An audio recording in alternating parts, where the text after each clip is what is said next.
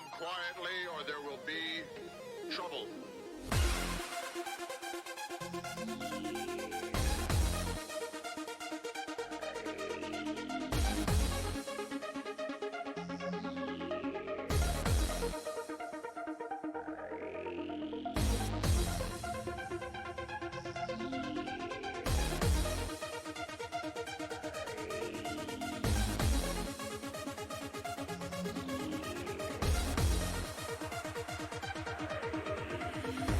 Your move, creep.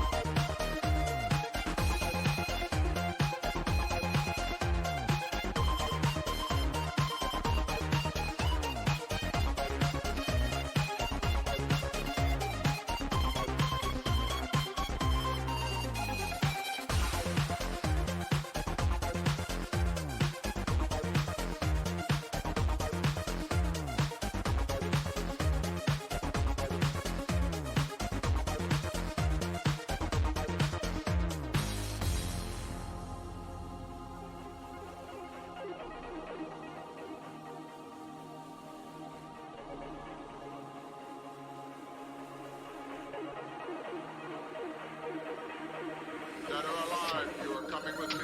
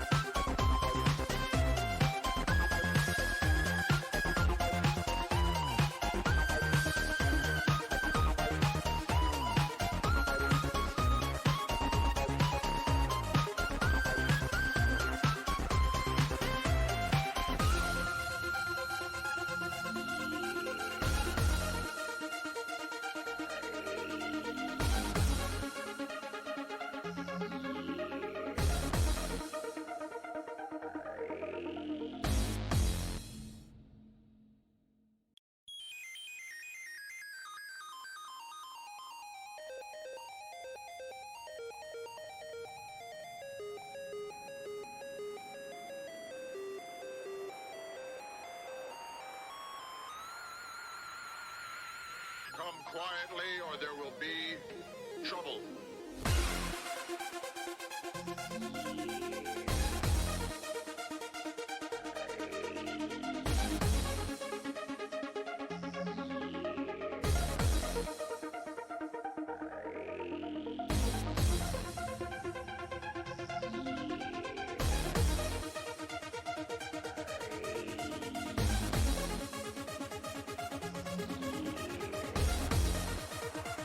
Oh, da sind ja schon wieder Leute am Start. Ist ja unglaublich. Aha.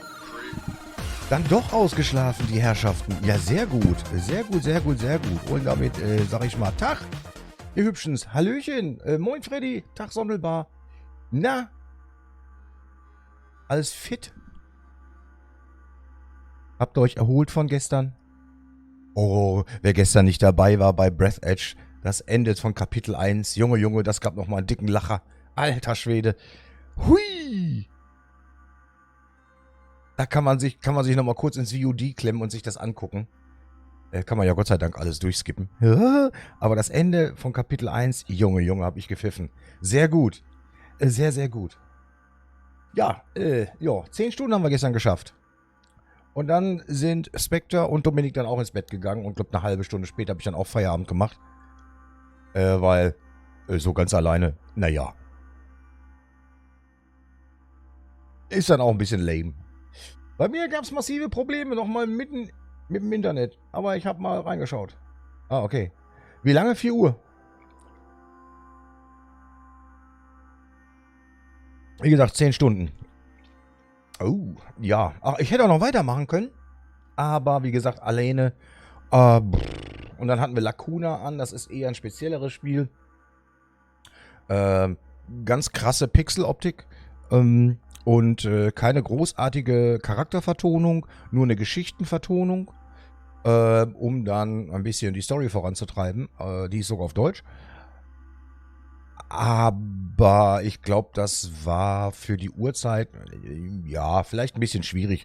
Vor allen Dingen auch für die Aufnahmefähigkeit sowohl eventueller Zuschauer, also weißt du, Leute, die zugucken, und meiner einer auch. Es ist halt sehr viel vorzulesen, also ich muss dann halt, da wird über Sprechblasen kommuniziert, das lese ich dann immer vor. Aber ich glaube, das könnte ein sehr interessantes Spiel werden, mal abgesehen von der Grafik. Die ist schon, auch für eine Pixeloptik, schon sehr grob. Sehr, sehr grob. Also da muss man sich, weißt du, das ist wie so ein Buch mit einem hässlichen Einband. Ja, oder so ein Comic, das beschissen gezeichnet ist, aber die Story ist vielleicht gut. Ja. Man sagt ja immer, das Auge zockt mit. Klar. Ja. Dominik hat mich schon gefragt, ob ich Breath Edge weiterspielen werde. Ich denke, also habe ich ihm gesagt, ja. Ich weiß allerdings noch nicht, wann. Ich muss auch den Stream von gestern halt nochmal zurechtschneiden. Das habe ich heute nicht gemacht.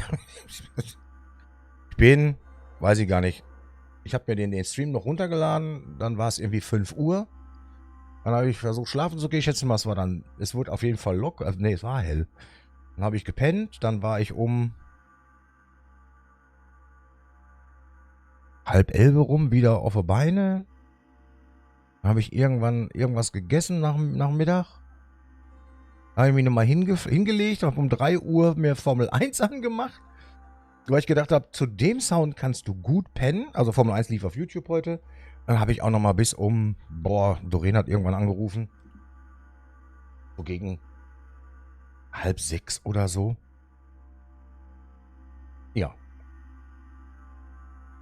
So in dem Dreh war das. Warte mal, ich guck mal. Nee, es war 10 nach 5 hat sie angerufen, habe ich zurückgerufen. Genau. Ja. Genau. Ja. Das war dann mein Sonntag. Ich hoffe, ihr habt ja heute irgendwas machen können. Freddy, dein Internet, ist das denn jetzt wieder da permanent oder was ist passiert?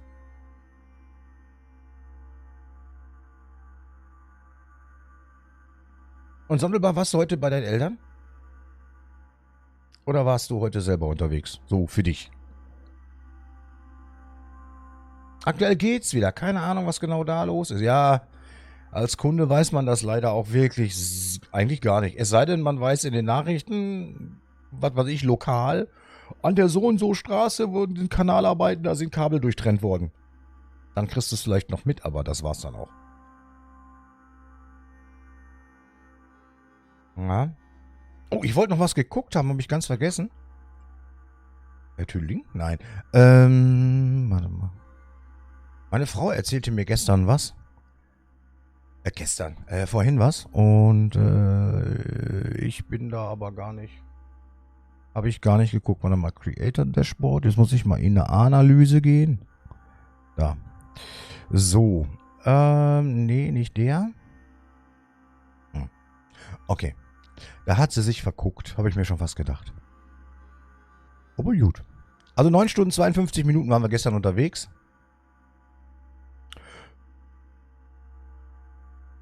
Wir haben aber den ganzen Tag nur entspannt. Ines kränkelt ein bisschen und mir geht es auch nicht so hundertprozentig. Ihr teilt euch auch alles, oder? Wir haben tatsächlich 9 durchschnittliche Zuschauer im Schnitt gehabt und 16 maximal. Guck mal an. Oh. Das ist für uns ganz gut. Das ist für uns ganz gut. So, Chatnachrichten, das kannst du sehen, wie wach die Leute sind. Also, wenn du eine Kurve machst, dann... da, ist mir da. Ja, guck. Interessant, unseren Peak hatten wir zuschauertechnisch um 10 vor 4. Ja, nee, gar nicht wahr, Quatsch. Nach 4 Stunden, fast 4 Stunden Stream. Also gegen Mitternacht. Ja. Gegen Mitternacht. Ja, schau. Meini. Na gut.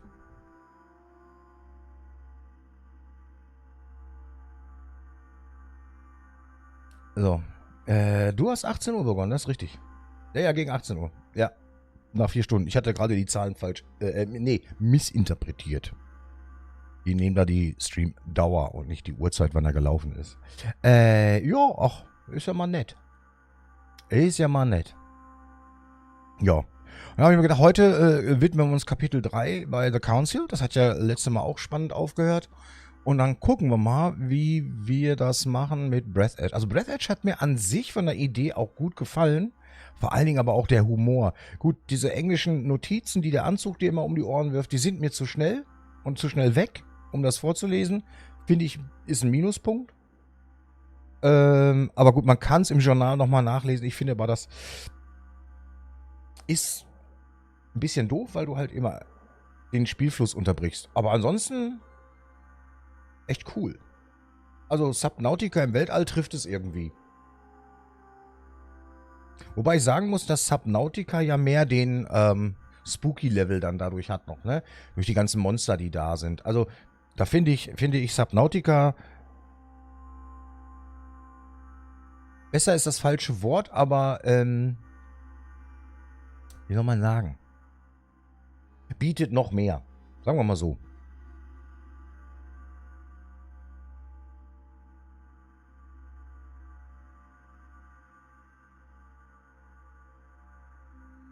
Nein, kriegst du auch nicht. Deswegen versuche ich das ja auch immer nachträglich im Journal nochmal zu lesen und vorzulesen. Also so so schnell wie dieser Anzug spricht, da kriege ich auch nichts mit. Also das schaffe ich nicht. Ich meine, ich kann Englisch, aber so schnell verarbeitet mein Hirn das nicht vom Ohr. Also nee, also der Weg vom Ohr zum Hirn und verstehen ist einfach zu lang dann für die Geschwindigkeit. Kriege ich nicht hin.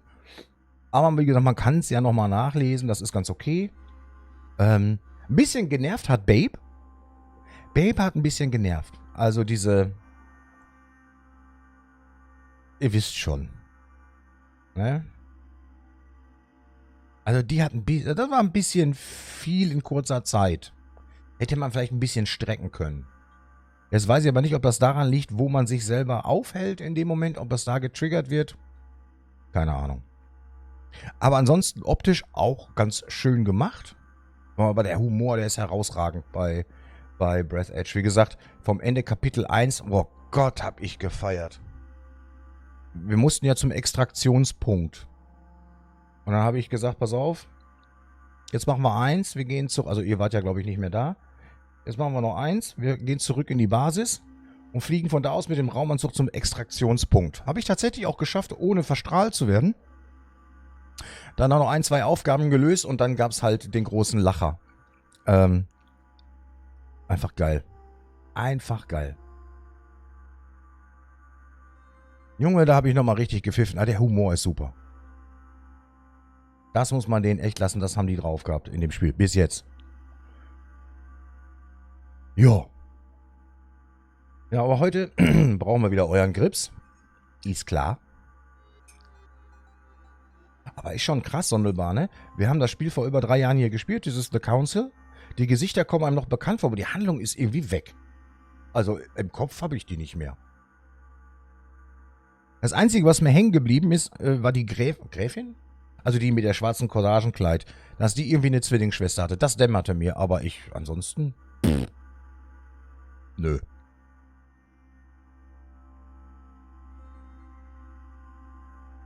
Und das ist, glaube ich, auch ein gutes Indiz dafür, dass man auch so manche Sachen dann doch nochmal spielen kann nach Jahren. Ist gar nicht verkehrt. Fahrgesichter, aber sonst... Ja, genau. Genau, so. Sonderbar wieder ficke Dinger.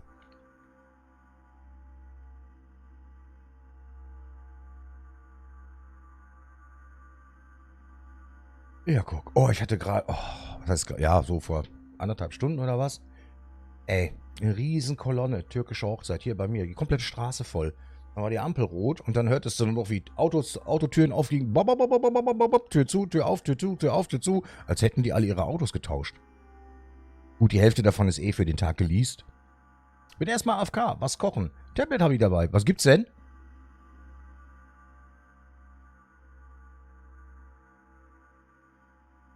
Was gibt's denn? La la la la la. La la la la la la la. La la la la la la la la la. Was mit Schaschlik. Schaschlik mit Schaschlik finde ich übrigens sehr lecker. Ja, dann viel Spaß. Viele essen gerne zu der Schaschlik-Soße. Genau, Reis. Ich wollte es gerade sagen. Und eine Eiweiß. Ja, Eiweiß ist nicht so meins, aber ja.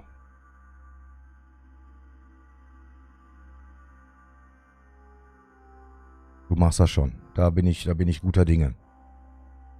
Da bin ich guter Dinge. Boah, ey. Bei euch im Süden ist ja auch mega heiß, ne? Und bei uns irgendwie nicht. Jetzt hier in der Bude, ja, weil Rechner und so, also gut warm.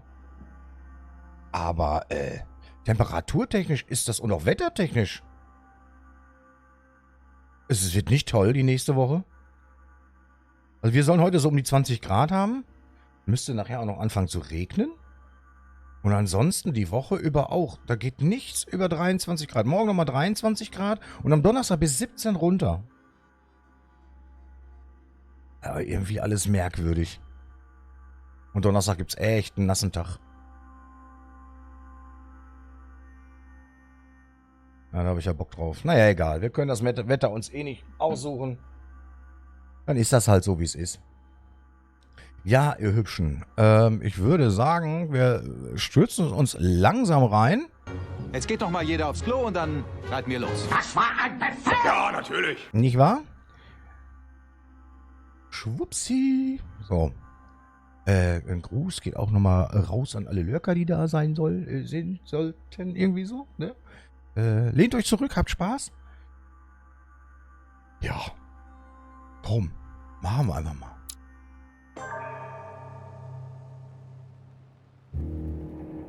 The only thing I can tell you is that Sarah had indeed changed. In your opinion, why would your mother remain in hiding over several weeks? Ich habe keine Ahnung. Leave me alone now. I have agreed to everything.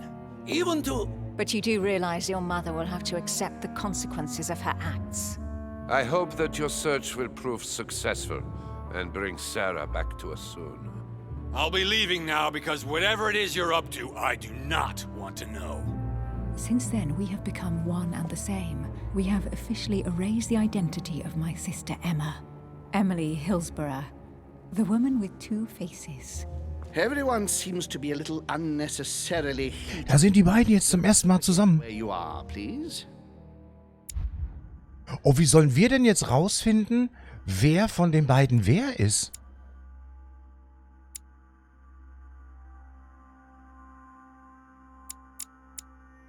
Also Befragung nehme ich mal einen Punkt mit. Was ist das? Boah, Logik. Logik nehmen wir mal mit.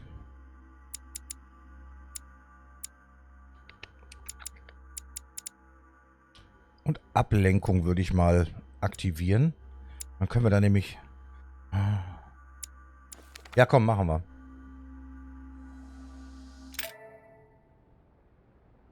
Dann sparen wir uns dann irgendwie mal so einen Skillpunkt, um das zu aktivieren, das Talent.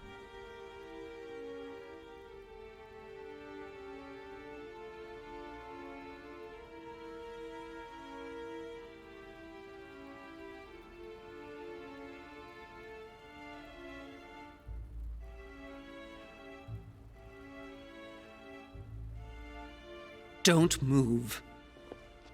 Das ist übrigens Mutter. So you've come at last. Easy. Let me turn around. Oh my God, Mother, what has happened to you? Who are you? What? But, Mother, Who are you? it's me, Was haben sie denn mit ihr your gemacht? son. No, you lie. You won't catch me out like that. Louis isn't here. He obeys his mother. He would never have come here. Mother, I don't know what you've been through, but lower your arm, please. You think I was born yesterday, do you? But it won't work. I'm begging you. One day you will fall. Mother! Why are you here? Oh Gott!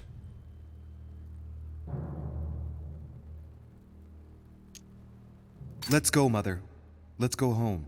In all my heart, there's nothing I want more.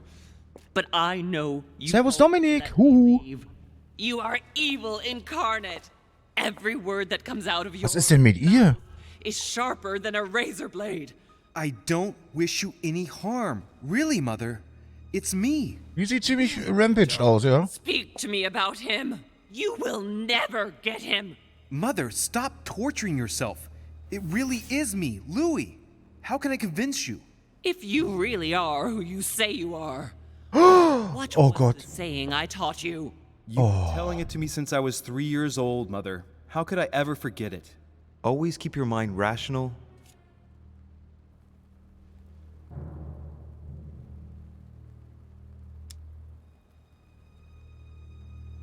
Manipulation. Die Frage ist... And open. You knew it. Oh, You are smart. Manipulation dürfte sie auch sehr gut drin sein. Deswegen habe ich mich nicht getraut. Tell me rather, whose place were we at when I told you I was coming here? Mother, I really am your son. You can't trick me. Hä? We were in Paris. We were investigating an art dealer. His name? Von Borchert hieß der, ne? I just told you, you can't trick me. His name was von Borchert. My God, everything is. Es ist so wichtig, bei dem Spiel aufzupassen, I refuse Alter. to believe it's really you, Louis. Otherwise, all this would be for nothing. Mother, I don't know what happened to you, but don't worry. Everything's going to be fine. I'm here for you and... No! I ordered you not to come with me. I received a letter and Lord Mortimer informed me of your disappearance. So I took the... No! No! No! It's not true. It's a nightmare. Don't tell me that. Have you spoken to him? Oh, shit. She's completely panicked because I spoke to Mortimer. It seems she's afraid of what he might have said to me about her. Did he speak to you? Mother, I don't know what you're imagining, but don't worry. Everything will be all right. If you're worried about what I might think about Elizabeth Adams, honestly... Oh, Louis! Elizabeth is the last of my worries right now. I did what I could for her, but it was too late. Very well. Rational and open, Louis. Since you arrived on the island, has anything strange happened to you? Ja. Depends on what you mean by strange.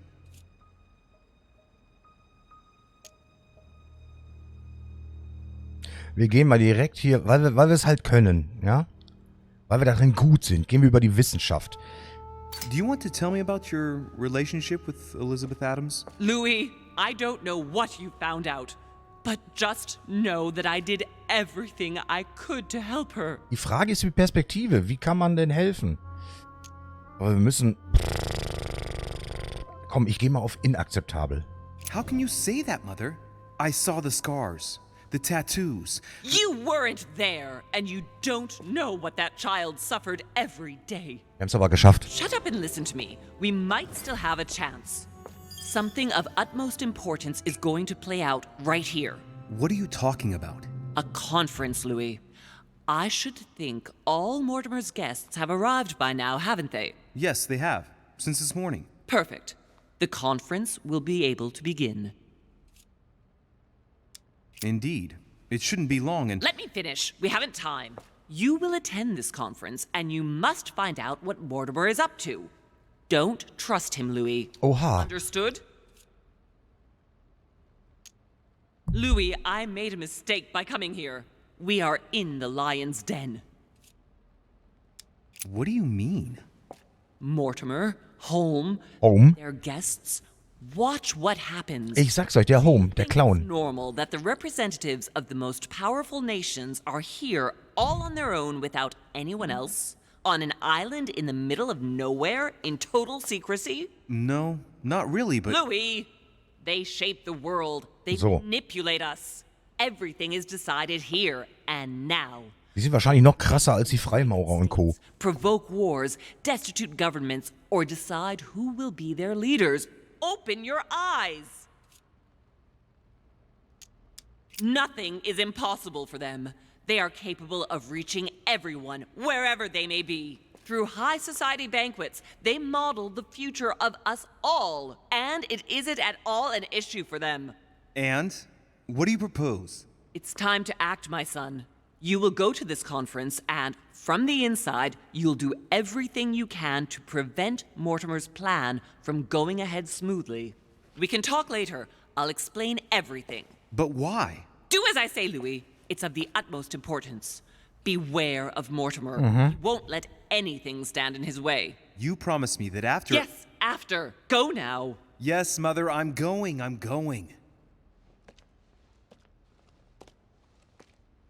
One more thing, Mother. Emily Hillsborough, Emma's sister, came to this island looking for her sister. She probably won't hesitate to take revenge and... Oh, die Konferenz beginnt.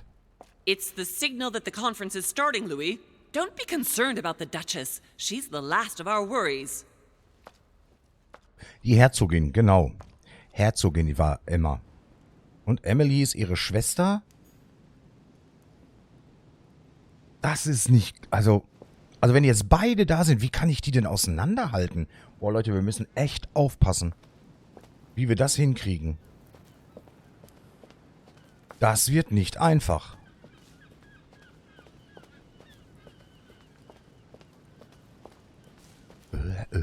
Ja, komm, gehen wir da lang.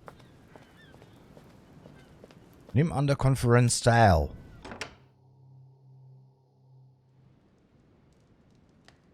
Mein Problem ist jetzt, ich habe echt keine großartigen Punkte, um unsere Fähigkeiten einzusetzen. Das ist echt schlecht. Golden Elixir.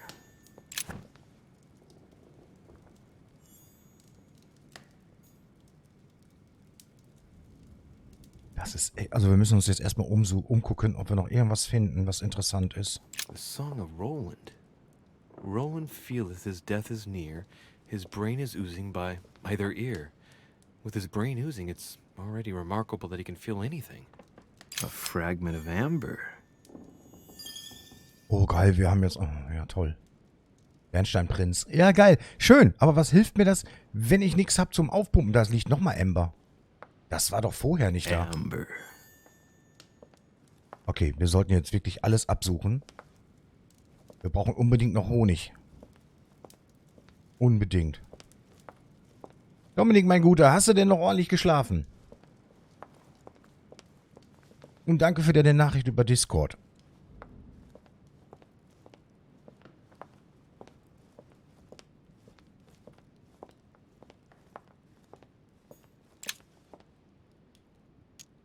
Devil's Thorn.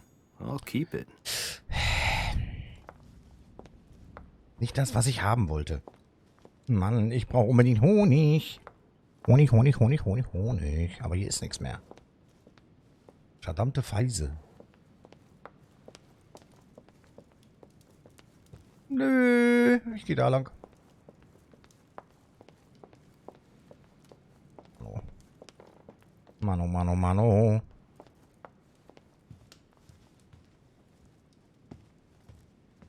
Kann ja sein, dass wir an der Konferenz teilnehmen und wir echt...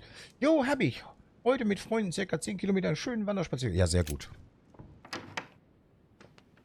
Oh. Entschuldigung. So, was haben wir? Oh, wir haben hier so ein... There's the alchemical symbol of the earth on the lid. Oh, ich habe beide Schlüssel.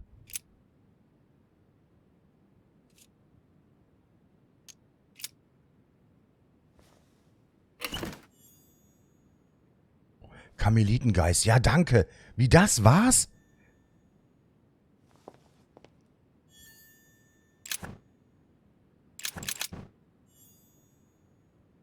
Ach komm, das ist doch nicht euer verdammter Ernst. Oh, das kostet uns nichts. Fragment of amber. Erstmal ohne Quatsch. Das war doch vorher nicht alles hier. Das kann ich wieder nicht aufnehmen, weil ich da voll bin. Ich brauche Honig. Die Kunst des Schlossschmieds. Okay, könnte sein, dass das für Schlösserknacken gedacht ist. Ich bin jetzt gerade ein bisschen... das kann ich auch nicht mitnehmen. Golden Elixir. Doch, eins habe ich... Oh, lalalala. Können wir gleich einsetzen. Also, weißt du schon. Oh. Okay, also, ja, das ist alles neu hinzugefügt. Da kannst du mir sagen, was du willst. Das hatten wir hier vorher alles nicht liegen. Das ist ja, jetzt stell dir mal... Wie er da steht. Jetzt stell dir mal vor, man sucht das im Nachhinein nicht nochmal ab, weil man der Meinung ist, oh, ich habe da schon 1000-mal geguckt, da ist nichts. Heute Morgen bis 4 Uhr. Oh, Scheibenhonig.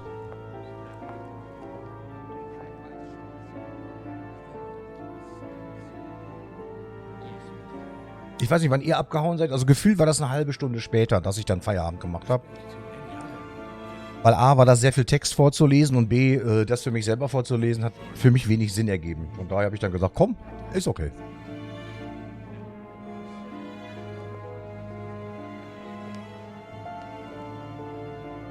So, jetzt schauen wir uns nochmal um.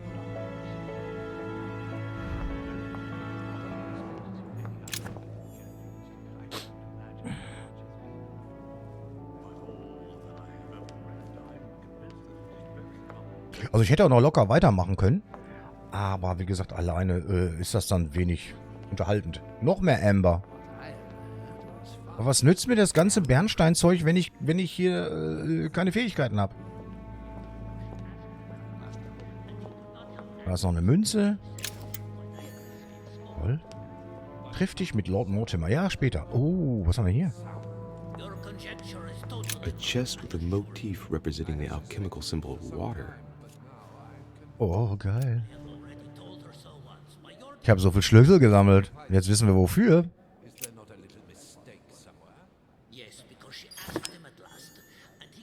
Gelee Royal. Da ist es. Okay, gut.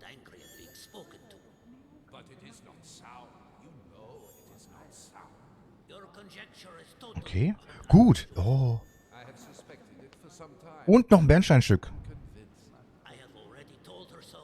Kurz vor 4, als ich mich verabschiedet habe. Echt? Nee. Ja, das... Gut, ich sag mal so, ganz zu Beginn habe ich das auch damals knallhart durchgezogen. Das musst du einfach machen. Aber nicht, weil ich jetzt halt 3 Zuschauer habe oder so, in Anführungsstrichen, mache ich das nicht mehr, sondern in dem Falle war es jetzt wirklich die Uhrzeit. Und auch meine verringerte Befähigung, Dinge aufzunehmen, kopftechnisch, weil es ja dann doch eine fortgeschrittene Uhrzeit war. Wenn das jetzt um 3 Uhr gewesen wäre, es wäre keiner da gewesen, hätte ich locker den Kram durchgezogen. Also ich glaube, es war eher 3:30, weil, wie gesagt, ich habe um 4 Uhr Feierabend gemacht. Lacuna sieht tatsächlich nicht besonders gut aus, aber ich glaube, die Geschichte ist echt. Also, das kann doch was werden. Wenn wir das uns jemals nochmal angucken sollten. Wie gesagt, die Übersetzung ist ähnlich wie vom Deutschen, vom Anime ins Deutsche. Gewöhnungsbedürftig, aber ich glaube, die Story dahinter wird gut. Wird richtig gut. Warum kann ich...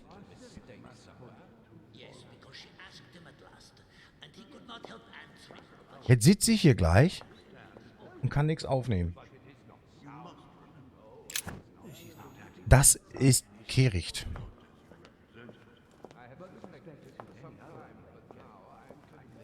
Kann ich hier nochmal raus? Nein, kann ich nicht.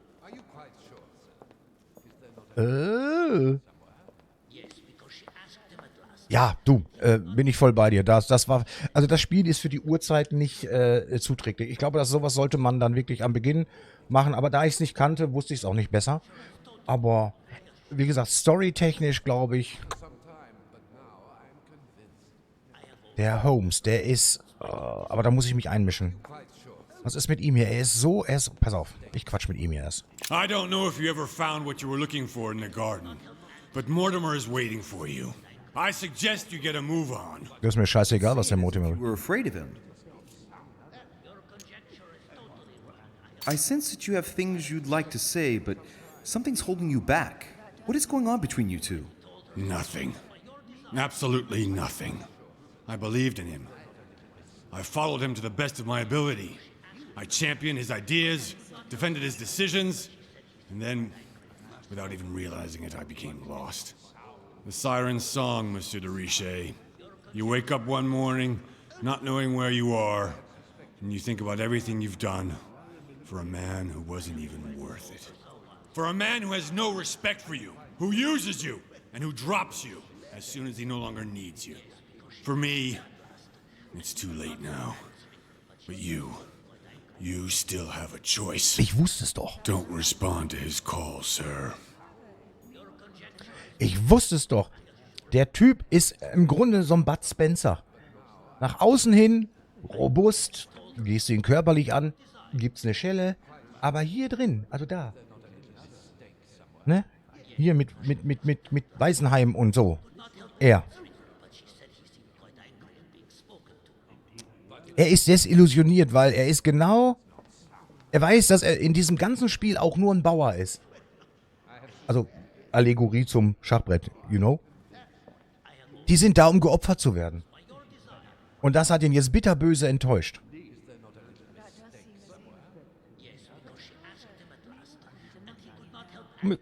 Entschuldigung, mir gefällt nicht, dass George Washington da hinten so an Mortimers Rockzipfel hängt. Das ist nicht gut.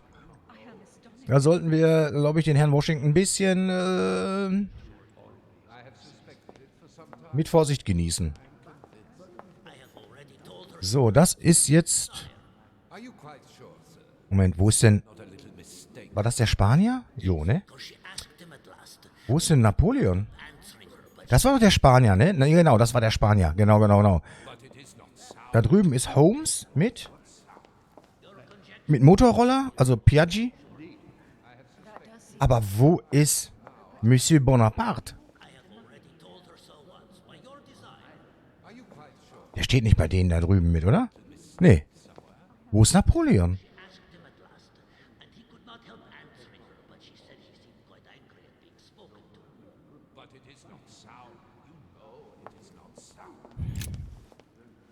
Good evening, gentlemen. Are we ready? The much-awaited conference is about to begin? That is what we have all been waiting for. I believe that Lord Mortimer wishes to speak to you before it begins. You should go and see him. Der möchte uns bestimmt manipulieren, der Mortimer. Deswegen ist es, glaube ich, gar nicht verkehrt, erst hier zu gucken. Immerhin, mit Pyrrhu konnten wir sprechen. My son, glad you're here. It seems Lord Mortimer's been waiting for you to arrive before beginning. What a pity your mother isn't here for the conference. I hope I'll be able to see her before I leave. I still have a very important letter to give to her. Feeling all right, Louis? You look like you're miles away. Everything's fine. Don't worry. Lord Mortimer wants to talk to you, Louis. Don't make him wait. Also ich bin auch daran interessiert, wenn ihr da Bock drauf habt, an euren Spekulatius teilzuhaben, was hier so geht.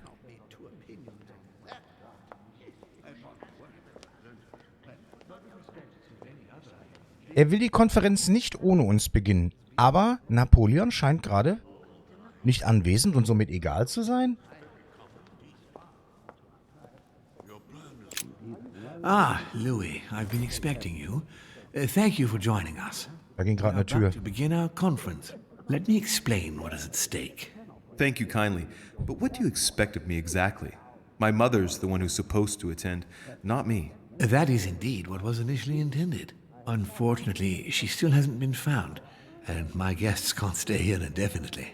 The conference must begin, and it would be truly beneficial to the Order to join in the project. Consequently, I would like you to replace her during her absence. What is at stake here is of the utmost importance. It's important that the French Order gets their say. And should you need any advice, don't worry. You are not alone, Louis. Very well. Can you give me a brief explanation of the aim of it all? Of course, Louis, I was coming to that. The aim of these meetings is to bring together the most influential people. Das haben wir schon geschnallt. To think together about the Das haben wir geschnallt. But the future of who? Of the world. Auch das haben wir geschnallt. Our desire is to steer the destiny of our respective countries for the good of all, and to no longer suffer the random hazards of history. Gut. Ich meine, das haben wir ja geschnallt. Wir waren ja in diesem Zimmer, wo wir das Schloss geknackt haben mit den Zahlen. Mit diesem riesen Globus und den Landkarten an den Wänden. Und da war klar, dass da irgendwas hin und her gemauschelt wird.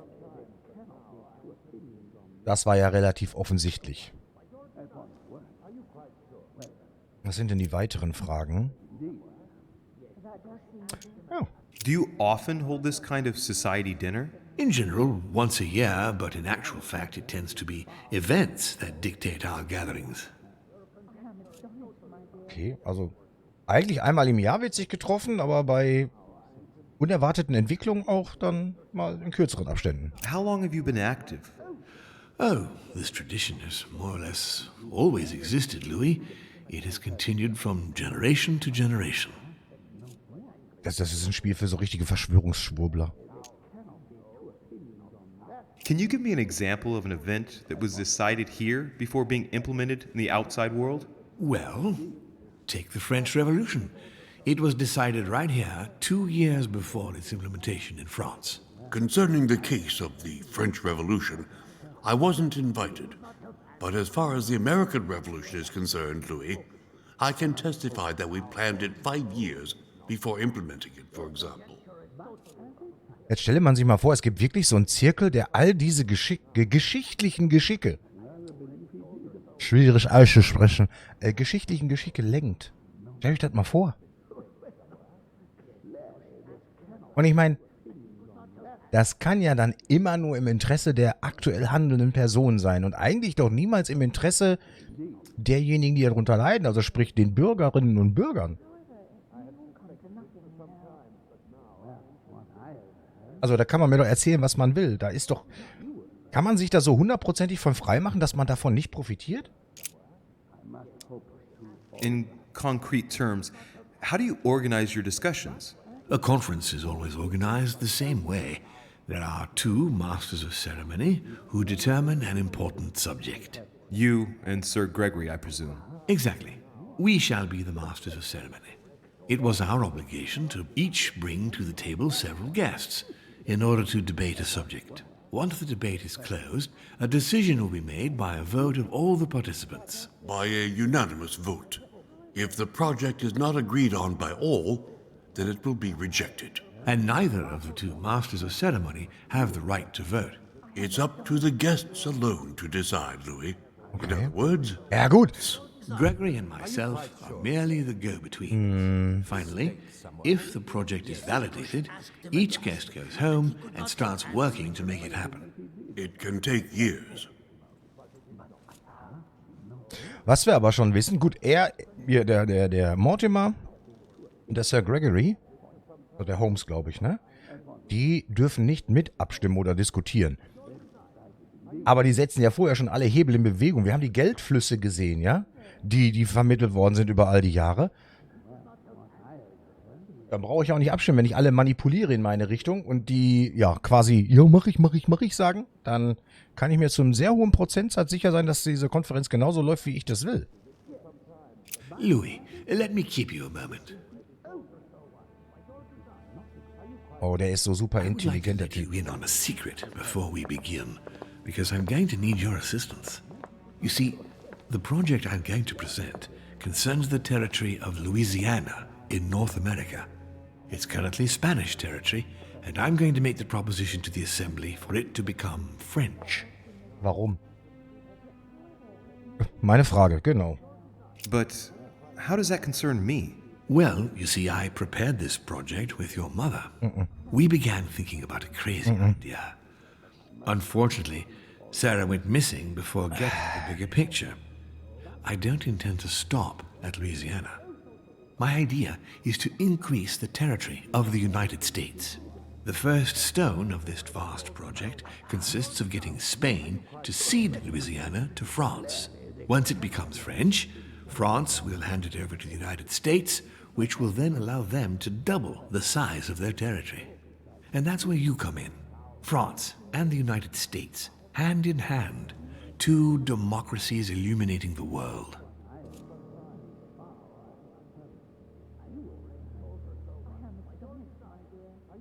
Helf mir mal, geschichtlich gesehen. Also meiner Meinung nach war Louisiana nie eine Kolonie Frankreichs, oder? Oder doch? Deswegen Louis? Also ich bin da jetzt gerade raus.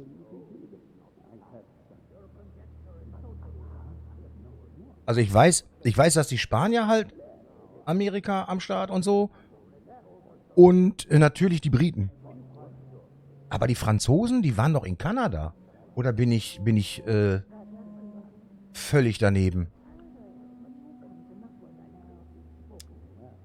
Aber das kostet mich immer einen Punkt. Boah, aber der lässt sich bestimmt nicht befragen. Aber Politik ist auch sein Ding. Sollen wir da einen Punkt verschwenden oder nicht? Was heißt verschwenden? Aber weiß schon, ne?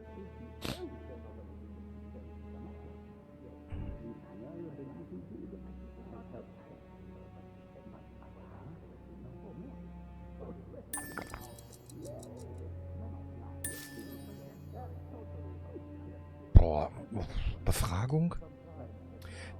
Der ist ja in jedem Gebiet ist der ja gut, aber in Politik ist er, glaube ich, besser. Wir versuchen das hier. But why spread it over 2 phases? Why not announce the overall project immediately? Unfortunately, if Spain were to hear that the intention of all this is to allow the United States to grow, they would never sign. Manuel Godoy is perfectly aware of President Washington's appetite. If the United States took Louisiana, Godoy would know full well that he will have lost the entire North American continent. Things must take place in several... Nordamerika ist Kanada, ne? Wise? Also so betitelt. Too brutal, and he will have no choice but to reject the project. Take a look at them. Apart from President Washington, they all belong to monarchies. Do you really think they won't resist? Of course they'll fight, fearful as they are of losing their precious privileges. But the world needs visionaries, like you, like your mother. It's a pity Sarah isn't here to see it. She only knew about a tiny part of the project. I hope I can count on you, Louis. It's time to start now. I must ask you to Das klingt jetzt erstmal danach, als wollte er die Demokratie verbreiten. Follow the discussions. We'll have an opportunity to catch up later, and you'll be able to let me know your thoughts. Blast it, Mother. You didn't know about everything. His project is commendable. Why tell me to beware? Could you have gotten it wrong? Ja gut, er wird ja dass Kanada ein eigener Staat ist, das ist klar. Aber es wird ja zwischen Nord-, Süd- und Mittelamerika unterschieden. Und dort ging es ja nur um die kontinentale Einstufung. Und Kanada wird ja so als dummer kleiner Bruder von den Amerikanern angesehen.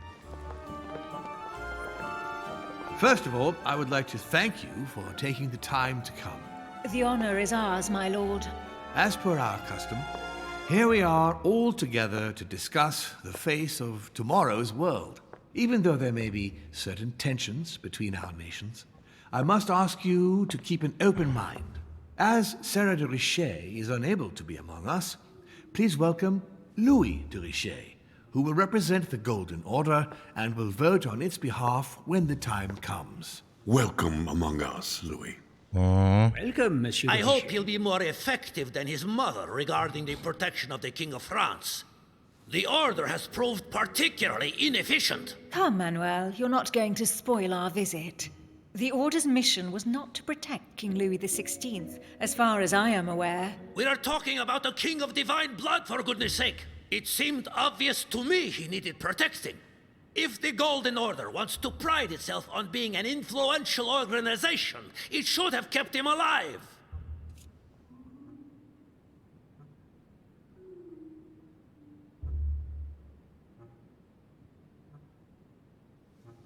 Was machen wir? Uns bedanken? Den Spanier zurechtweisen? Ich weiß nicht, ob wir ihn gegen uns aufbringen sollten oder einfach nicken. Ja, auf jeden Fall, Dominik. Auf jeden Fall.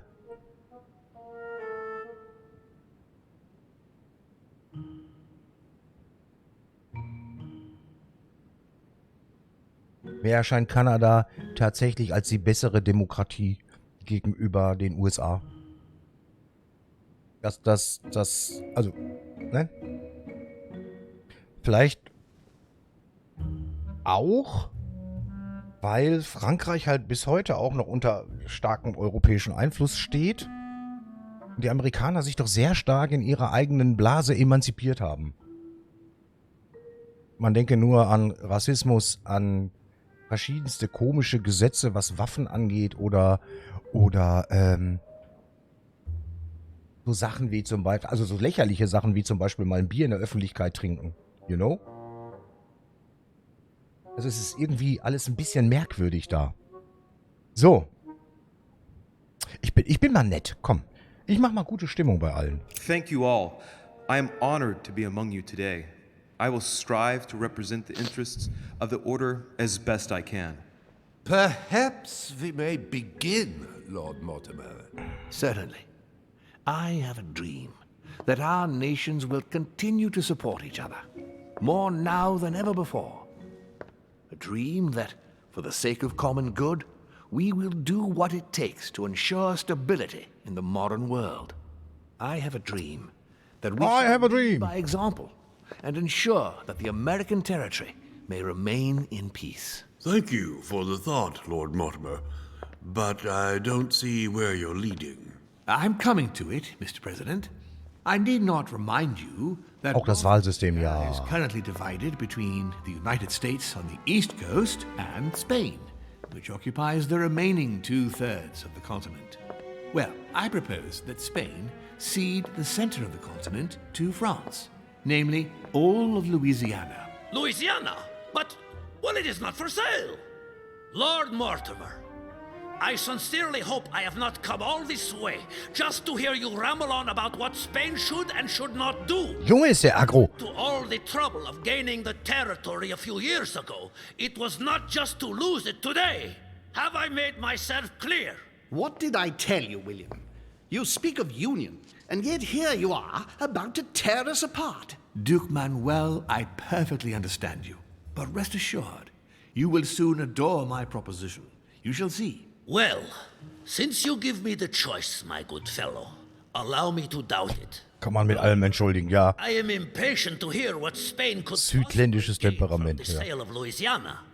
I never spoke of a sale, my good fellow.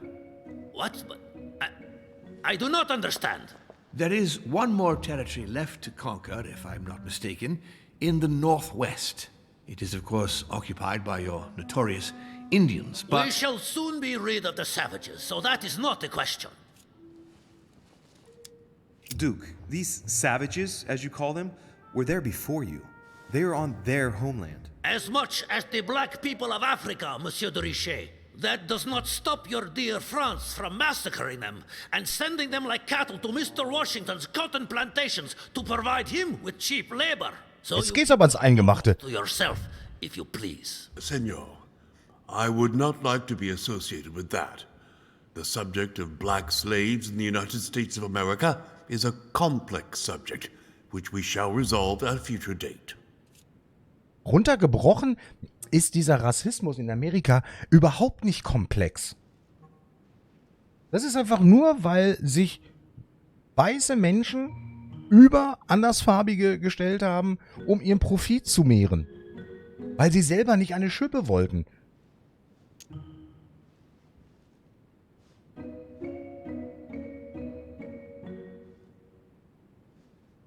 It obviously doesn't stop you from sleeping at night. Not in the least. Ooh. Do not imagine I have anything against the American Indians or the blacks. That is not the question. But Etikette. business is business. It is the natural order of things, Monsieur de Richet. There have always been men who govern other men. That is simply the way it is. Man, it might as well be the likes of you who rule. Is that right? But of course. Come now, my friends, let us not digress.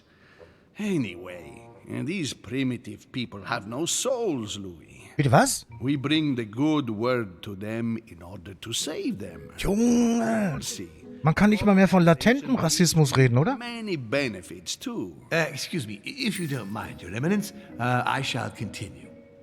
Duke Manuel, I believe that Spain should cede Louisiana to France free of charge. This is utterly grotesque, Lord Mortimer. What a strange example you set for your young Man kann ihn ja verstehen, den Spanier, ne? Monsieur de Richet. Do you understand anything of this proposition?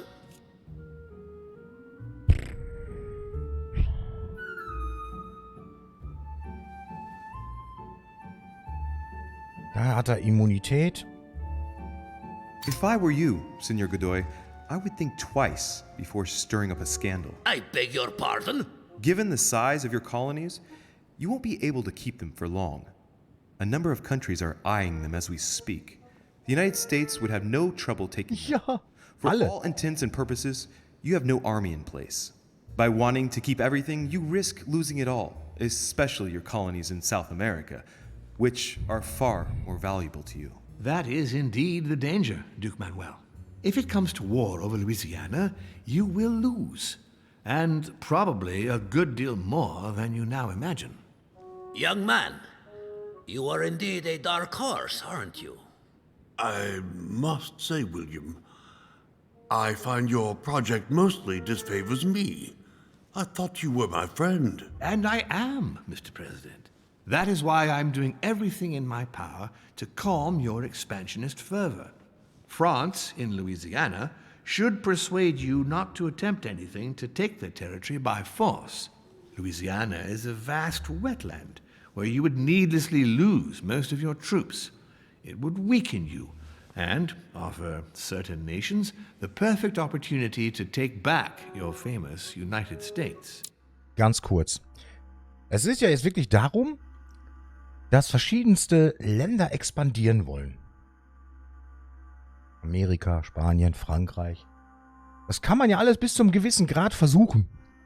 Aber die Geschichte zeigt auch, alleine die Römer waren hinterher nicht mehr in der Lage, aufgrund von Personalmangel, so nenne ich es jetzt einfach mal, ihre ganzen Eroberungen zu bewirtschaften und dort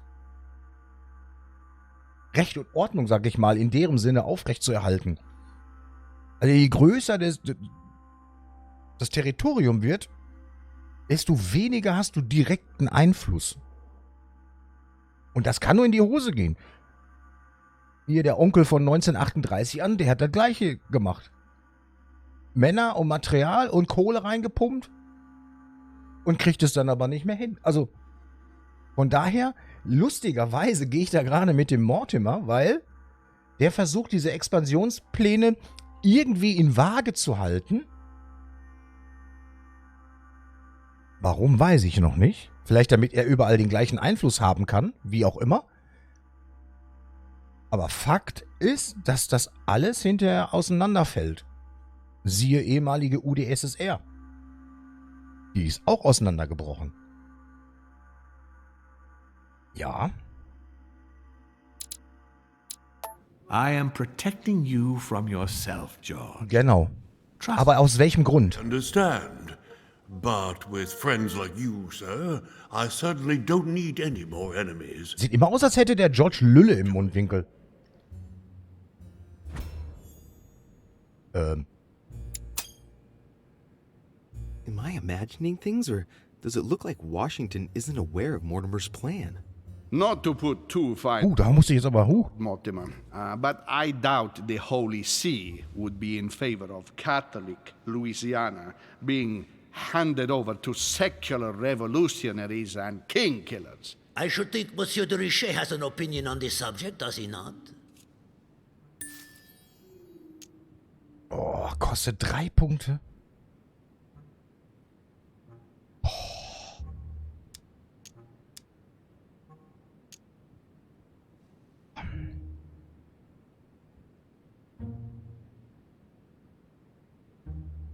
Uff, ich weiß nicht, ob ich das Risiko eingehen soll. Ich meine, ich habe noch ein Fläschchen mit 2 Punkten, aber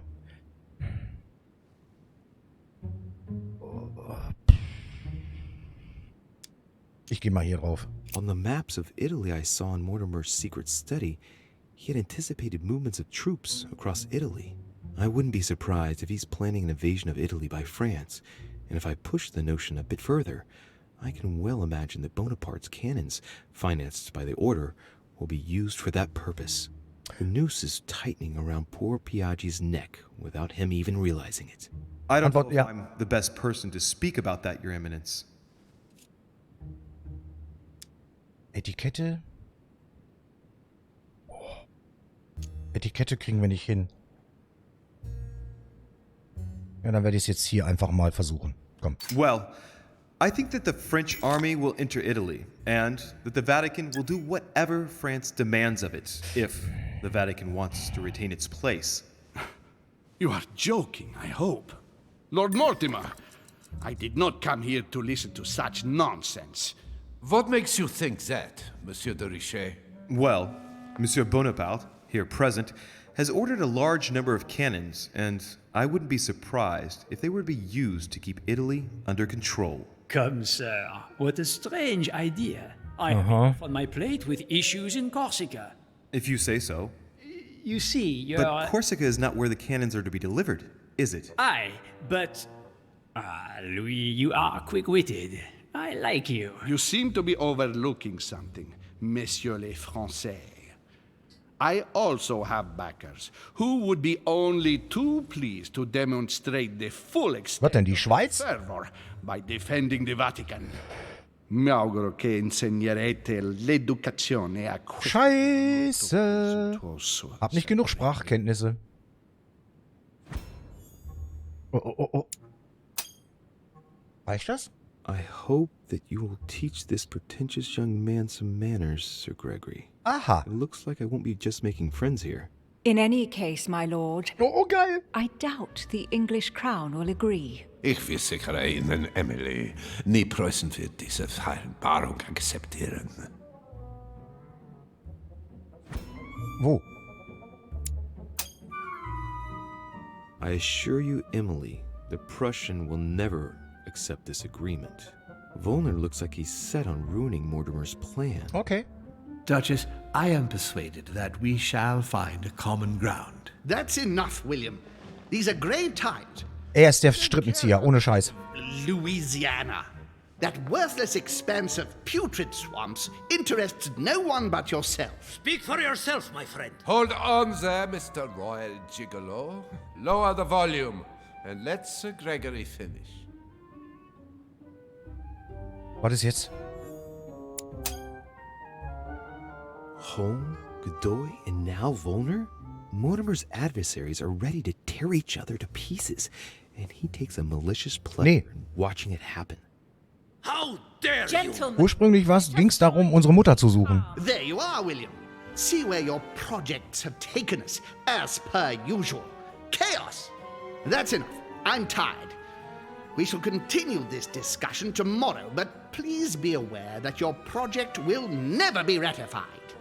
Those who are opposed to this project, follow me. Ich weiß nicht, wem ich da noch Are you irgendwie... coming with us, Monsieur de Richet? Oh. Come, Gregory, I think Louis would rather stay. Wouldn't you, Louis?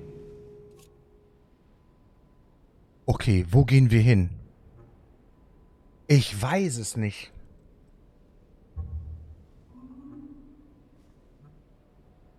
Französisch, Louisiana.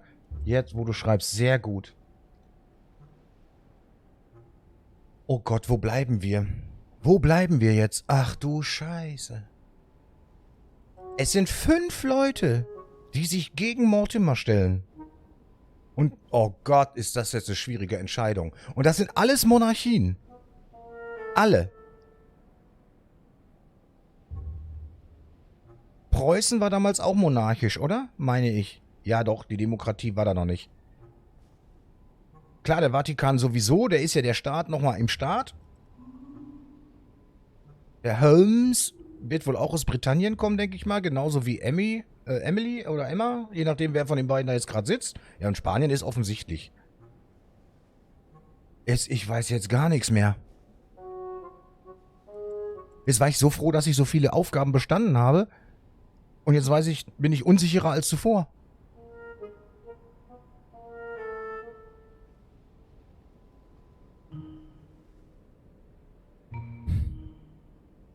Das Schlimme ist jetzt, gut, Piaggi, Kirche, immer schwierig. Home mag ich überhaupt nicht. Der von Wöllner, dem stehe ich relativ neutral gegenüber.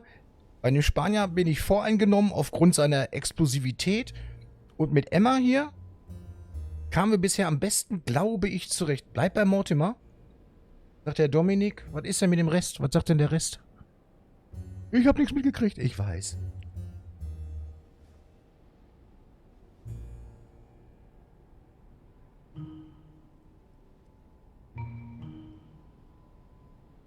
Sondelbar lehnt schon mal Frankreich, Kirche und England ab. Okay. Ich hab nur Bedenken, dass wir uns das mit der Emma oder Schrägstrich Emily versauen.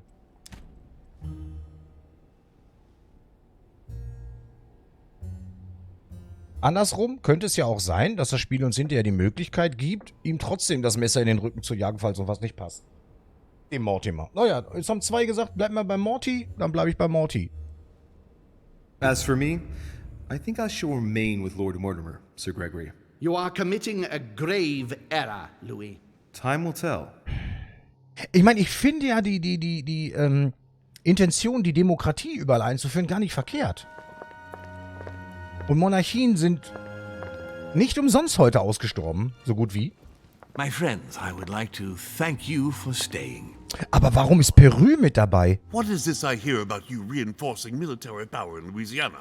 I have no interest in having France for a neighbor, and you know that very well. Calm down, George. Louis, explain our plan to Mr. Washington, please.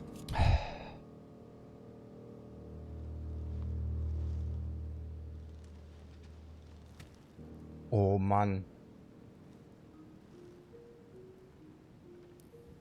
Die Vereinigten Staaten werden expandieren. Komm. You see, Mr. President, Lord Mortimer anticipates that once France obtains Louisiana, they will cede it to you.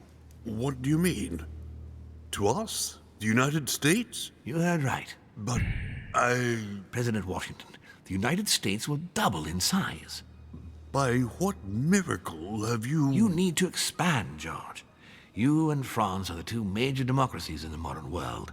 It is necessary that you both become superpowers. Are you really going to sponsor democracy throughout the world? Of course, Monsieur Peru. That's why I don't want Spain to get too attached to those weapons. Please continue, Louis. Explain my vision to Mr. President.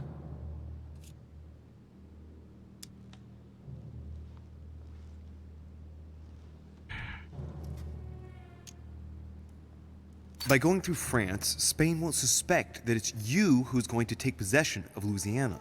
They'll even believe that France will be a protective buffer between itself in California and you on the East Coast. If Senor Godoy was afraid that you might take the territory by force, now he is reassured. You would never attack France. But why didn't you tell me before?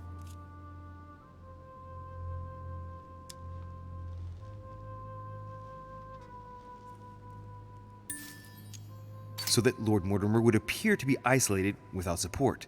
Exactly. You got it, Louis. Lord Mortimer retains the advantage by advancing undercover. And for it to work, he needed you to act. Jo, Dominik, mach mal. William, Guten Hunger. you haven't changed. Always one step ahead. 1 step ahead? You're joking. More like 5. On that note, my friends, it's getting late. Mr. President, continue to take offense over my project when we resume the conference in the morning. You do it to a T. And if Sir Gregory has the audacity to send you an emissary to convince you to go against me, do me a favor. String him along if you can. The more they believe we are divided, the more we'll have our hands free. Only too happy to oblige. Now, let us get some rest. We've got a big day tomorrow. Good night, gentlemen. Good night. Louis, if you have a minute. Ja, es war so klar. Ask a favor of you. I'm going to require your services. How can I be of help? Tell me all about it. Our adversaries are many, and the closing vote of the conference will soon be upon us. Time is of an essence, so I'll need you to assist me this evening. How can I help? I need you to go this very evening to persuade Senor Godoy to join us. He is the backbone of Gregory's resistance. Turn him round, and all the others will follow in such a stampede that Gregory will be able to do nothing but admit defeat. Lord Mortimer, with all due respect, don't you think I'm the last person Godoy wants to talk to? I'm sure you can do it. I believe in you. Lord Mortimer, you're not telling me everything. Let's say I wouldn't disapprove if the Right Honorable, though nonetheless choleric, Duke Manuel put you in his bad books. If it could motivate him to declare war on France, it would greatly serve our interests. War? What do you mean? I told you before the conference.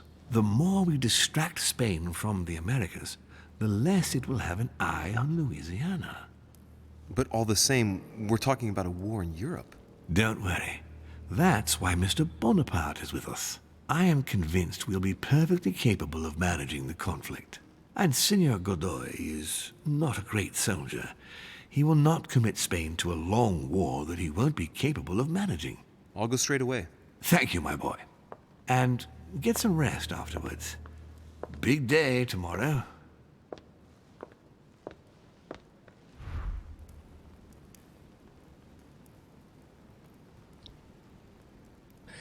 Ich weiß ja wirklich nicht, wem wir uns da zuwenden sollen.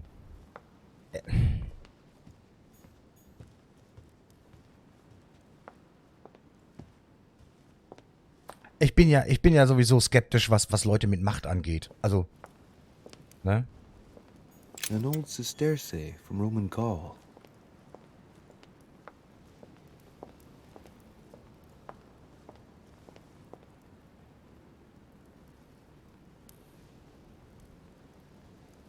Ich bin da so unsicher jetzt. Jetzt müssen wir den Spanier auch nochmal irgendwie gegen uns aufbringen, damit Sir Mortimer leichter hat. Boah, Freunde der Sonne, ich weiß nicht, was ich davon halten soll. Ich gucke jetzt nochmal eben kurz hier alles ab. Vielleicht liegt hier noch was rum. Ich muss unbedingt hier Elixiere und so ein Sheet haben. Weil diese Konfrontation, die kosten da doch eine Menge was. Dante's Purgatory. Ach ja, das hatten wir schon. What Dantes is your Fegefeuer, bla mind bla. presumed to flight when you're still like the imperfect grub, the worm before it's attained its final form? Charming.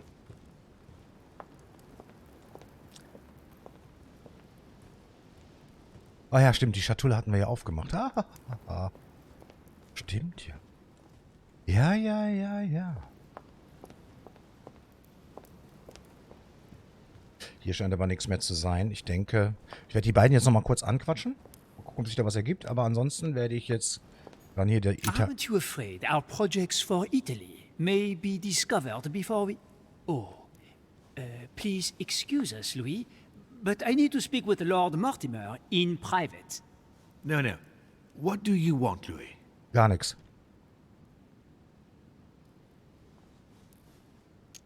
I shall be leaving you. Lassen wir sie mal. Lassen wir sie mal machen. Es wird aber auch nicht einfacher.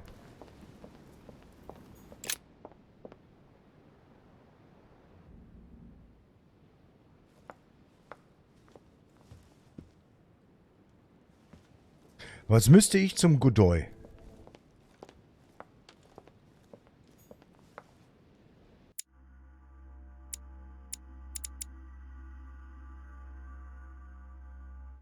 Lass mal noch mal reingehen hier ins Turm. Ich guck mal nur, ob hier irgendwas rumsteht. Was ich noch einsam... Hallo? Taschenlampe bitte? Was haben wir denn? Achso, das ist ein Buch. Okay. Dante's Paradise. Okay. Raise your head and be reassured, for what comes up here from the mortal world must ripen in our rays.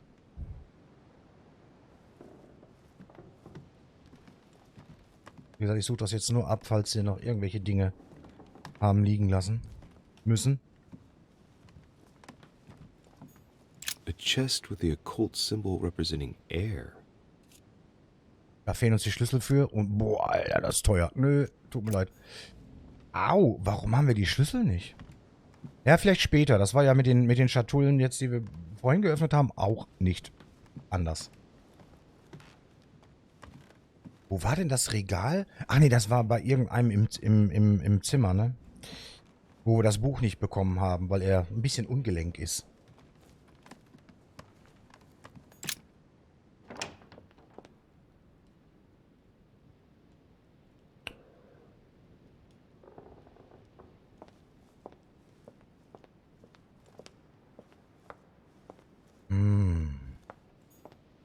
Monsieur Johann van Wulner. Van Wulner. Mich würde interessieren, ob ich hier die Treppe runter darf. Oder ob ich nur zu Godoy muss. Ich darf die Treppe runter.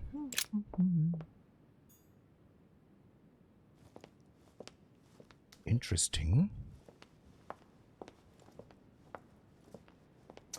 Was suchen wir jetzt? Beziehungsweise, was ist der nächste Plan? Schau mal oben rechts. Aber ich suche derzeit halt so Elixiere und so ein Kram, damit wir unsere Fähigkeitenleiste da unten links auffrischen können. Auffüllen können. So. Deswegen irre ich jetzt gerade erst noch ein bisschen durch die Gegend. Wir sollen den Spanier ein bisschen... Naja, was heißt überzeugen? Auf einer Seite heißt es überzeugen, auf der anderen Art soll er sauer auf uns sein. Irgendwie verstehe ich das nicht ganz.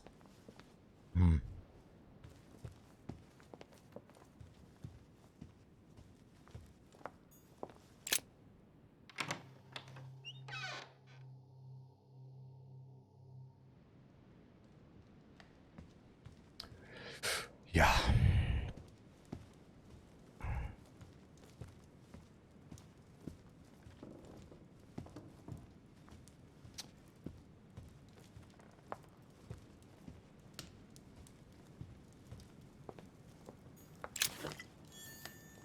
Okay, Karmelitengeist ist voll, das ist schon mal gut, obwohl nicht so wahnsinnig wichtig. Hier in dem Raum hatten wir, glaube ich, auch nichts mehr, ne? Wie Schloss knacken. Devil's Thorn. I'll keep it. Okay, das nehmen wir gerne mit. Okay. Warum habe ich das vorhin noch nicht gemacht? Ist egal. Wir sind ja gut durchgekommen. Aber wir haben halt keinen Honig mehr. Den Spanier auf die anderen sauer machen, das wäre cool. Ja, das ist näher. Also, es ist sonst. Ich habe hier so eine scheiß Stubenfliege, die geht mir gerade um den Sack.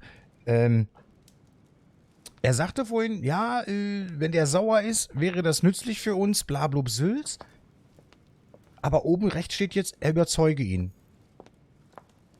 Ist ein bisschen verwirrend.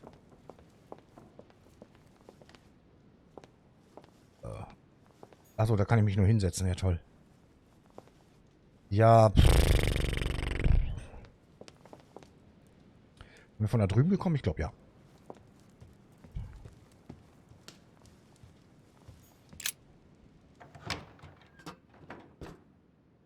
Ulala. Oh Gott. Ja, wie gesagt, ich gras das jetzt hier nur ab. Wie gesagt, so Items und so, ne? Nach. Hallo, Frau. Nach.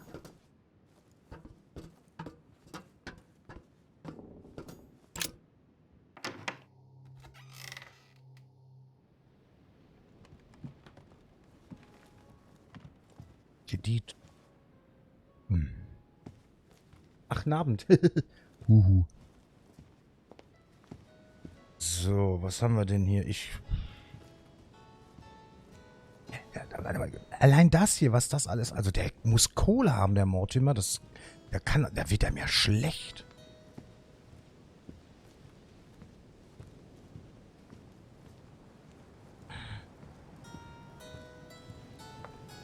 Zu schnell. Ja, manchmal ist das so. Manchmal ist das... Oh, was ist das? Nein, tu es nicht. Liebe das Leben. So, ja. Hier gibt es aber auch nichts mehr. Oh, das ist der Godoy. Da will ich jetzt aber noch nicht hin. Moment.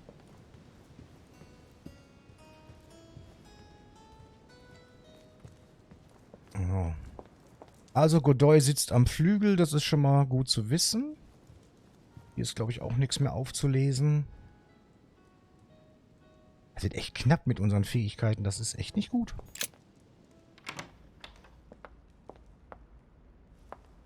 Ich guck mal, ob ich diesem Fuzzi noch was aus dem Kreuz leiern kann oder ob das nur... ja, gut, ist egal. Also, was heißt ist egal? What can I do for you, sir? I am at your service day and night, sir.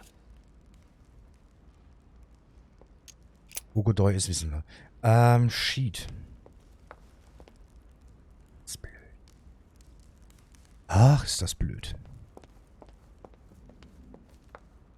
Da darf ich nicht rein, oder was? I would like to come in. I am sorry, sir, but that is not possible for the moment. I'm looking for someone. Tell me at least who's in there so I don't needlessly go looking around for hours.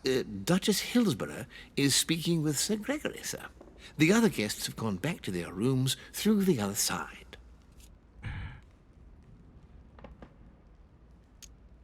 Why do you ask? Sir Gregory's orders, sir.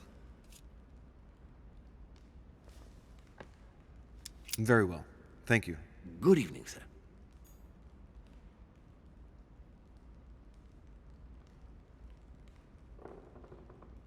Das ist nicht gut. Die spricht da mit dem Holmes. Unsere Korsettträgerin. Weiß ich nicht.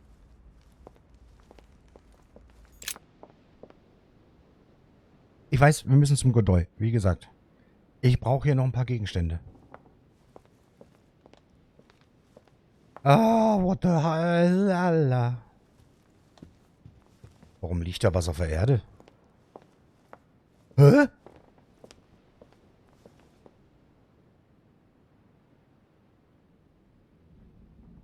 Oha. Hey. Das, genau. Fallen off. Das habe ich mir schon fast... The door's ajar.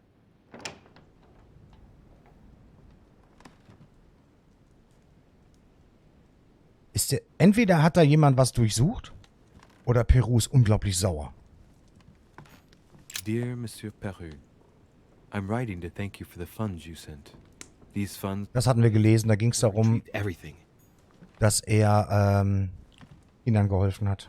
Mit dem Waisenhaus, bla bla.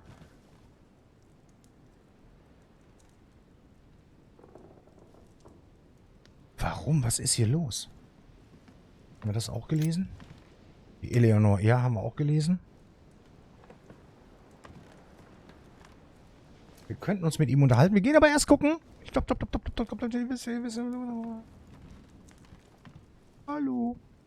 Gib mir doch noch mal ein bisschen was. Bitte. Ich brauche das gleich für die große Zusammenkunft. Aber hier ist nichts. Oh, Scheibenhonig. It's a matter of Kack. Oh, was? Der hat aber einen kleinen Balkon, glaube ich.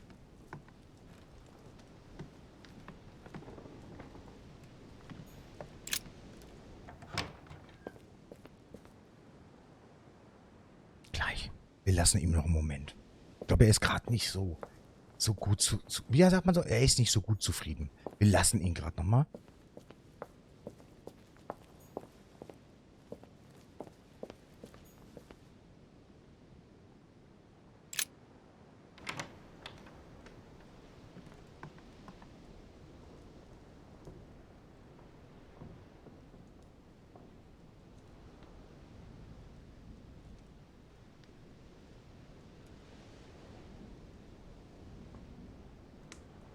Hä, bei wem bin ich denn jetzt gelandet?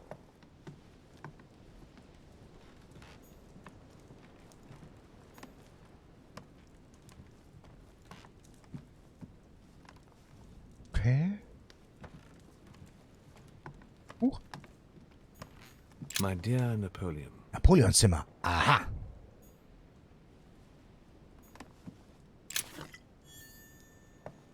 Immerhin Golden Elixir. Das Ding darf ich nicht. Verdammte Axt. Und hier geht's... Nee, der pennt wahrscheinlich... Nee, der pennt ja gar nicht, aber... Das verstehe ich nicht.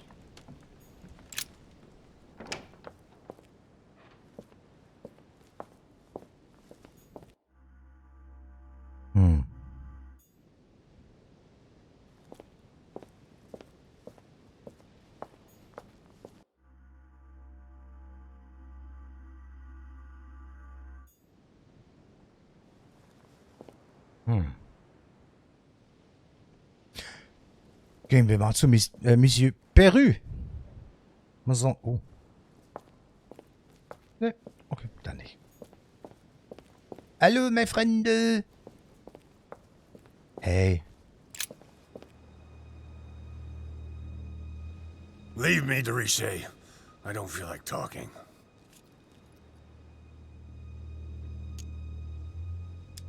Are you gonna keep sticking to me like glue? Hell's bells, I don't deserve this. There's nothing you can do for me. What's going on? Maybe I can help. Not anymore, you can't. Not against him. But thanks for the offer. Who are you talking about? You know very well. Lord Mortimer? You talk as if you were in danger, monsieur. Has he threatened you in any way? I'm done for, Monsieur de Richet. I played with the devil, and I lost. Komm. Don't you think it would be good for you to shed your burden? That is my intention. You're worried. You have a secret. You're afraid of talking about it. You're protecting someone who is dear to you. And apparently, you're prepared to die for that person. Twice over. Are you afraid for your daughter? What are you? Be careful, de Richet. Be very careful what you're about to say if you don't want to go flying off the balcony! What do you know about her? Nothing apart from the fact that you love her and you're saying goodbye to her. I read your letter on your desk. I ought to get rid of you. Perhaps I can help you. The hero syndrome. You always think you can fix things. She will be safer far away from me. That's it. What's more, no one must find out where or who she is. Is that clear? Perfectly. But why say goodbye to her? She must still need you. The only thing she needs is for him never to find her. Time is short, Louis. Follow my advice. Find your mother if she's still alive, and get out of here. Flee this damned island of doom. Are we in danger? You've been in danger since the minute you set foot on this rock. He wants you. He's sizing you up. He is circling around you. It's blindingly obvious, and you, flattered as you are, will soon be running around for him just to keep your place among his precious few. It feels so good to be accepted by him. You will experience power, wealth, glory. He will give it all to you, until one day you will feel so eaten up inside that you will no longer know who you are. You will find yourself void of all conscience, of all freedom, and can no longer look at yourself in the mirror without feeling sick. Refuse, I tell you. From now on, say no. No! You're a good man, Louis. You look after yourself. As for me, I shall take back my freedom tomorrow morning. I'm through with it all. There you go. Back in the saddle. I'm glad to hear it. Come on. It's late. I'd like to get some rest. Very well. I'll leave you then. See you tomorrow, Monsieur. Ich habe so das Gefühl, wenn er sagt, morgen ist alles wieder gut, dass er sich heute Nacht das Leben nimmt. Das ist so meine Vermutung. Aber wir haben ihn dann doch im Endeffekt richtig eingeschätzt. Der ist ein Raubein, aber mit Gelee-artigem Kern, möchte ich sagen. Und er ist wütend über sich selber, wie man hier, glaube ich, eindeutig sehen kann. Dass er es hat so weit kommen lassen. Also ich glaube ja, dass er derjenige ist, dem man hier am ehesten trauen kann, weil er ist eher so einer, der seine Befindlichkeit nach außen trägt. Der ist sich so in der Lage, so ein falsches Spiel zu spielen, glaube ich. Napoleon Bonaparte, da darf ich bestimmt nicht rein. Oh, ich darf. Napoleon! War das hier das Buch? Ich glaube, oder? Ja. Hallo? Wie Gewandtheit nicht erlangt. Hä? Hab ich nicht? Dachte doch. Verdammt! Ach, das ist doch blöd. Oder ich habe das Talent zwar freigeschaltet, aber nicht in dem Sinne aktiviert. Okay, das hatten wir auch alles schon. Was war das hier? Carmelite water. They say that if you drink this, it gives you a real boost. Mhm. Aha! Na klar.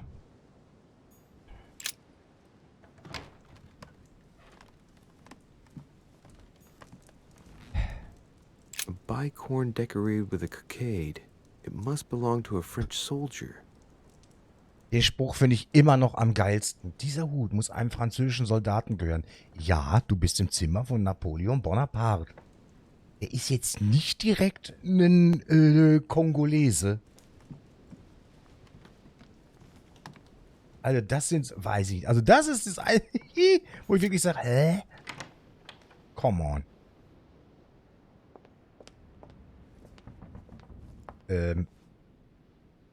Ja, da liegt der Rotz rum. Wir gucken weiter.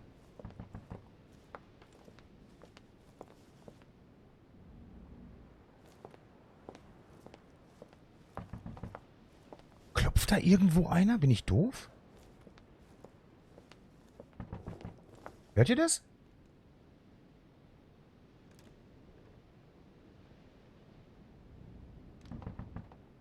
Oder knatscht da nur irgendwas? Ich kann das nicht richtig zuordnen. Da knatscht was. Okay. Gut.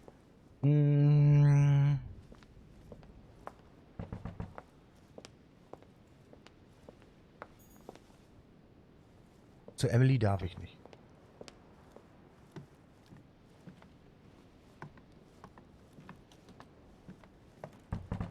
Ist doch ein Klopfen. Ah, Monsieur de Richet. You wouldn't have seen Duke Manuel by any chance, would you? I was going to ask you the same question. I wanted to speak to him, but no one will open the door. I'm not sure he's in there. If I want to pass through, I'll have to get Volner out of the way. Oh nee, das ist zu teuer. Manipulation. Oh, warte mal. Schwäche ist Ausrede. Manipulation. Scheiße.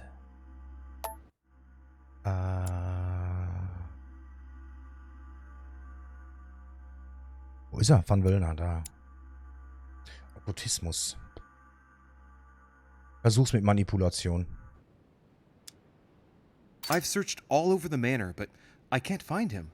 One thing's for sure, Monsieur de Richet. He's neither in his room nor on this floor. I've just looked all over. I propose we both look for him. The first to find him tells the Duke that the other is also looking for him. Agreed?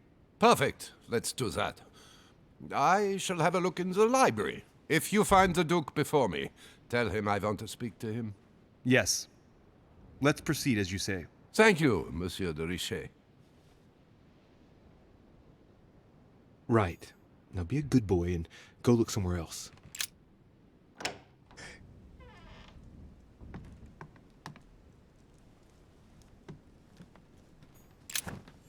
Ja, das... Ja, gut, okay. Ja, ja gut.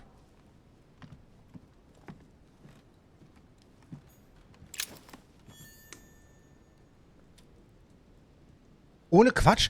Das lag doch hier vorher nicht mit dem okkulten... Oh Gott, wo war denn die Schatulle mit dem okkulten Luftsymbol? Oh, Lego mio. Manuel Godoy. A painting of himself in his room. Now that's not going to help him develop a sense of... Great. Oh, Honey, geil, sehr gut. Don Quixote. Don Talking Quixote. without thinking is like shooting without taking aim. I'm gonna have to think about that one. Ja.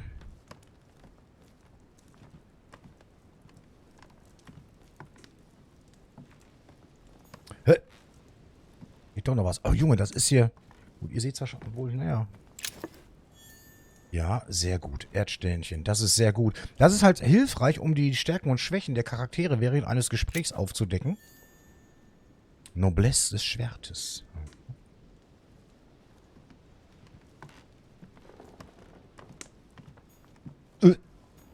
Amber.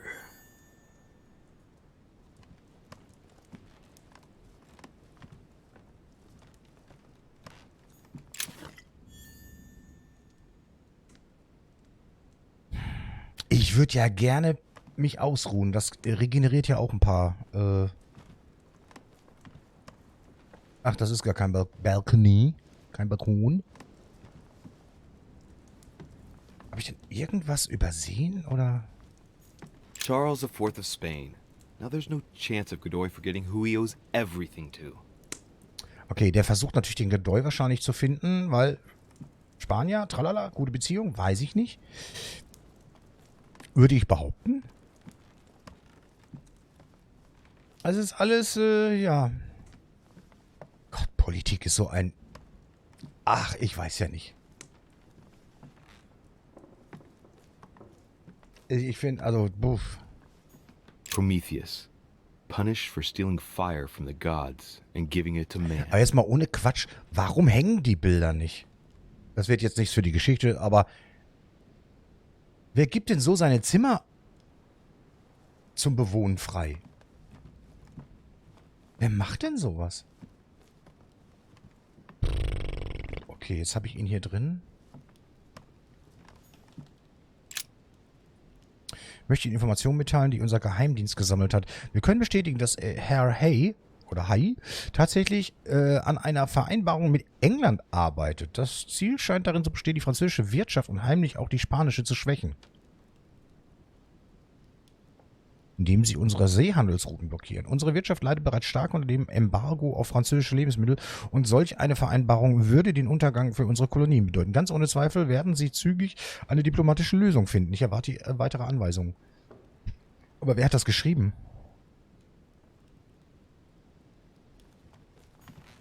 Mary Louise of Parma. How ironic having a painting of the Queen of Spain in one's room, my Lord Duke. It looks like someone's hidden something on the back of this painting. It's a letter. Of course, it's written in Spanish. And it reeks of lavender. Well, well, Mr. Godoy. You seem very interested in hiding this letter. Another secret romance, I presume?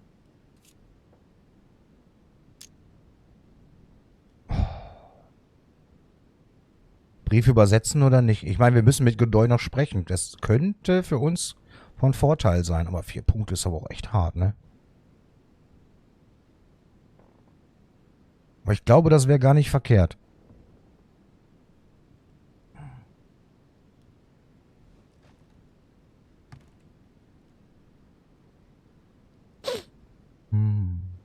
Obwohl, wir dürfen danach ja ruhen, glaube ich, ne? Komm.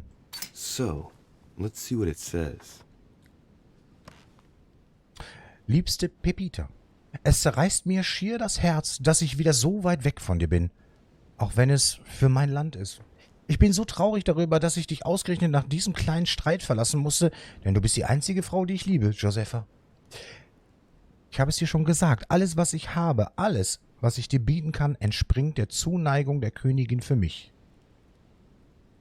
Lass uns zusammenbleiben, ich flehe dich an, für uns beide und für unsere Kinder, die wir haben werden. Sei bitte nicht eifersüchtig, du bist die Einzige, die einen Platz in meinem Herzen hat, alles andere ist nur gespielt, das schwöre ich dir. It seems that the Queen isn't the only one enjoying the Lord Duke's favors. If the Queen found out, it would cost him dearly. I'll keep it with me, you never know. Druckmittel, ich sag's doch. Sehr, sehr gut. Ich glaube, das war worthy.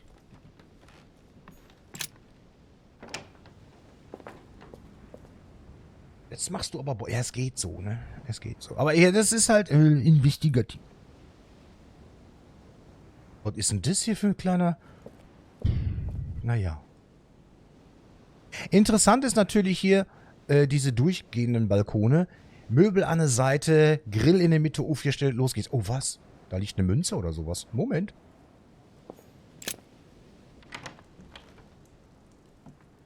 Darf ich hier? Bitte? Ja, bitte, bitte, bitte. Ja. What? Nee, da war nichts. Das war nur eine Reflexion. Okay. Aha. Gut. A cache. Ein Cash? Was ist ein Cash? Könnt ihr mal bitte gucken, was das für eine Münze ist? Dieses Cash?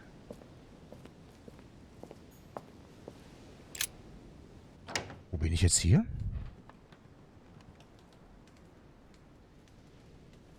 Das ist jetzt meine Bude, oder? Ja. Warum darf ich hier immer noch nicht ran? Dear Monsieur de Richet, please excuse me, but I am unable to join you at present. Das hatten wir schon. Warum?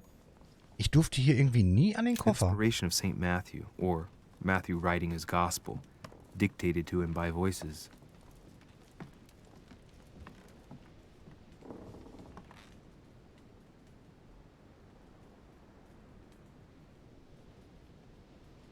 Ach, guck an. Das hätte ich jetzt aber nicht gedacht, dass das asiatisch ist.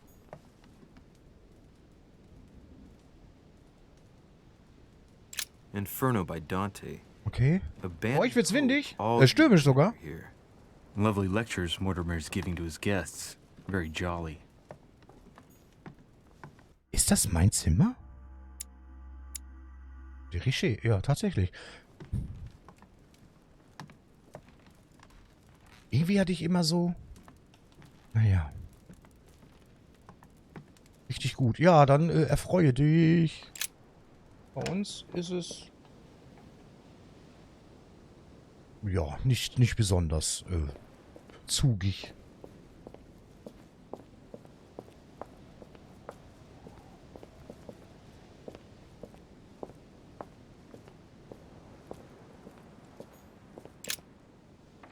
So. Pass auf, Freunde. Ich muss mal was wegbringen. Ich schicke euch mal kurz in die Pause. Und dann gucken wir mal, wo wir noch mehr Zeug kriegen. Und dann, dass wir den Godoy kriegen. Das wird, glaube ich, super spannend. Nur mit 2, okay, 4. Ich habe ja noch ein Süppelchen, habe ich ja noch. Aber das wird hart gegen den Godoy. Okay, wir sehen uns in 1, 2 Minütchen. Kurzes Päuschen, bis gleich. Ja, er kommt. Oh. Wenn er halb hoch ist, dann komme ich von hinten und dann können wir ihn auch. Also gut, dass man dir nicht zuhört. Wenn er halb hoch ist, komme ich von hinten. Ja. Aha. Nehmen können und einen Erdbüffelversuch machen können, auch wenn ich es noch nicht Gut. gemacht habe. Wie fährt keiner? Wie? Den savest du? Leichter Grafikfehler, würde ich sagen.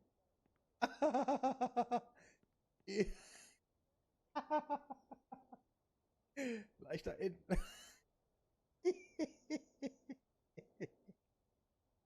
Aus. Einziehen würde. Hä?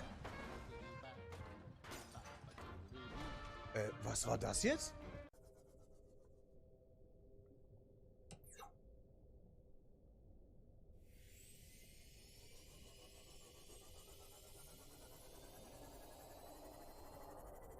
Nein! Alter Wichser! Nee, genau das nicht. Genau das nicht.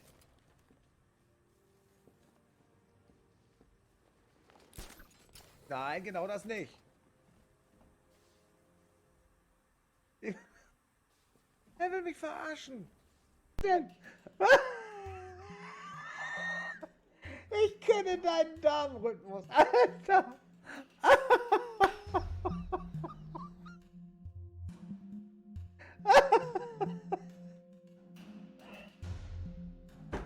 Ich kenne deinen Darmrhythmus. Ich bin kaputt. Ich kenne deinen Darmrhythmus. Leck mich am Arsch. Oh. Ist er drin? Ja, dann hat er ja gleich Spaß. Pass mal auf, Kevin.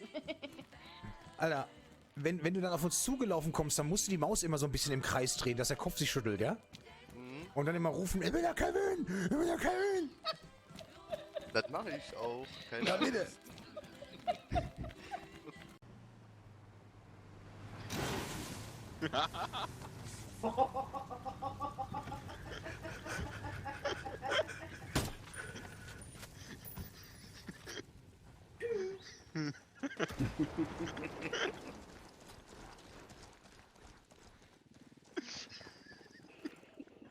Verdammt!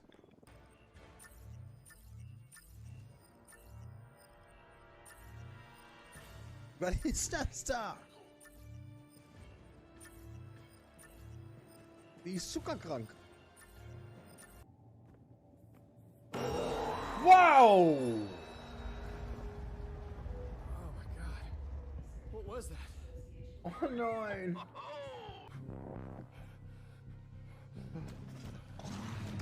Ach du Scheiße!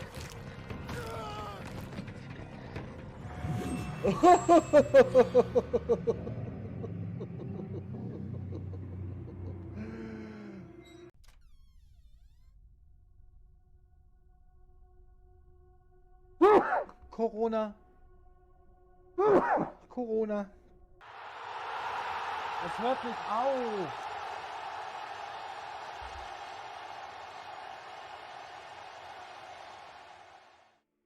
Mein Bier ist alle.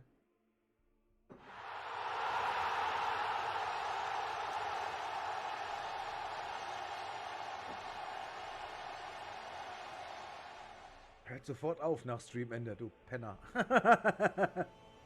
Nein, nicht werfen. Ich hab Angst, dass der... Nein!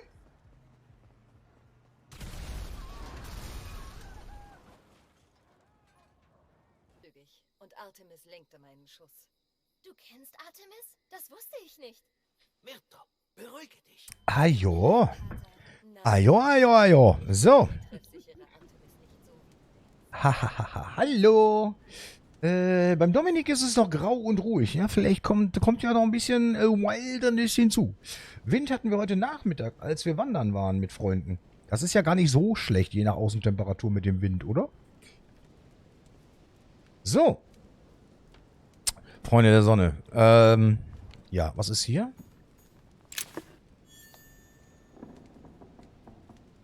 Hä? Okay.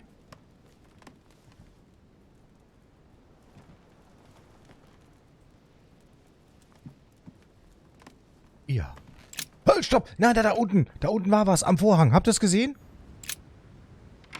Habt ihr es gesehen? Da!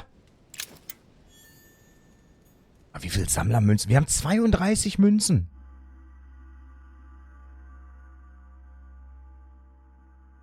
Alter, wie viele Bücher wir noch finden müssen, ne? Boah, Junge. Ja gut, wir haben aber auch noch, das ist ja das 3. Kapitel, dann haben wir noch 2 Kapitel. Ja. Wer weiß, wo das alles zu finden ist. Und ich glaube, ich sehe mich schon relativ gut um, würde ich behaupten.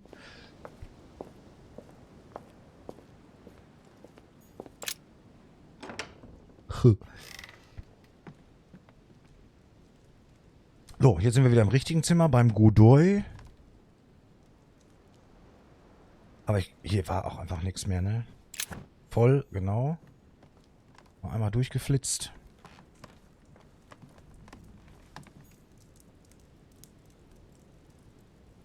Oh, Freddy hat auch gemerkt, dass mein Frauchen da ist. Ja, cool.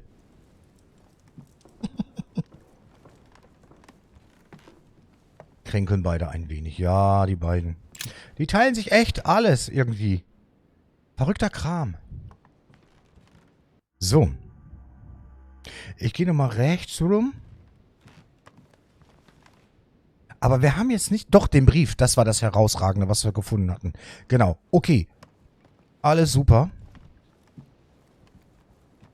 Bei wem sind wir denn hier? Mein Zimmer, genau. Ja, ich hätte auch hier rausgehen können, ich Depp. Bei wem sind wir hier? Piaggi, okay. Das Moped finden wir jetzt gerade nicht. Da können wir nicht rein.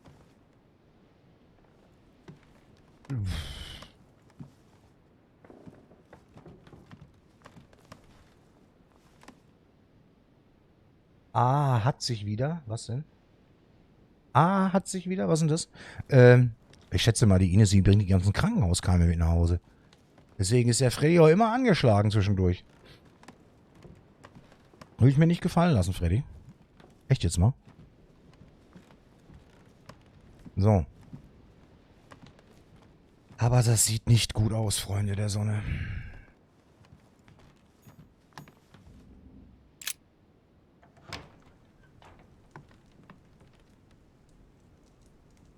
Hier sind wir bei Mr. Washington.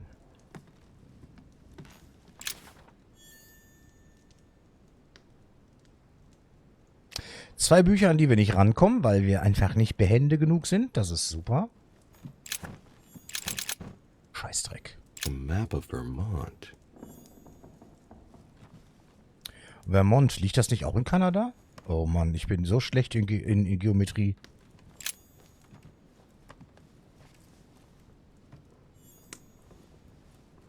Locked.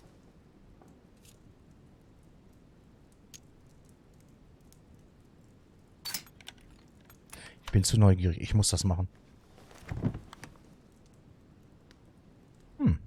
The President's Personal Reserve of Laudanum. Ja, genau. Das hat er ja der... Quantity. You can't go without it. Okay. Ah. There's also a letter.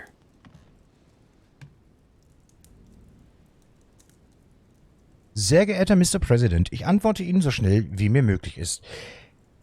Wir haben uns schon vor Ihrer Abreise darüber unterhalten, aber offensichtlich ist keine Besserung festzustellen. Ich bitte Sie dringlichst, meinem Rat zu folgen und sofort die Einnahme von Laudanum einzustellen. Oha, der ist abhängig. Ich bin bereits auf der Suche nach einem Ersatzmittel, aber ich fürchte, Sie werden nicht warten.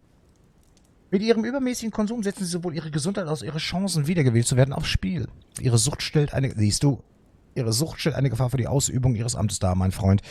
Ich fürchte, es gibt keine andere Lösung. Sie müssen mit der täglichen Einnahme aufhören. Hochachtungsvoll Dr. W. Thornton. Genau, Dominik, in Geometrie. Genau. Was soll das? Also. Ja,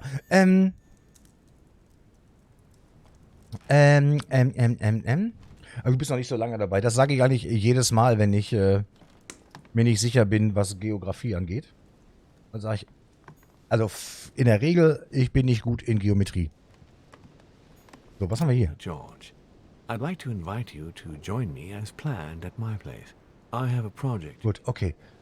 Das ist die Einladung an Sir Washington. Der war doch ein Sir, oder? Ich sag das jetzt aber. Wir sagen mal President Washington. Ist ja egal. Mhm. Okay, hier waren wir schon, haben geräubert. Was ist... Das ist wieder nur eine Spiegelung. Meine Güte. Das Kästchen ist auch... Warum komme ich da nicht raus? Das verstehe ich nicht.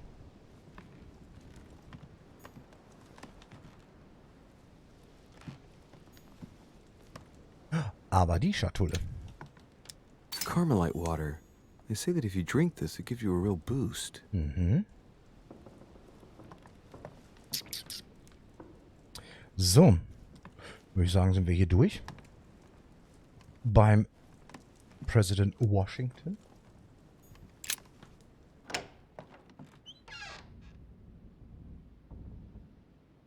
La la la la la la la. Wir brauchen mehr Zeug. Oh. Sollen wir den denn...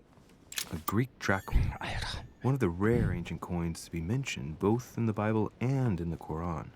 Sollen wir denn dem Godoy Bescheid geben, dass der von Wöllner mit ihm sprechen will?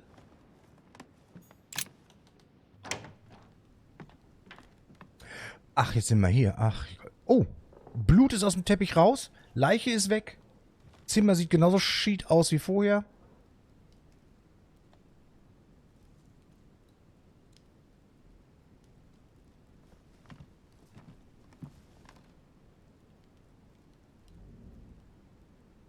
Ihn kann ich noch nicht ausruhen lassen. Immer wenn wir da oben, links. Also, von mir aus rechts. Aufgabe haben, können wir nichts anderes machen, außer vielleicht uns ein bisschen umsehen. Aber wir können in keinem Fall schlafen gehen.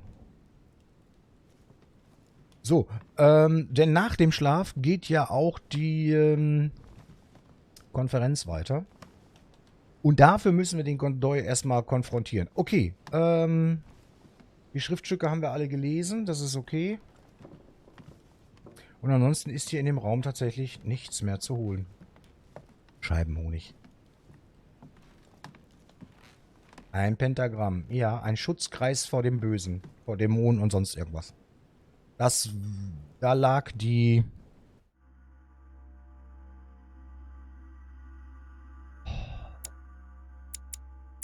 Elizabeth.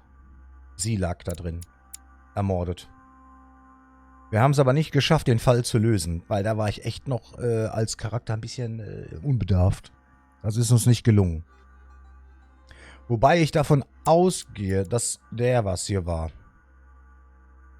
Ich glaube, er war der Mörder. Glaube ich. Der Dolch soll von einer Frauenhand geführt worden sein, aber ich finde ihn sehr hager. Und es könnte sein, dass er auch halt dementsprechend kleine Hände hat. Und als Frauen kommen ja nur in Frage Emma, Emily und unsere Mutter. Und unsere Mutter glaube ich nicht.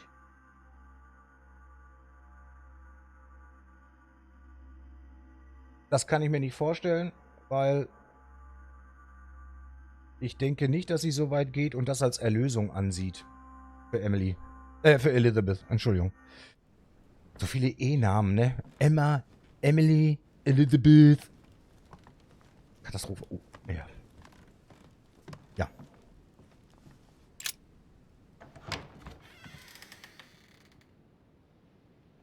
Aus dem Lurk. Viel Spaß im Lurk.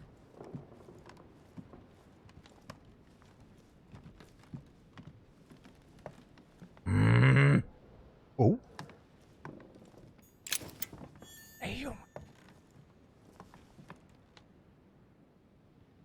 Schade, der Spectre ist heute nicht da, glaube ich. Zumindest habe ich ihn noch nicht gehört oder gesehen. Ich weiß nicht mehr. Ich weiß nicht mehr, wofür. Also ich weiß, dass sie für irgendwelche Fähigkeiten gut waren, diese Talase, aber ich weiß nicht mehr welche. Ich glaube, die mussten auch auf Stufe 3 sein, diese Fähigkeit, aber das werde ich nicht hinkriegen. So, wer ist denn das hier? Van Willner. Wir können da rein? Ja, dann schauen wir doch nochmal. Was ist denn das?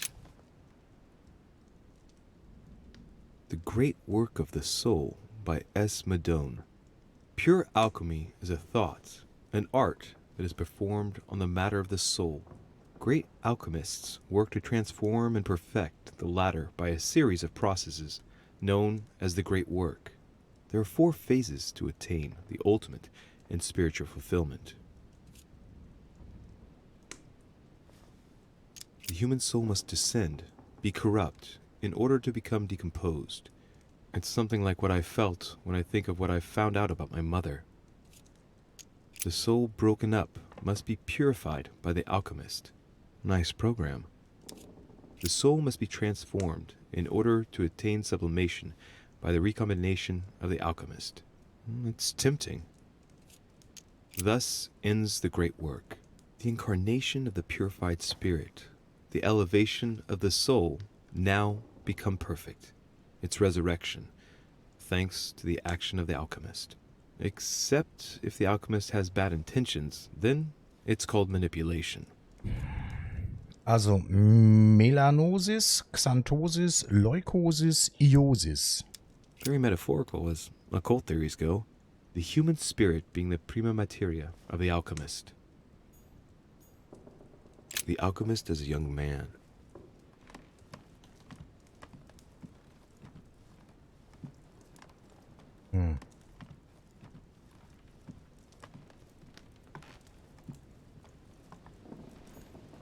Oh, ich kann hier raus. Gucken wir erstmal da.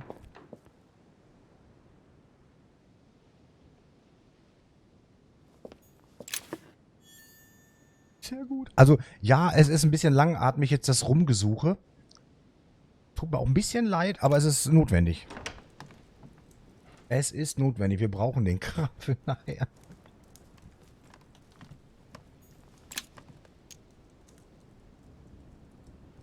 Golden Elixir. Ja, sehr gut. Golden Elixir. Ah, hört sich leicht nach Crowley an. Da bin ich raus. Da bin ich raus. Da musst du mich erhellen.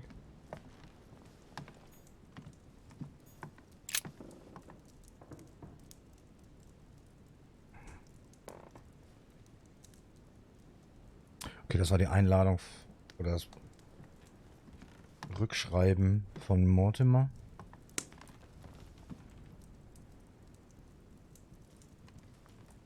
Wie gesagt, ich gucke hier bald in jede Ecke. Wie gesagt, es könnte sich überall vielleicht noch irgendwas verstecken.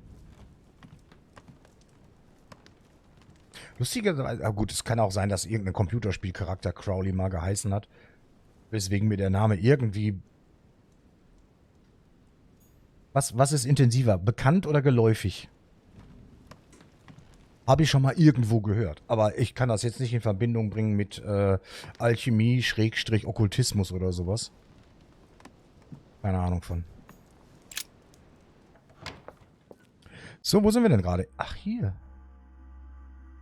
Jetzt kommen wir hier links nirgends rein. Dafür sie... Ne. Ne. Nee.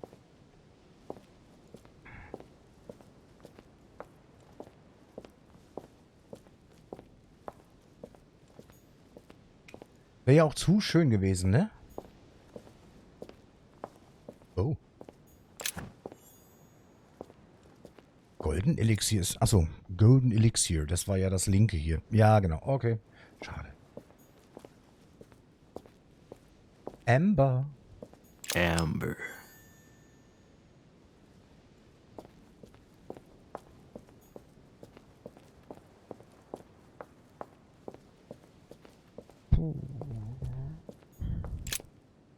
Also, je mehr wir halt von diesen Gegenständen haben und je mehr wir abgesucht haben, desto leichter, je nach Skillung, wird dann natürlich auch die Möglichkeit, ein positives Ergebnis zu erzielen. Also. Gut.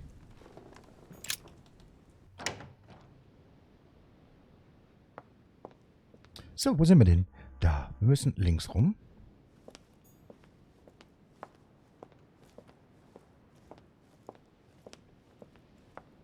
Und dann werden wir, glaube ich, gleich mal nach unten marschieren. Wo bin ich jetzt? Das hatten wir doch schon abgesucht, oder? Ja, das hatten wir abgesucht. Ja. Okay. Gut. Dann sind wir quasi wieder am Anfang. Das heißt, wir können uns jetzt dem Godoy widmen. Dann haben wir jetzt genug abgesucht. Mehr wird wohl auch nicht gehen.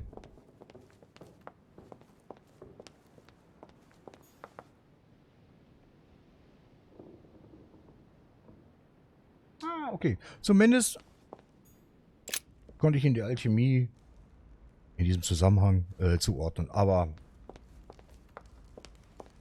mehrere Geheimbünde sogar gebraucht. Gegründet. Gut. Du bist auch neu. Das kann mir doch keiner erzählen, dass die jetzt hier einfach so rumliegen.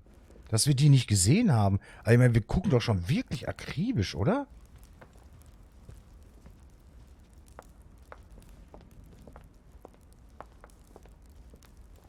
Okay, komm, wir gehen zum Godoy. Gucken wir mal.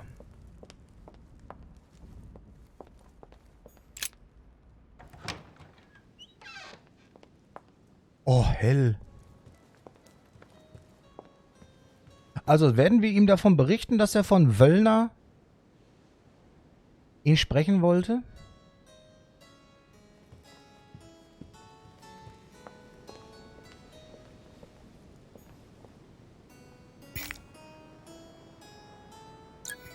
Duke Manuel? Well, well. Monsieur de Richet, I was not expecting you. I am not in the mood, sir, I warn you. What do you want from me, sir? Oh, warte mal ganz kurz. Ja. So. Wir haben den noch nicht wirklich gesprochen, den Godoy, ne? Etikette, das ist seine Immunität. Aber ich denke mal dann fragen, warum er bei seiner Ankunft... Jo. I see you're still feeling under pressure. Since your arrival, I've noticed that you've been on the defensive. It seems to me that Monsieur Peru has a knack for getting your back up. That is the least you can say. Indeed. I was warned. I knew what to expect. For God's sake, why in the hell did your people execute their king? Have the French gone stark raving mad? There are nothing but monarchies in power in Europe. They will all come crashing down on you. We shall see. It might, well, turn out to be the opposite. You certainly do not lack for audacity, young man. Just tell me one thing, monsieur. Why did you side with Mortimer? He is alone, isolated. The United States can do nothing to help you, and France is surrounded by over 10 countries, just waiting for the word to pounce. Really, I do not see why you choose Mortimer.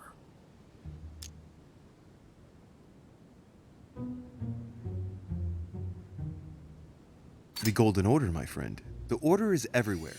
We come from France. We are president of the seine Schwäche. England, and many other countries.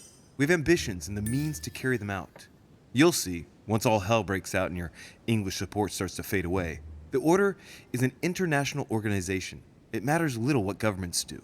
Otherwise, why would Mortimer have gone to the trouble of inviting my mother? If you are right, Sir Gregory has got it all wrong. Tell me, do you really believe Spain has any interest in ceding Louisiana to France? Duke Manuel, for Spain, I don't know. But for you, I'm convinced that Lord Mortimer will thank you generously. You would not be trying to bribe me, would you? Nothing could be further from my mind. It would be an insult to believe that someone such as yourself might have a practical attitude towards its virtue. Even so, it is only natural that you be supported and encouraged if you were to follow Lord Mortimer, isn't it?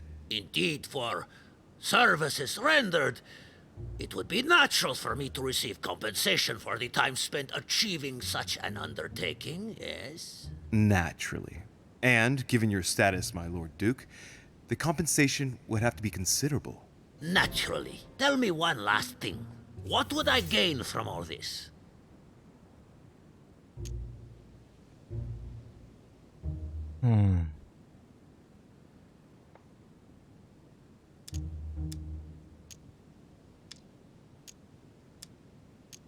I'm sure that Lord Mortimer will be very appreciative. He's always supported those who have given him help, and you know well that he has every means to do so.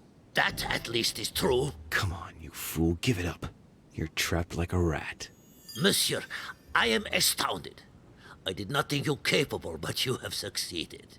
I will be more wary of you the next time.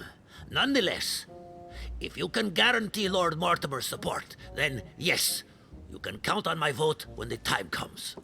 However, I expect you to be discreet with regard to my former partners, without which our agreement will become null and void. Of course, my Lord Duke. You can count on me. Lord Mortimer will be delighted to hear the news. I hope you know what you are getting into, Louis. I bid you good luck. Good night, my Lord Duke. See you tomorrow. Well, that's one thing out of the way. Only thing left to do is wait for the conference to resume tomorrow morning. Please, leave me, sir. From now on, no one must see us together. Gut, dann können wir jetzt ins Bettchen. Wir haben nicht so schlecht geskillt, glaube ich, insgesamt. Das ist cool. Was ist das? Der Schweizer Künstler, da hat er mir 3 Sternchen. GER. Was hat denn Twitch wieder gegen die ersten 3 Buchstaben? Was bedeutet das denn wieder im Englischen? Ah, das ist so dumm. Das ist irgendwas Verbotenes auf Englisch, die ersten. Ich weiß jetzt nicht, wie viele Buchstaben sind. Er macht mir da 3 Sternchen hin. Boah, Leute, also Twitch ist manchmal wirklich.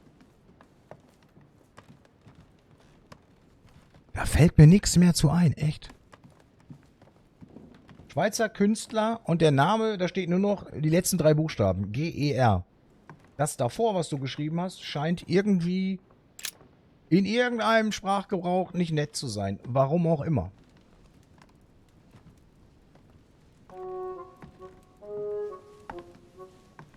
Good evening, Monsieur le Français.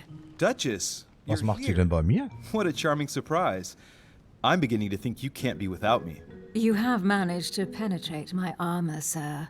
Am I disturbing you, perhaps? That's not what I said. Ah, by the way, you surprised me during the conference. Why's that? Well, you are going to lose.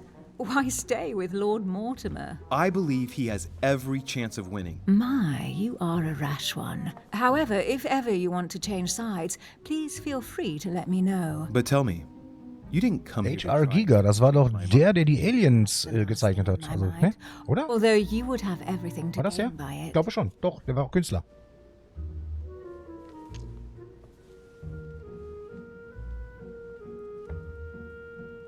Warte mal. Wer ist das jetzt?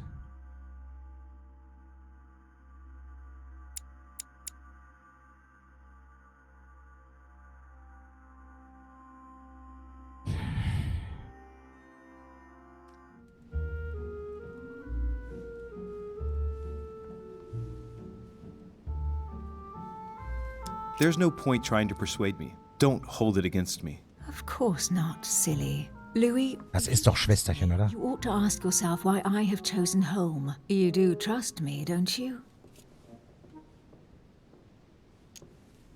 Of course, Emily. You know you have my full trust. Louis, you're lying. That's not good. Any more of that and I might get upset. Admit, though, that it does make you think. There's still time, you know. Join us before it's too late.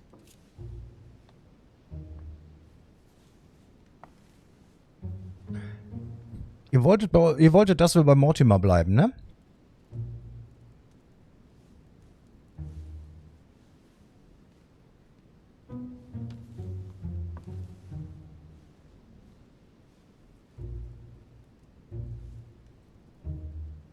Im Grunde haben die ja alle Angst davor, dass deren Monarchie abgeschafft wird. Unfortunately, my word is my bond. I don't want to leave Lord Mortimer in the lurch. Very well, as you wish. It's up to you to decide. Tell me, are these visits to Mortimer's always so intense? Yes and no. My sister doesn't normally disappear like she has.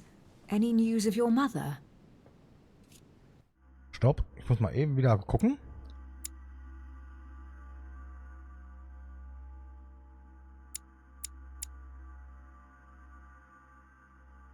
Okay.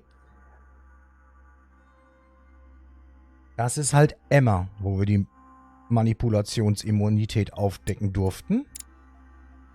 Das ist also die Schwester von ihr, die wir zuerst kennengelernt haben. Alter.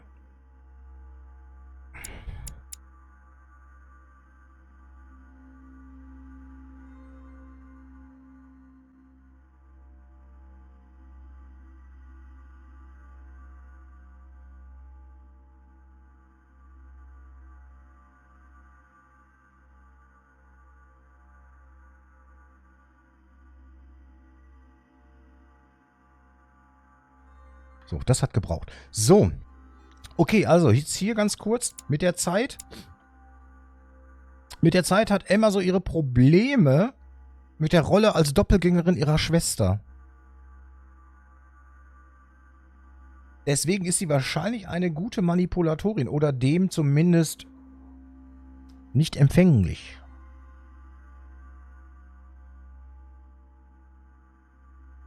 Diese beiden Schwestern verknüpften ihre Schicksale bereits in jungen Jahren auf die denkbar intimste Art und Weise. Arbeitsplatz, Freunde, Liebhaber. Das ist nicht unsere Emily. Unsere Emily.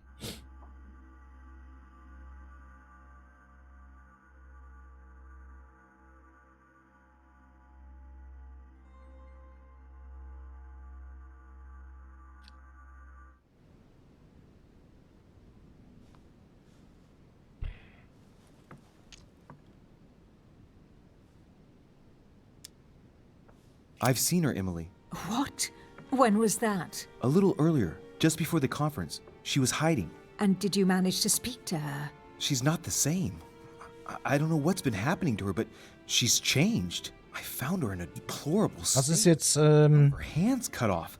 Emily? She was saying crazy things, bordering on delirium. What? Did you say one of her hands was cut off? Zeige ich dir nochmal die Notizen. Wir haben gerade einmal versucht, sie zu manipulieren und sind gescheitert. Deswegen, nee, Emma. Guck, Emma ist es. Boah, Alter, ich komme selber durcheinander. Es ist Emma. Die hat uns gerade abgeblockt bei der Manipulation. Wir hatten von ihr noch gar nichts frei. Immunität, Quatsch. Da ist rausgekommen, dass das jetzt Emma ist. Emily haben wir zwei Sachen, Logik und Psychologie. Logik ist nicht so gut, wenn wir daran mit rangehen. Die ist clever. Aber psychologietechnisch können wir die gut What happened to her? I don't bearbeiten. She wouldn't say. And did she tell you why she shot Emma? No. Unfortunately, we were unable to broach the subject. She seemed terribly upset, Emily. There's something strange going on here. She was fearful of something or someone. Excuse me, Louis, but until we see proof of the contrary, she's the one who is sowing death everywhere she goes. We are the ones who ought to be fearful. I know. No, I apologize for that remark. Who do you think she's hiding from? Mortimer? I don't know. Maybe. Louis, I don't want to pile it on, but I would understand her feelings there. You ought to be wary of Mortimer. He's a manipulator, a liar, a coward who doesn't assume his responsibilities at all. What exactly happened between you two, Emily? You're so radical. Er denkt, er spricht mit Emily. Change subject, please. I didn't come here to go through all that again. Of course, it's late. You're right. Nein. Das lehnen wir ab. Nein. Oh. Lass das. Ach, komm, ey. Komm, Louis. Nein. Warum kann ich das nicht...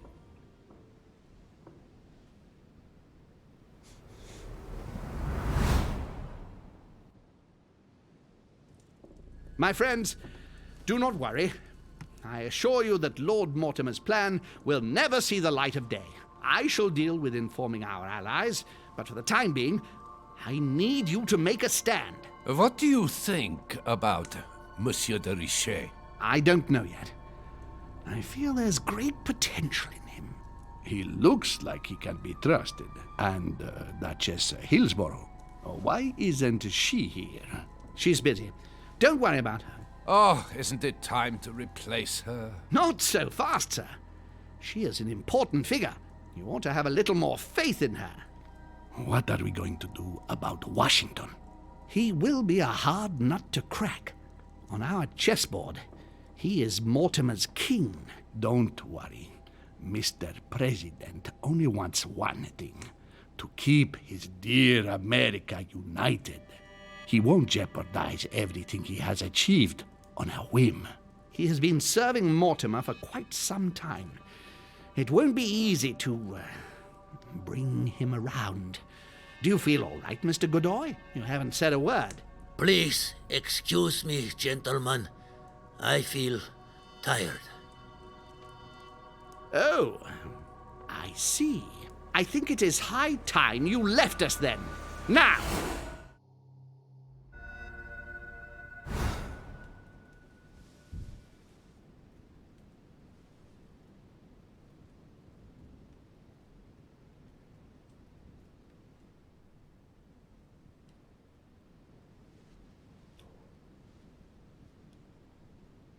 Emily? Emily? Are you there?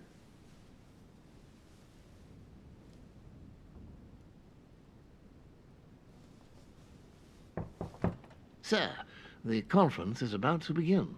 You are expected in the conference room. Tell them I'm coming. Thank you. Come on, Louis. The game is back on. Ach komm, mit einem Punkt? What the?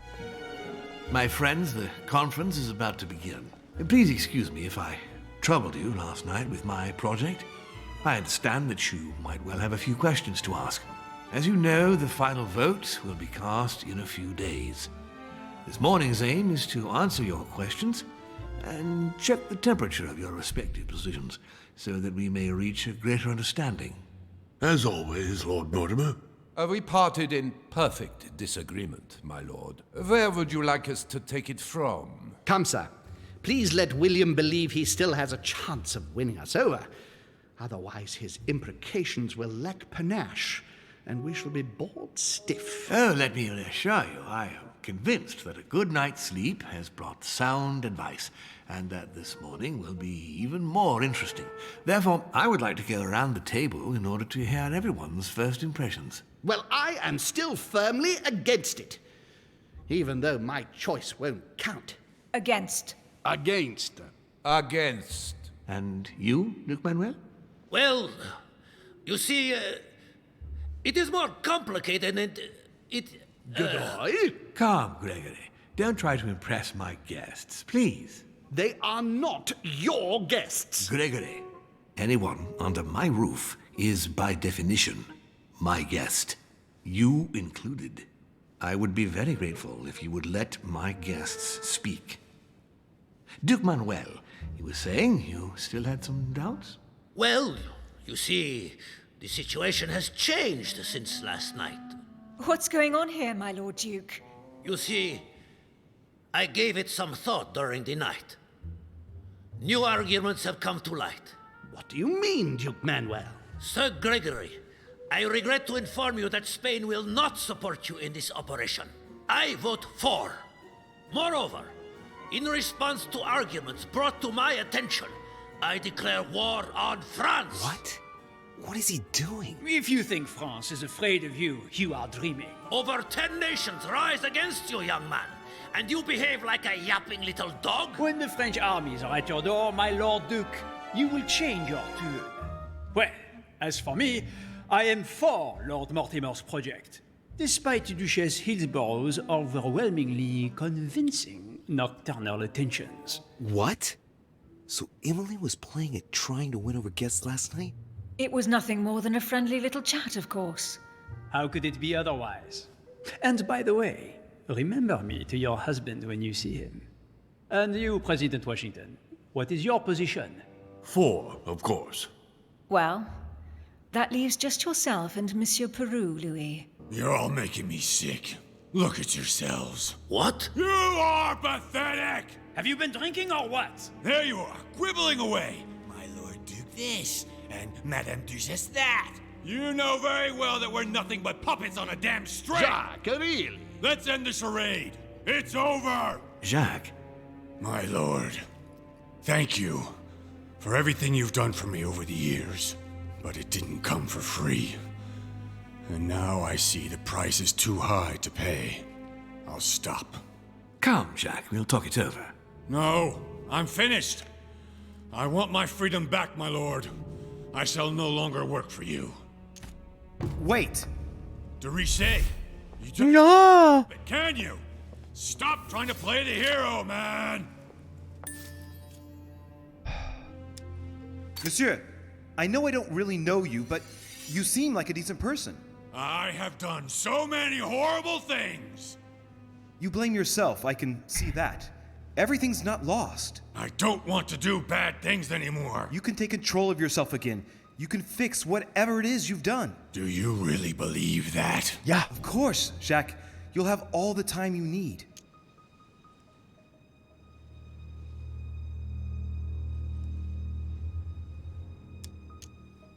I'm sure we can work things out. But you don't know him. Let's stay united, Jacques. He's nothing without us. Really? Trust me. Oh Gott.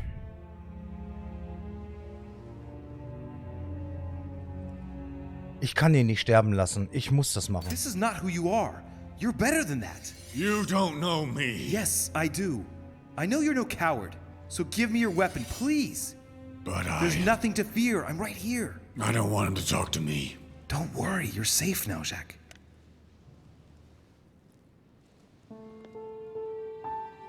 Monsieur Peru, you could have seriously hurt someone if Monsieur de Richet here hadn't stopped. Nein, nicht jemanden, sich selber. Behavior is unacceptable. You would do better to go and rest in your apartment. My friends, we shall continue the conference later. I would like to apologize for the inexcusable behavior of my guest. We all need to recover from all of this excitement. Take the rest of the day off.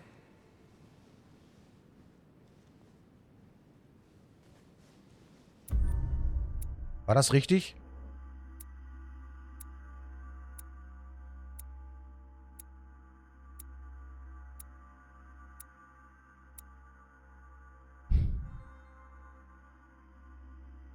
Erfolgreich. Ich habe mit Lady Hillsborough geschlafen.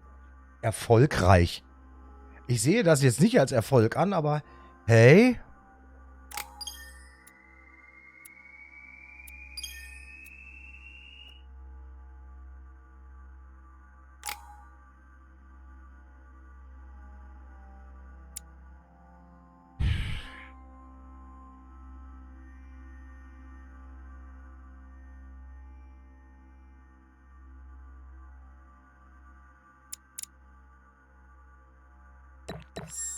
Gewandtheit nehmen wir jetzt mal mit. So, wir bräuchten, merkt euch bitte mal Logik.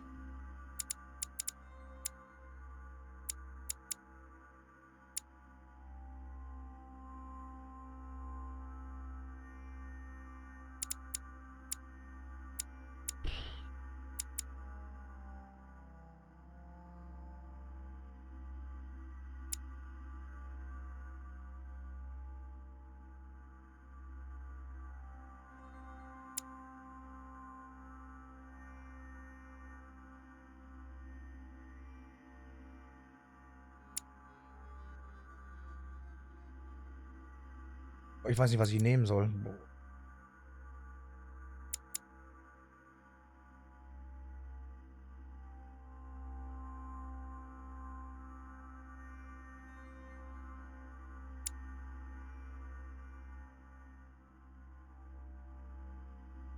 Das ist halt schwierig zu skillen, weil du weißt natürlich nicht, was kommt, ne?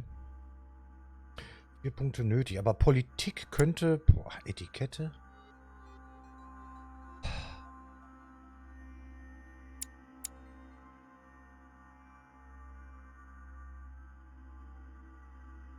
Ja, kann ich. Möchte ich aber gar nicht, weil ich habe mich ja für einen Weg entschieden. Und das möchte ich halt so durchgehen, weil das für mich einfach ehrlicher ist, als nochmal zu respecken. Weil rein theoretisch könnte ich ja jetzt sagen, okay, von Kapitel zu Kapitel respecke ich meine Talente, um optimal durchzukommen. Ich will schon mit meinen Entscheidungen leben müssen. Das finde ich einfach ehrlicher. Also, ja.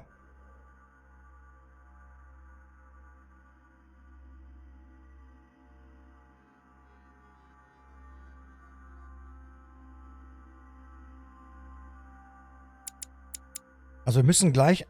Ach, das ist noch gar nicht... Ja, genau. Wir müssen gleich ein Buch nehmen, was Politik am Start hat. Das ist wichtig.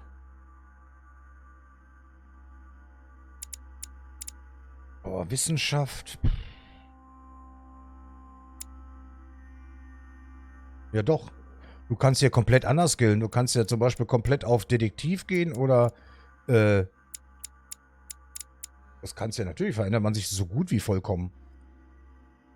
Wenn ich jetzt genau weiß, was im nächsten Kapitel auf mich zukommt oder in diesem Abschnitt, da gibt es mit Sicherheit Guides zu, dann kann ich das genauso skillen. Das will ich aber gar nicht.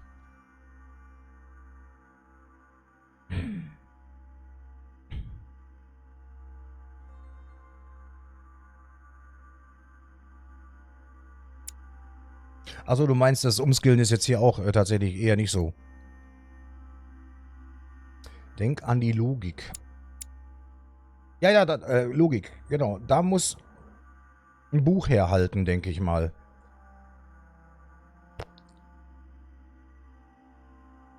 Habe ich denn noch... Was ist denn hier mit Talente eigentlich? Warte mal.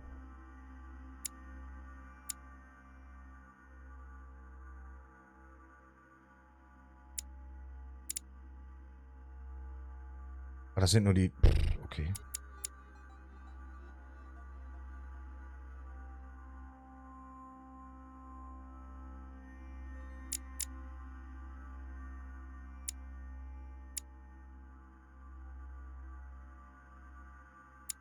Das sind jetzt nur Erfolge, ne?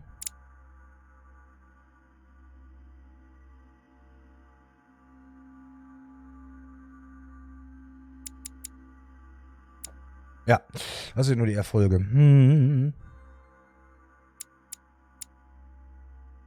Aber hatten wir noch ein Buch? Warte mal. Mit Logik?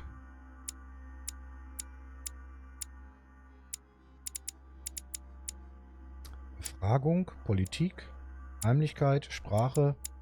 Nö, da muss ich Logik tatsächlich skillen. Gut.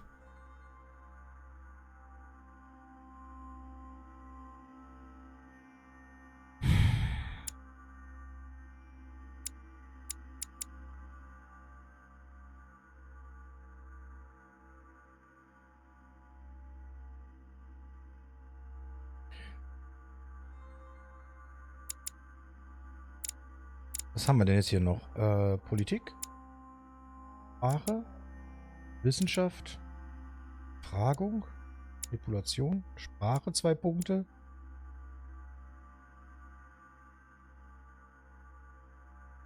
So leicht, ne?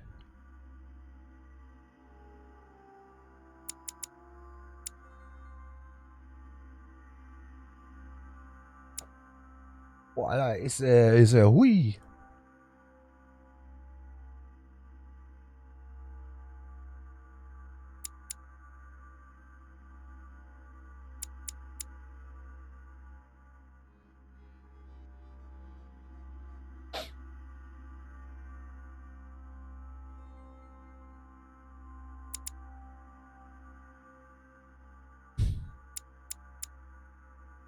Wollen wir Etikette nochmal hochpumpen?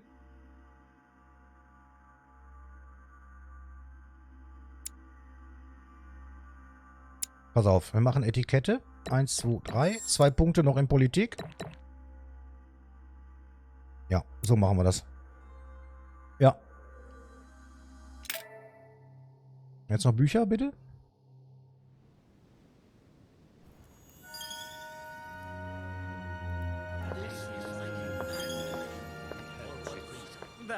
Universalgenie. Understand? I spoke to him only recently. Monsieur Peru has lost his mind. It's obvious. Yet another way for the French to make a spectacle of themselves. Well, once again, it has worked. My friends, let us settle down, please. We are all in shock, of course. Let us celebrate Louis's courage. He enabled us to avert a tragedy. Yes, that was very noble of you, Louis. You have given us all a fine lesson in courage. Thank you. He owes you his life. That's quite something. That madman deserves to die. We are providing Monsieur Peru with care, but rest assured, he is no longer a danger to himself or anyone else. I think everyone needs a little rest. Can you stay a moment? Ah, es war so klar. Freddy, das siehst du falsch. Etikette ist ja dazu da, um jemanden, der keine hat, damit auszuspielen. Entschuldigung. Oh. Also, Politik.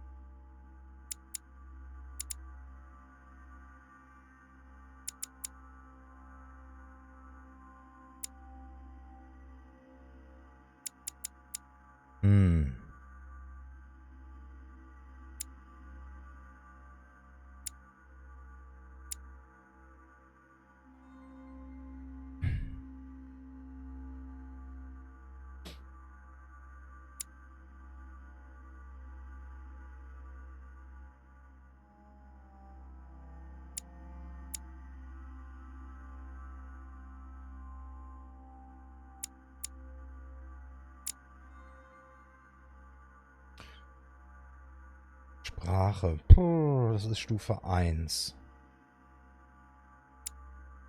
Politik bräuchten wir, aber da haben wir kein zweites Buch für. Das ist schade.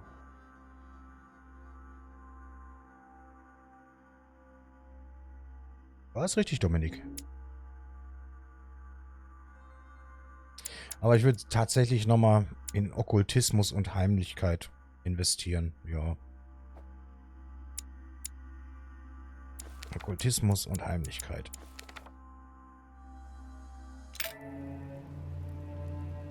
Was will er denn nun wieder?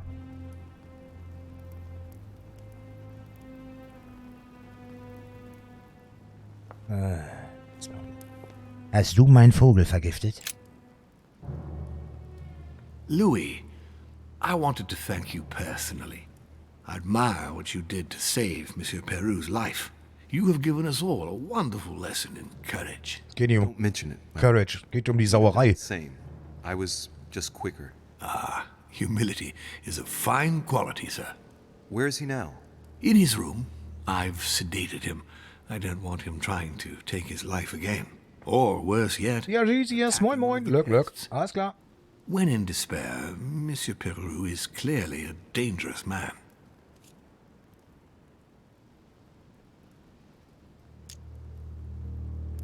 Oh. Warte mal, was haben wir denn über Mortimer schon rausgefunden? Wo ist er denn? Ja. Wissenschaft. Puh.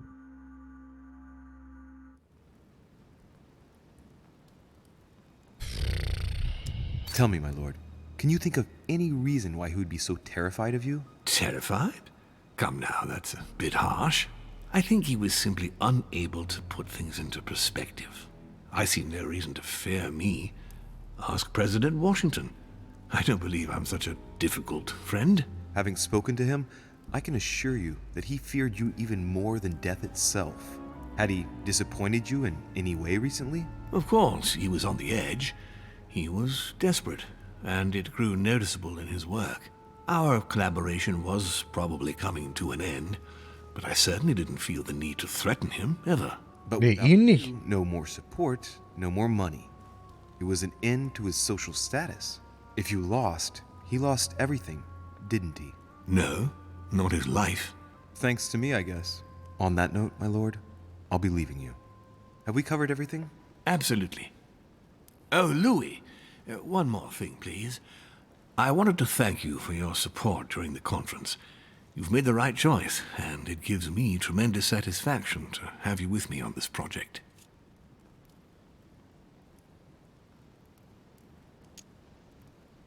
And much good may it do you, my lord. But look at the voters. It needs to be unanimous. And we just lost Peru. The battle is already lost, if you ask me. Trust me, Louis. We still have a few more cards to play. You'll see. Anything can happen in politics. I'll see you later, my lord.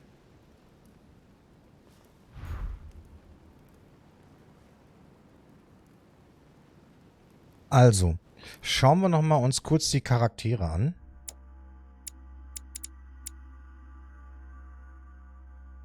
Emma war die, die bei uns im Zimmer war. Und wir haben gedacht, es sei Emily.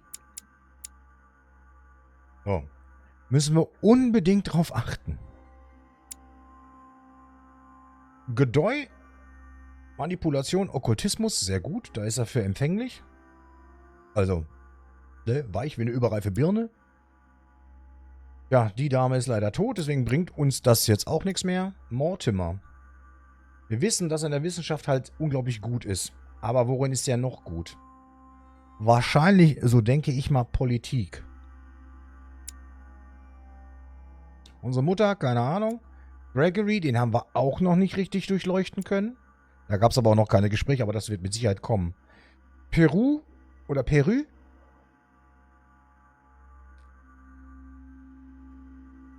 Ich sag ja, schlichter Geist und so, Etikette, deswegen kriegst du ihn damit, weil er möchte ja dazugehören. Deswegen funktioniert das mit der Etikette immer ganz gut, um ihn da so ein bisschen in die Mangel zu nehmen oder ihn in unsere Richtung zu lenken. Ich weiß nur nicht, ob er jetzt komplett raus ist. Und warum, ganz ehrlich, ist der einfach mal sediert worden? Wo und in welcher Welt geht es denn? Hallo? Van Wöllner. Auch so ein Typ, wo ich überhaupt nicht schlau draus werde, was mit dem ist. Vor allen Dingen ist preußischer Minister für geistliche Angelegenheiten. Was sind denn geistliche Angelegenheiten? In der Ausdrucksweise ist das doch Kirche. Geistlich. Sonst wäre es geistige, oder? Wenn er den menschlichen Geist erforscht. Also der ist irgendwie auch mit der Kirche am Start, glaube ich. Ja, ist so. Okay. Sehe ich das schon mal nicht falsch. Kirche, jo. Also Godoy ist ein Choleriker.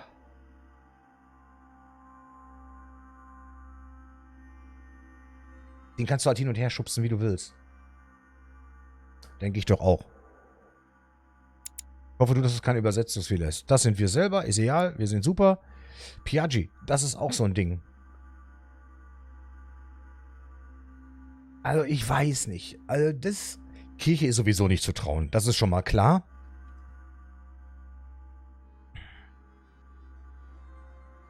Er ist auch Wissenschaftler anscheinend. Das könnte sowas wie eine Immunität bei ihm sein.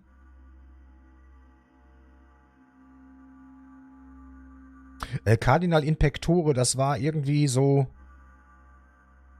was Unsichtbares quasi, ne? Irgendwie sowas. Gut. Napoleon. Da wissen wir noch nicht, wie wir den knacken können. Aber in Politik ist er gut. Und er lässt sich auch nicht überzeugen, weil er ein sehr starkes Ego hat und dementsprechend seinen Weg geht.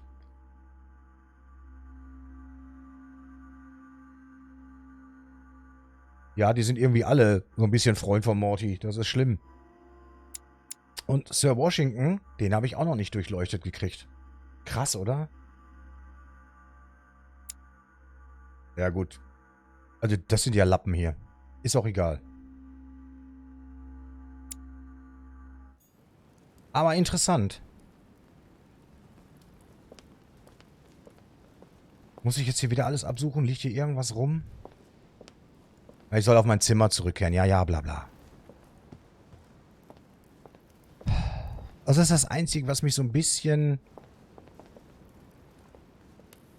Was mir so ein bisschen den Spielfluss nimmt. Nerven ist zu viel gesagt, aber dieses Rumgesuche und oftmals Auftauchen von irgendwelchen Gegenständen, die vorher noch nicht da waren, wenn man da rumstolziert ist schon so ein bisschen... Ja. Aber das musst du permanent auf dem Schirm haben, dass du das tun solltest, aber hier sieht es nicht so aus. Ist okay. Mal gucken, wer jetzt mit uns sprechen will. Hallo?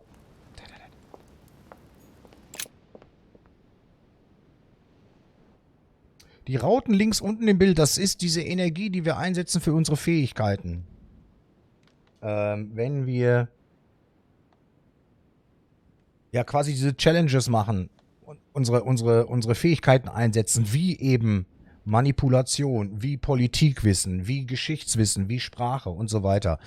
Und je besser wir das geskillt haben, desto weniger Punkte nach Schwierigkeitsgrad brauchen wir. Also das ist so ein bisschen so unsere Ressource, wie wir dann da abschneiden gegen die anderen. Ob die uns gegen die Wand labern oder... Naja. So, wo bin ich denn hier? Ich müsste eigentlich... Da möchte ich gerne hin. Ich möchte die Hillsborough nochmal zur Rede stellen. Wie gesagt, das war ihre Schwester. I already mentioned it yesterday. Either to you or to someone else. Impossible to tell with you people. Yes, sir. Your yes is not sufficient. Tell the others, for crying out loud. Remember to close my window once you've done my room. This isn't Corsica, you know. I'm freezing. Monsieur Bonaparte. Louis, once again, bravo for what you did. If it weren't for you, Die füllen sich mit dem Honig auf. brains out. Also hier diese 4 Sachen, das untere davon. We just lost the vote for the next conference, and we already had fewer votes than Holm. I must absolutely find a solution.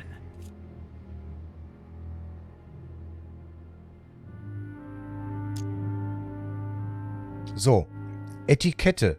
Ich glaube... Oha, jetzt müssen wir gucken. Das ist ja Monsieur Bonaparte mit Etikette. Politik hat er. Das war Etikette. Go for it. Excuse me, sir, but given recent events, I find it somewhat cavalier to Das ist sogar seine Schwäche. occupation so quickly. Yes, yes, I know. You must find me inhumane. But what can I do?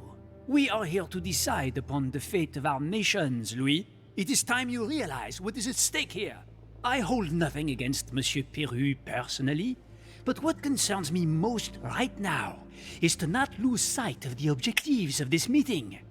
In short, we haven't a minute to lose. I'll leave you now. Ja, tschüss. Just a minute.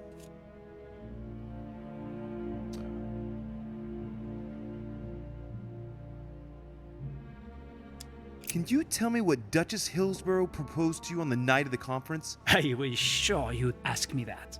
Not that I hold the Duchess dear to my heart, but I do nevertheless have some scruples. I have noticed you hovering around her since you arrived, and I only have one piece of advice to give you. Ich habe überhaupt nicht ihre Nähe gesucht. Why she came here.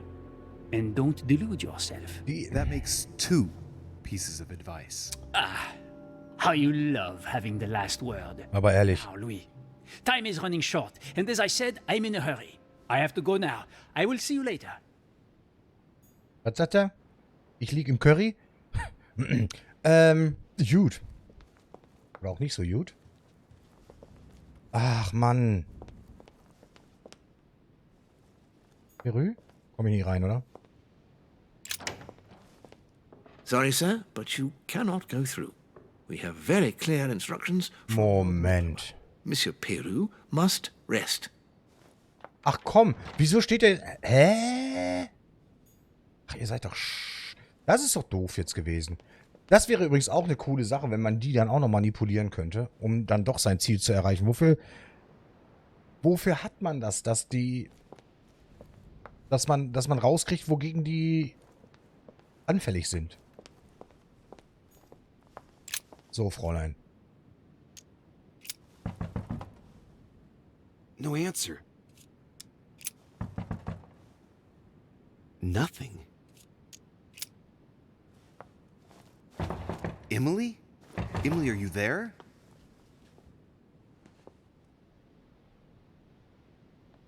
Emily! Yes. Louis, is that you? Yes, let me in. I'm sorry, Louis. I don't feel very well.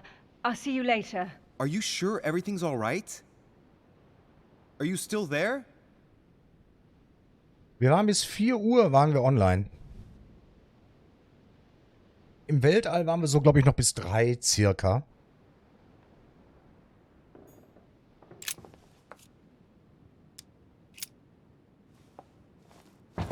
Emily? Emily, are you there?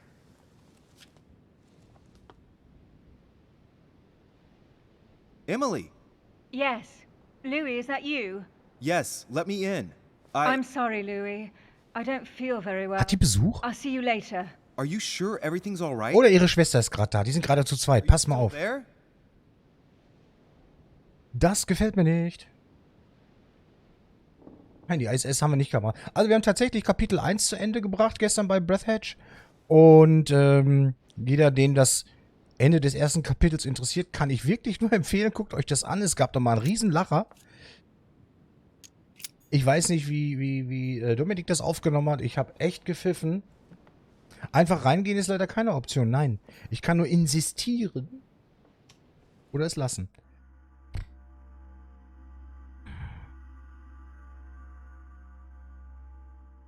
Das Einzige, was ich versuchen könnte, wäre Peru Bonaparte, dass ich da reingehe, wenn er mich lässt, und dann über den Balkon hier irgendwie reinkomme.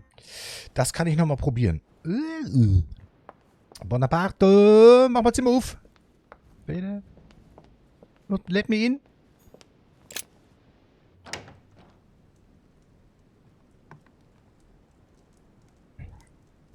Es war super unterhaltsam. Das Ende von Kapitel... Also, Alter. Sorry, das war wirklich lustig. Ach komm.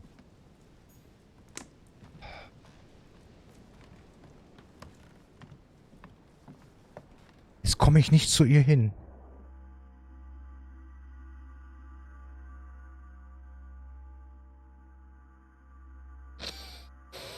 Shit.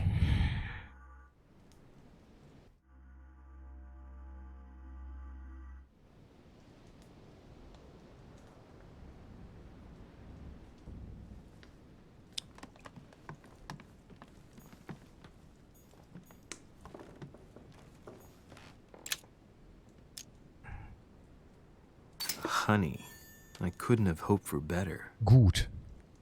Sehr gut.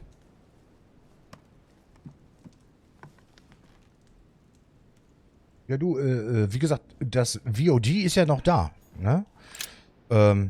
Das ist ja nicht das Problem. Mal eben hinskippen und sich das angucken. Also ich hatte zu dem Zeitpunkt irgendwann so gedacht, so komm, jetzt ist auch gut, weil nächstes Spiel wird mal Zeit. Irgendwie haben wir nämlich die 2-Stunden-Grenze vollkommen vergessen. Ich glaube, alle von uns, especially me. Ja.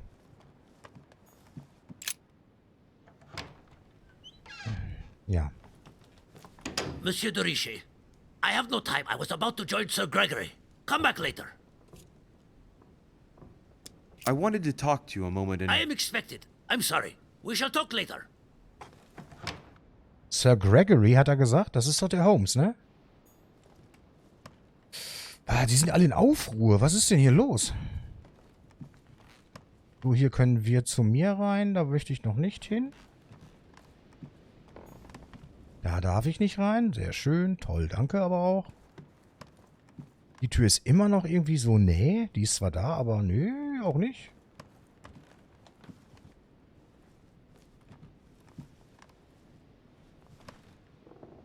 Das muss ich, also den Stream muss ich auf jeden Fall erst noch schneiden und dann bla bla bla. Ich weiß noch nicht, wann ich dazu komme. Aber auf Twitch kannst du ja die Videos nachgucken. Das ist nicht das Problem. Also 2 Wochen lang sind die da. So. Und nochmal das Zimmer durchsuchen. Oh, leck.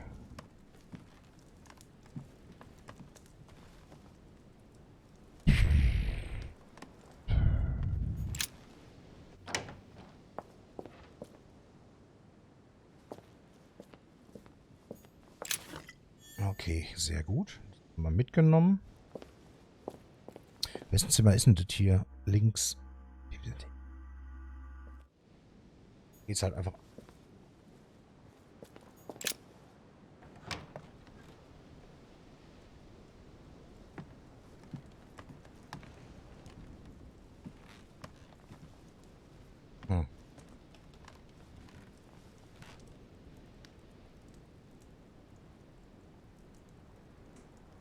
Ja, es ging ja jetzt nicht darum, ne?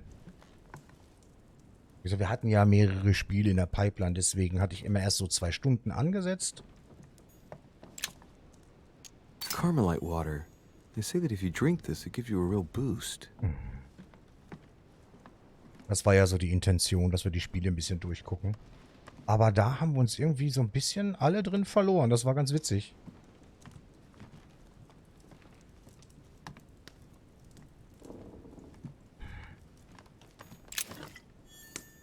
Gut, das nehmen wir auch alles mit. Devil's Thorn. I'll keep it. Das setzen wir dafür alle. Das ist okay.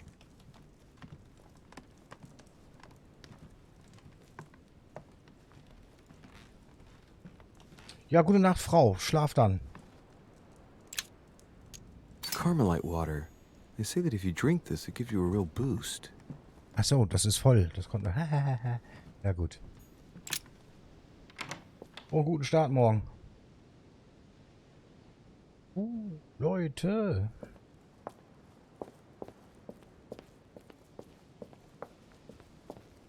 Da komme ich. Also da drüben. Ist das denn nicht?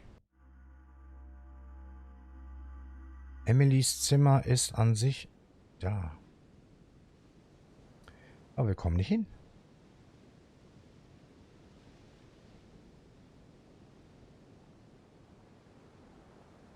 Da ist nämlich gar kein Balcony.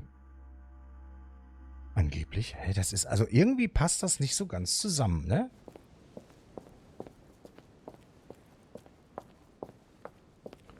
So. Wir schauen... Ach, wir schauen hier hin. Okay. Das heißt, das da... Aber da ist kein Licht an. Warum nicht?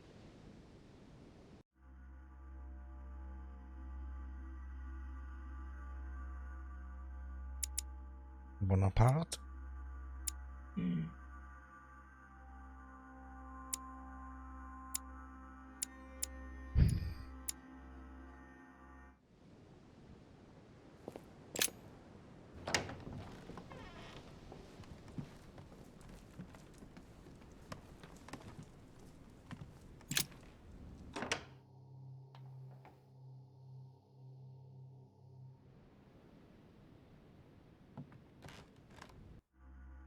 Okay.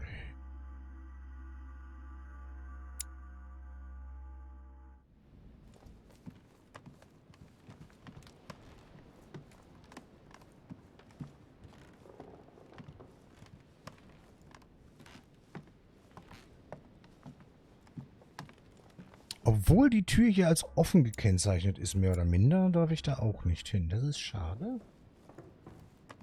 Ich muss doch irgendwie zur Emily-Emma kommen.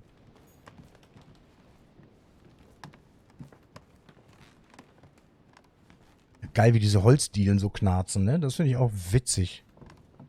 Schönes kleines Element. So, da kommen wir nicht rein.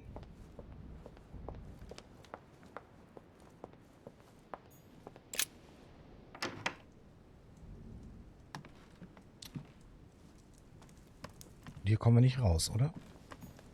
Das ist doch Quatsch. Carmelite water. They say that if you drink this, it gives you a real boost. Das ist immer das falsche Zeug, Leute. Ich will kein Karmelit. Bla, Water.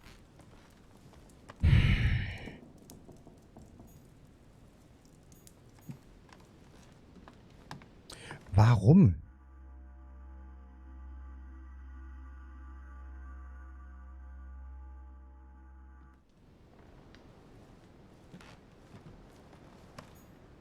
It's a beautiful weapon.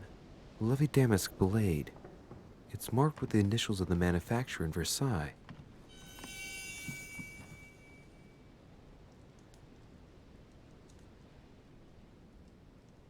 Das finde ich jetzt raus, dass seine... Moment. Politik und Überzeugung. Okay.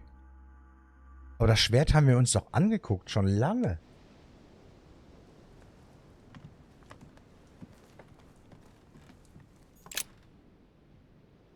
Okay, wisst ihr was? Wir gehen ins Bett.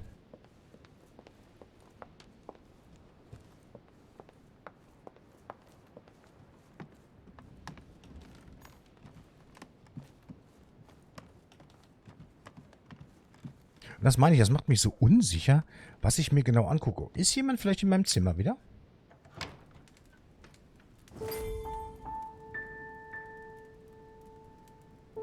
Next time, I'll listen to my mother. Not a day has gone by without something happening to me. What now?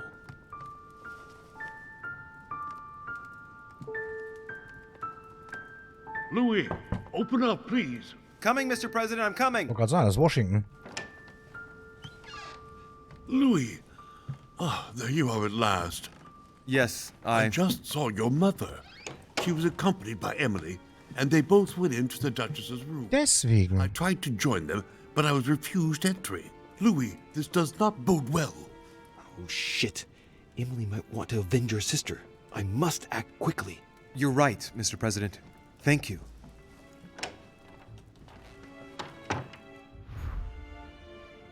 Finde Emily Hillsborough.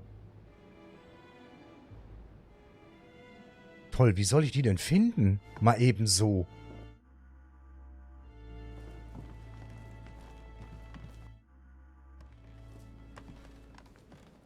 Ja, was heißt vielleicht wird... Also eigentlich darf das nicht, weil... Also das wäre unlogisch.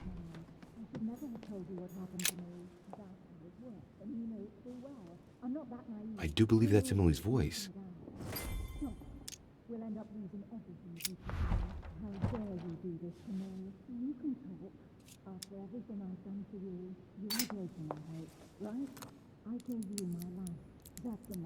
I can't open it.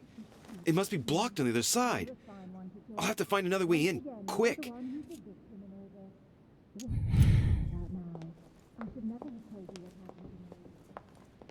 Jetzt lass bitte Bonapartes Zimmer offen sein. Und bitte auch die Balkontür.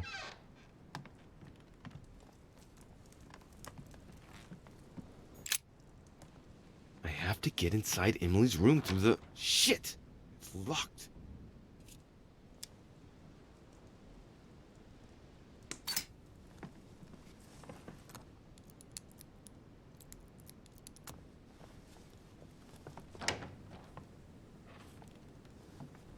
Siehst du, die ganze Zeit habe ich versucht, daher zu kommen. Und es war genau der Weg, den ich hätte nehmen müssen. Hallo? Wo ist die Karte?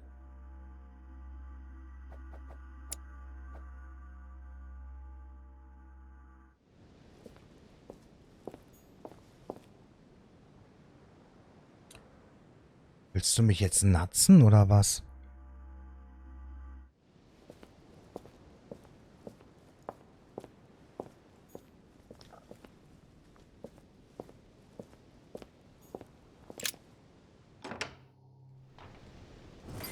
Huh. It's as if there are several people inside. Once again, you're the one who's the victim in all this. What are you on about? A letter from William Pitt the Younger addressed to Emily. He's the present Prime Minister of the United Kingdom. 2 coils circle the lock. Stop. We'll end up losing everything if you keep on. Dear Gregory, thank you for the information. I've managed to find out about the names you gave me. George Washington is a man you can trust. In spite of his obvious talent for politics, he has remained upright and honest. On the other hand, as you may well know, he is already doing business with Lord Mortimer. It will be more difficult to approach him. Napoleon Bonaparte was unknown to me until today. He's a passionate young French soldier for whom Mortimer predicts a promising future. Take heed. He is a man of conviction, which to my mind makes him potentially dangerous.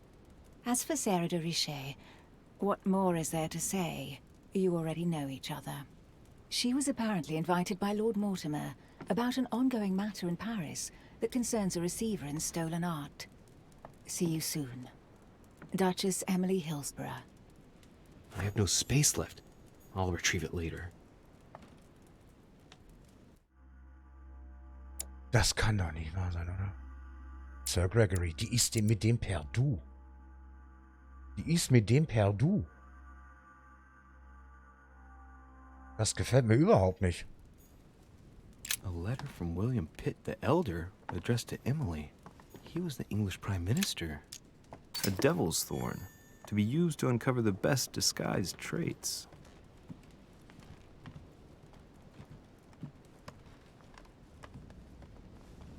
Die quatschen gar nicht mehr.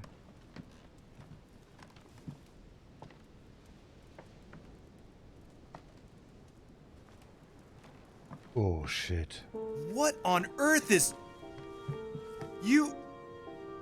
Mother? How dare you do this to me? You can talk after everything I've done for you. Oh nein. You're joking, I hope. Right?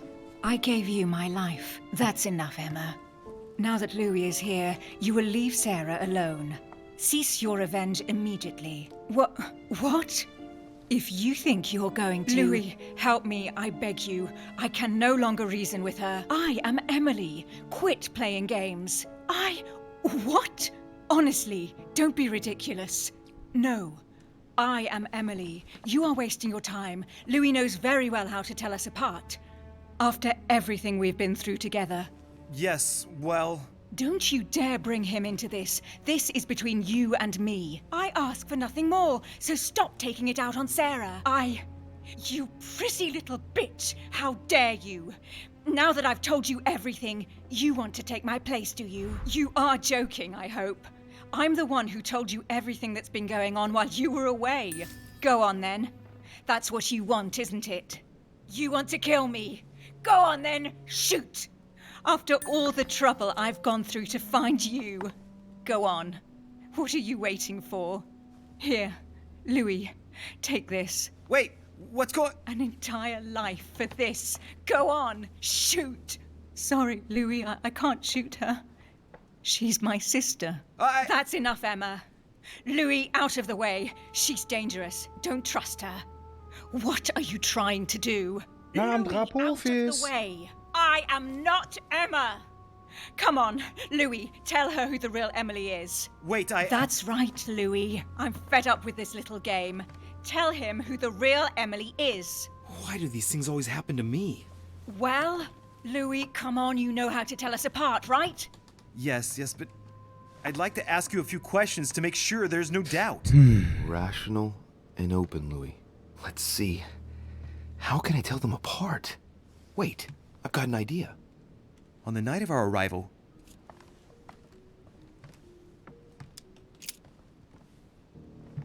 Who was with us on the wharf? Cardinal Piaggi. He was with us from when we started traveling by ship. We arrived on the same boat. I already told her, Louis. Another question, then. I'm the one who told you. Right. Let's find something else. Ah, yes. Let's speak about my arrival at the manor.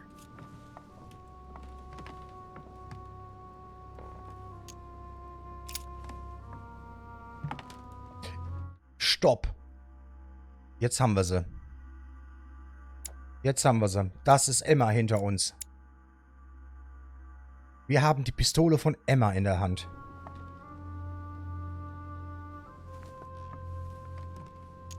Once we'd arrived, we stayed together, warming ourselves in front of the fire in the Great Hall with President Washington. What did we talk about? We spoke about your mother. The President revealed our membership of the Order to you, and that we had everything to gain by trusting one another, Louis. You remember? Very well. Let's try something else. On the first night, we went up to bed, but I wasn't tired. I went for a little stroll.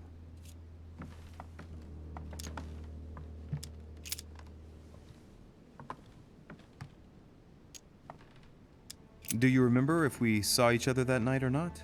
No, not after going up to bed.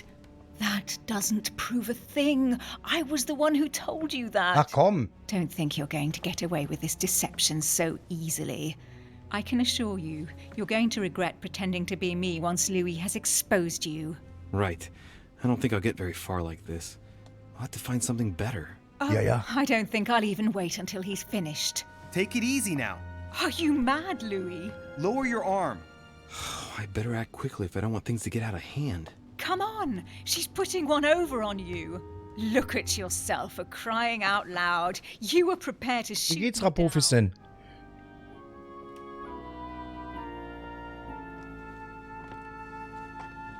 In the secret room behind the study. Talk to them about what you've been doing. Maybe they haven't spoken about it between each other yet. on the night of the disappearance of Elizabeth Adams. What about it? What do you want to know about that night?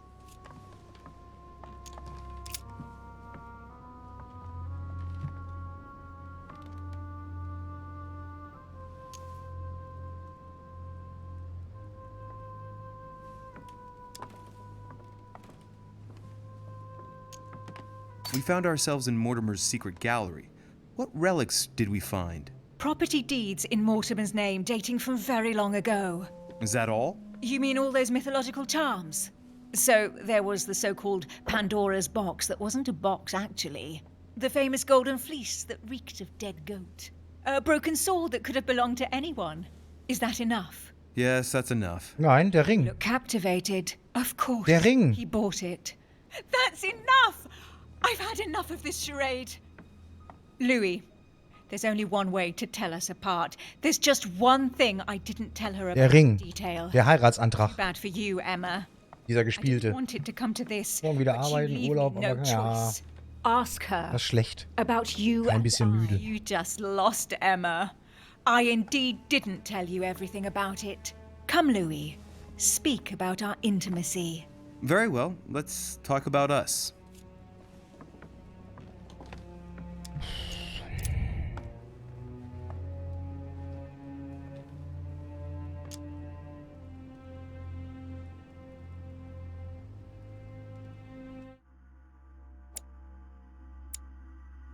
Schwäche, Psychologie.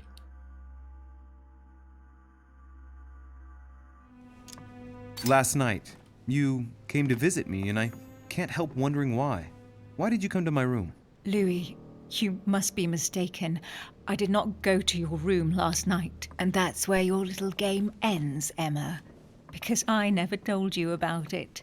So, there you can't answer. What? No! You didn't do that. I didn't want you to be jealous of Louis.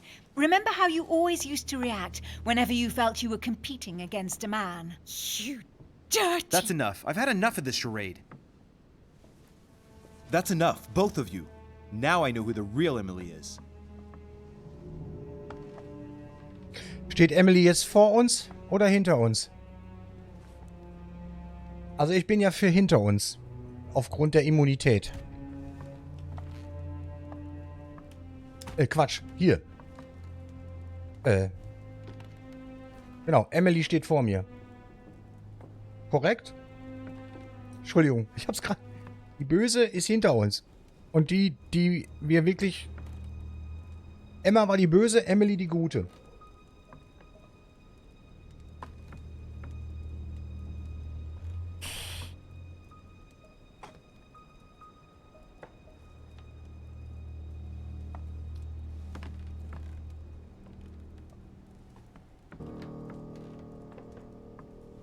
Ist immer interessant, dass es eine ganz spezielle, intelligente Antwort immer geben wird bei sowas. Immer. It's you, Emily. No, Louis! She is manipulating you! No, Emma. It's her. I know it. Despite all the trouble you've gone to put one over on me, I know it is her. That's enough now, Emma. You little slut! Don't think you are going to get away with this so easily. You are going to stop your little game right now. Never. I am Duchess Hills. No. Emily? I am the Duchess. But... You don't. Dear God, what have I done? See what you've done. See? Louis? Mother! What on earth is... Go away! You must go. Everyone is going to arrive. Louis, what's going on? Duchess? Is everything all right? Come on, Louis. There's nothing more you can do. But I... Leave us.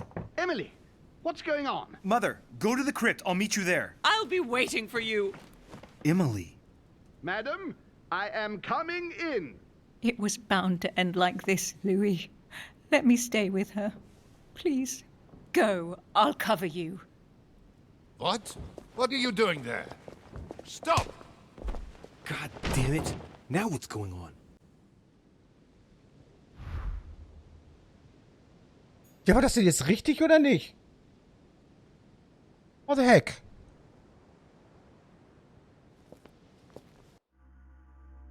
Hallo?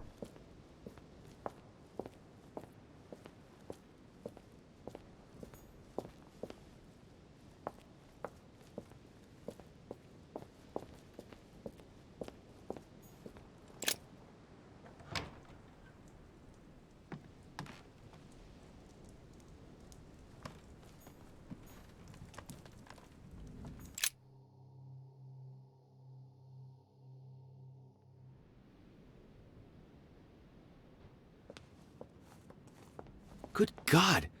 They're all here. They must have heard the gunshot. Where is Lord Mortimer? Can anyone hear anything through the door?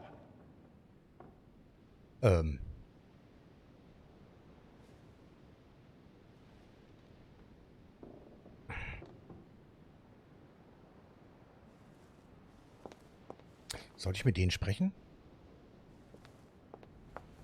Wir können ja so tun, als hätten wir den Schuss gehört. Keine Ahnung. Did you hear that? I was not dreaming, was I? Certainly not, Duke Godoy. What's going on? Someone had the bang coming from the Duchess's room, and she isn't answering. Gentlemen, go back to your rooms. Go back to your rooms. I shall find out from Lord Mortimer what this is all about. Thank you. Mhm.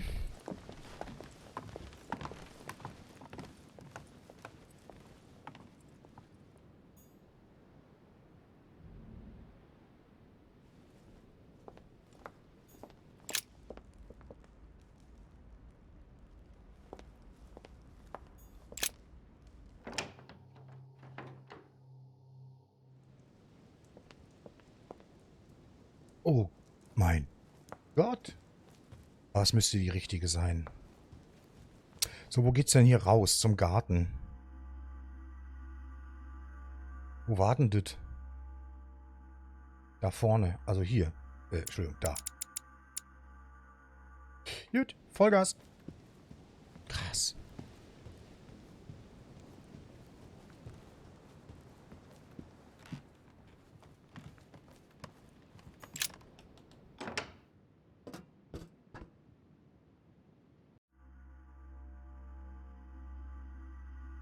Ja.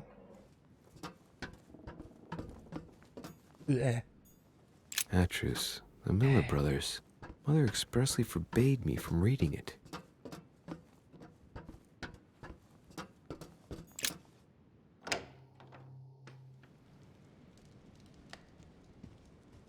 Mhm.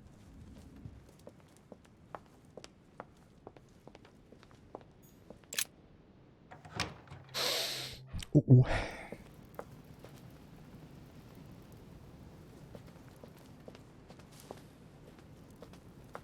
Chromalite water will give me a little reprieve.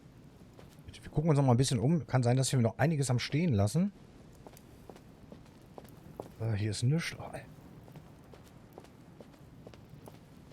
Boah, das ist aber auch echt mies mit so Zwillingsschwestern. Ne? Im Grunde ist das also wirklich... Also entwicklertechnisch ist das echt ein blöder, also böser Move.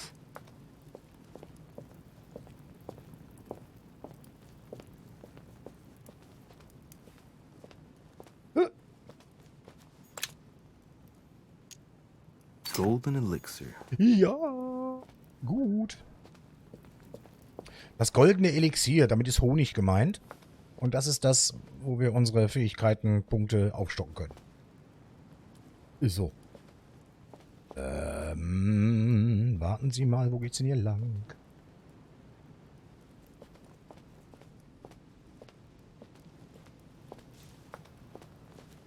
Ja. Ist denn hier auch irgendwas zu finden?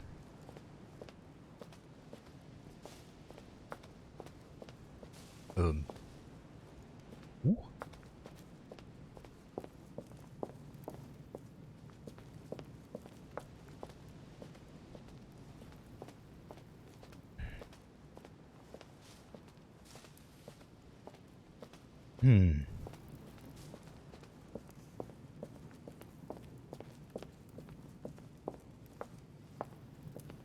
Nicht.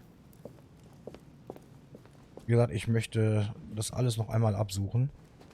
Auch wenn es ein bisschen nervt, aber hilft ja nichts.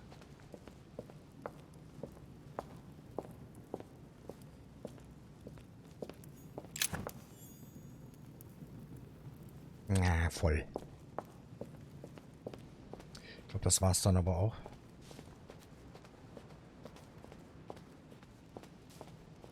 Hallo? Nö. Aha. Voll.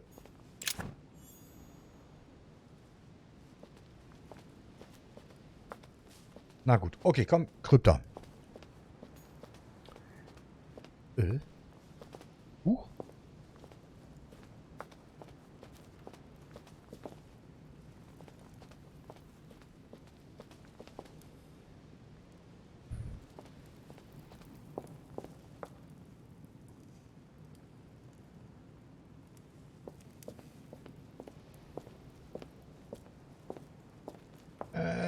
Ja, nö. Okay.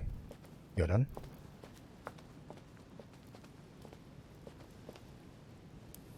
Aha.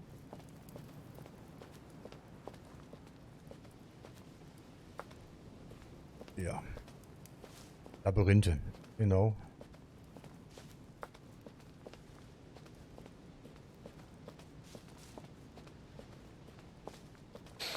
Krypta ist offen. Okay. Ist das ein Horror-Game? Nein, es ist ein Detektiv Polit-Thriller. Sowas würde ich da mit mit leichten Tendenzen zur Verschwörungstheorie vielleicht. So würde ich es betiteln.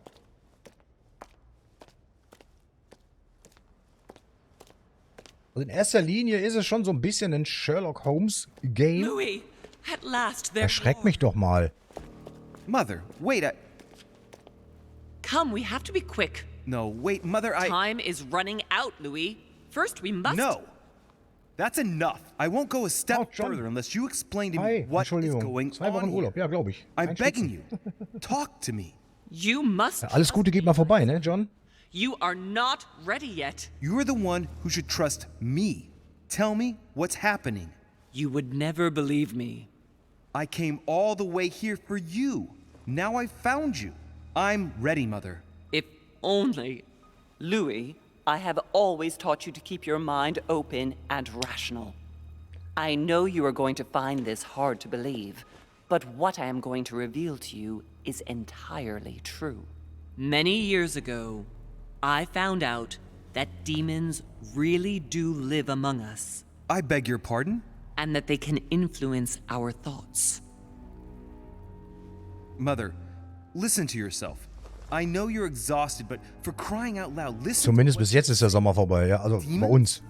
What next? Frag mal die Jungs und Mädels im Süden. Head like an octopus? What do your demons look like? Have they got horns and a pointed tail? No, these are not creatures with billy goat's legs. Forget your Christian folklore. Ja, echt mal. Imagine them more as parasitic spirits. They possess their hosts and direct them from inside. Ja, Mortimer. Parasitic spirits? Yes, they are capable of going from one body to another as they fit. And two of them are present on this island. Right. So let me guess. Holmes und Mortimer. Der Butzemann und der Weihnachtsmann. Lord Mortimer and Sir Gregory, right? You felt it too? No, even if Home does look the part.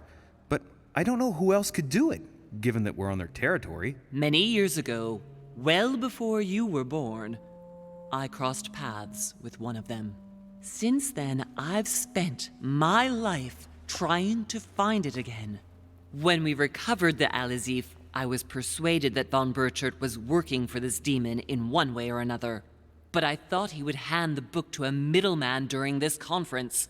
That's where I made an error. Das ist das Buch, was der Dings haben will, ne? Der von Wöllner. The one who Burchard was meant to give the book to was none other than the demon in person, Mortimer. Not to mention that Home had sent Volner to get it for him. Home and Mortimer are demons? They both seem to disagree about many things, but I'll admit I never knew exactly why. There are many of them, Louis, not just those two. Mother, have you any proof to support any of this? Of course, but you do too. You had everything laid out in front of you. Didn't you notice anything?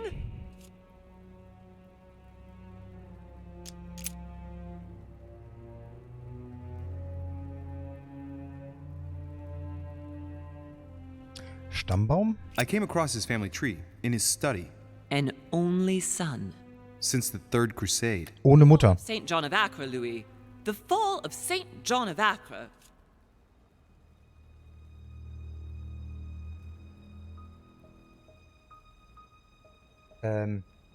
Florida haben sie immer einen Standard, eine Klimaanlage. Ja, ne? Also nicht in den ganz armen Ecken von Florida, aber ja. Aber kommt doch immer drauf an, wie hoch die Luftfeuchtigkeit da ist. Das weiß ich allerdings nicht, wie das in Florida ist. Wenn du eine sehr trockene Luft hast, kannst du es halt auch wie in Ägypten zum Beispiel relativ gut aushalten. I went beyond the Nightmare Mother. You understood the Masonic date. 1191. Of course! It was during that siege that the demon took possession of Sir Mortimer. They spent a whole night in conversation until the early hours of the morning. Mortimer had passed the test. He had charmed the demon, and so it chose him to be its host for centuries to come. But tell me, did you find his secret study? I did indeed. Did you see his maps of the world? He has contacts the world over. Yes, I've been developing the Golden Order across the world for many years, and I've never seen anyone with such influence. Naja. It's simply inhuman. Richtig. I must admit, I found it difficult to understand how and why Mortimer didn't have a place in history. On the continent, Mortimer and Home are mere dandies who organize society balls. Was sind Dandys genau? Forgets them with a disconcerting facility. No one speaks about them, and yet they whisper in the ears of kings and presidents. Well, those property deeds across the world, all signed by the same hand and over several centuries. I am proud of you, Louis. I found your notes written in lemon juice. Where all eyes size you up. At one stage, I was so afraid of losing my mind that I noted everything down. Congratulations, Louis. Wait, please tell me you didn't open Pandora's box. The urn? Yes, I did. Why? Too bad.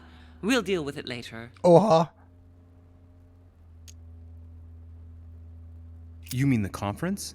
How can you explain that someone manages to bring together so many important figures without anyone knowing? And without any security or personnel.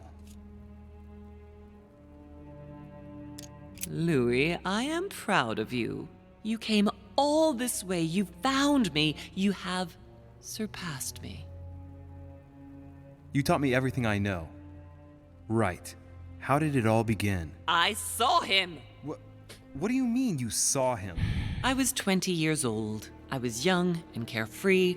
I traveled the world in search of adventure. In the Persian Gulf, we came across an ancient grimoire that became unlocked. Composed of 7 parts, each one was a book in itself, set in a sort of metal armor that structured the whole thing. When all the volumes were brought together, they formed a single book. On my return to Paris, I set to studying these pages. I spent all my days and nights studying them. Oh, I can imagine you doing that. But the writing was in a language I had never seen before, developed well before Sumerian, in my opinion. So I got the idea to form a small occult circle composed of all the major names in the occult world to see if anyone else could crack it. And you found no one. And I found someone, Louis. Mortimer. I found him. Or rather, he found me. Mortimer. He was young, charismatic. He was flamboyant. Mortimer? Boah.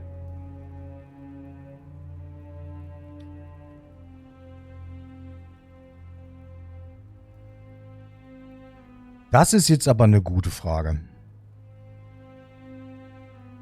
Jetzt haben sie mich aber auf dem falschen... Also ich hätte sofort gesagt Mortimer, aber Home und von Borchert?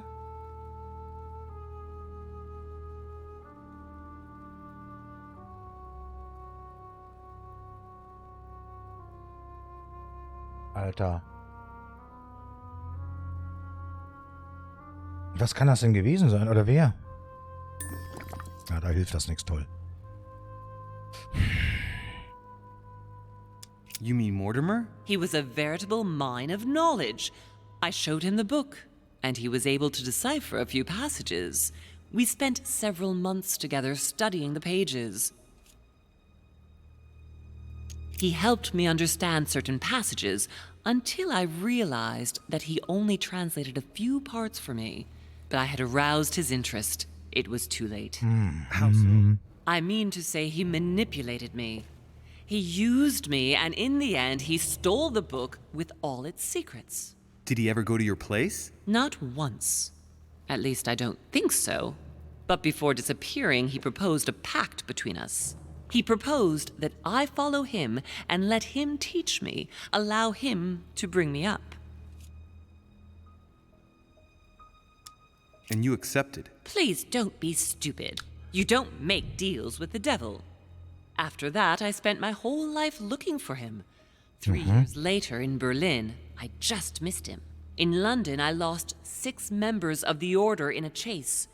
In 1741, in Tunisia, I found a sect of fanatics who had crossed paths with him once. 1741, in Poland. 1749, in India. 8 years ago in Venice. We agreed never to speak about what happened in Venice, Louis. You agreed, and that was before you spoke to me about demons. Wait, the baby we delivered, you and me, that night in Venice, did he have anything to do with Lord Mortimer? The child was his son. We stole his son? Are you insane? I always thought we took him to save him. That was the case. It was precisely to save him from his father. Need I remind you the mother died during childbirth? What became of the child? Later. For the moment, that is not the key issue here. Once we found the Al-Azif in Paris, I followed von Borchart's trail here. I didn't think it would lead me straight to the demon. It was careless of me. He toyed with me for a few days, until I caught on, until I saw him as he was. But he had no intention of letting me leave. We are all his pawns, Louis, and if we don't want to spend the rest of our lives turning round in circles here, we must absolutely get off this island. All right, can we move on? Wait a minute, one last thing.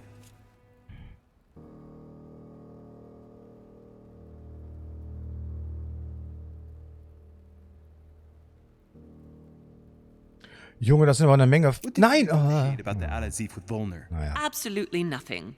I managed to pull the wool over his eyes until I found a way to flee. Da wollte ich gar nicht. Oh, ich darf alles fragen. Okay. Da wollte ich eigentlich hin. On the evening of my arrival, Cardinal Piaggi came looking for you. He was determined to give you a letter. More of his lists. Louis, I think I know what's in that letter, and I beseech you to believe that it is the least of our worries. We can sort that out later. Okay. Samuel Ritter du Choix, you wanted to send me a letter about Godoy. I wanted you to run a check on Duke Manuel, but frankly, it doesn't really matter anymore now.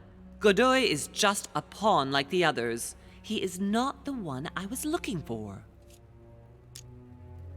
You know, I found your package under a wharf plank. As a matter of fact, I needed it yesterday. I wasn't expecting anyone to take it. Are you going to tell me what happened to your hand? Better than that, I shall show you.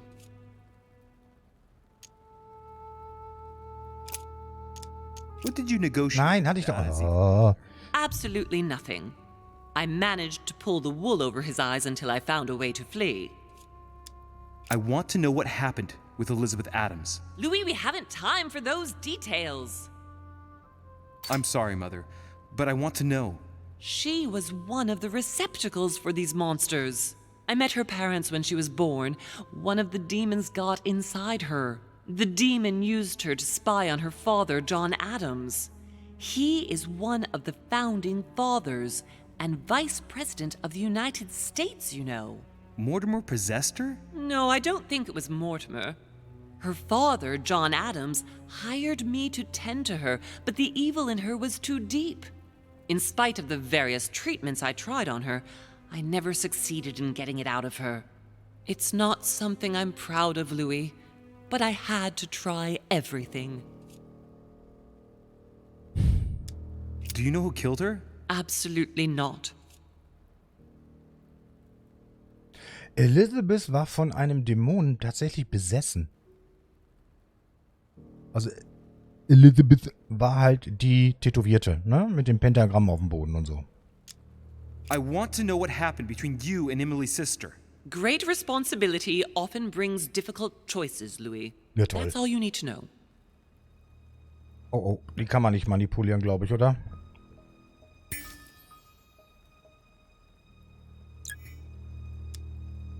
Mother, I won't take a step further if you don't answer me. You dare blackmail me? I'm listening. All right, I used her. So there you are. Happy now? We had the Al-Azif, and I didn't think we would be able to escape with it. In order to ensure that the book did not fall into their hands, or that one of them couldn't read in us where we had hidden it, I asked Emily to... It's Emma. Yes, or rather for me, it was Emily. So I asked Emma to hide it without anyone seeing. And then I disposed of her.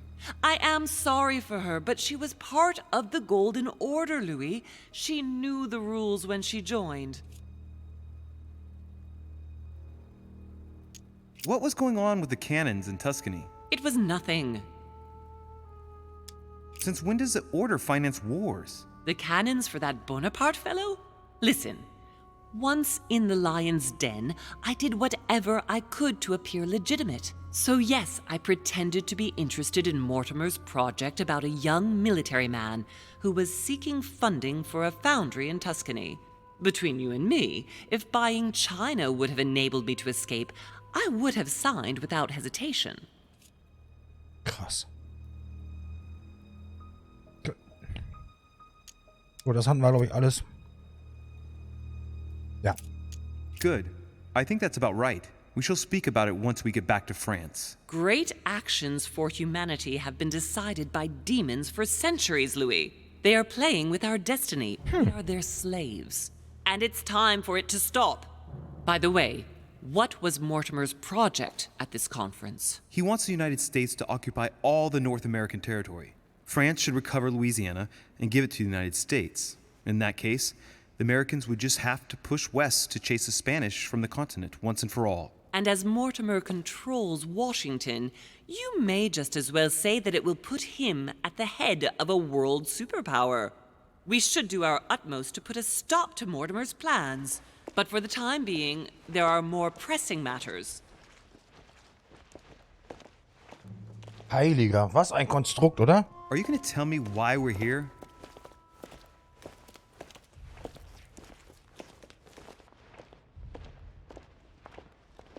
There.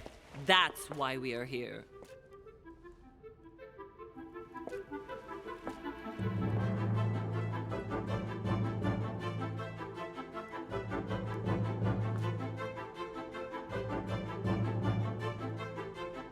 Oh Gott.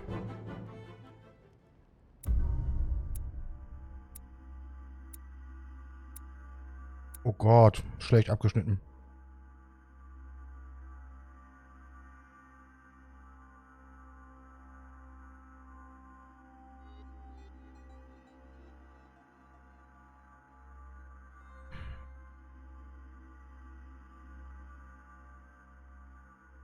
Da waren wir nicht gut. Ich konnte doch gar nicht über Jacques Perus Zimmer gehen.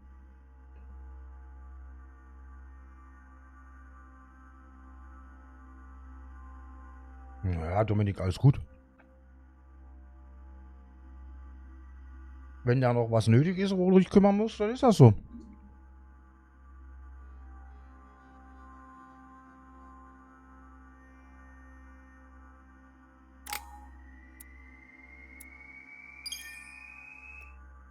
Das war nicht gut. Was haben wir denn noch im Inventar? Halt, stopp, ja. Manipulation, Sprache, Gewandtheit. Befragung. 3 Punkte in Sprache haben wir noch.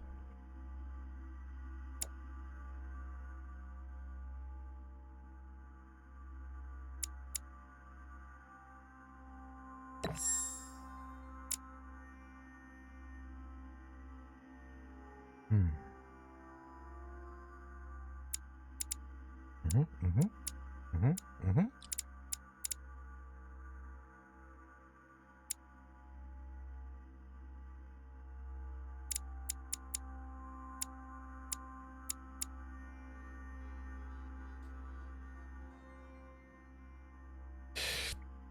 Geografie, Geschichte.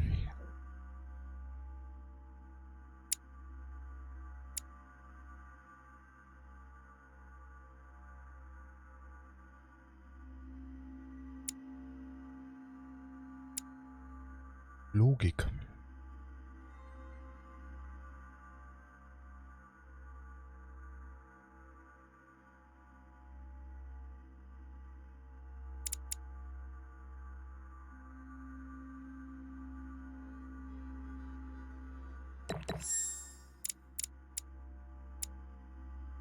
Hm.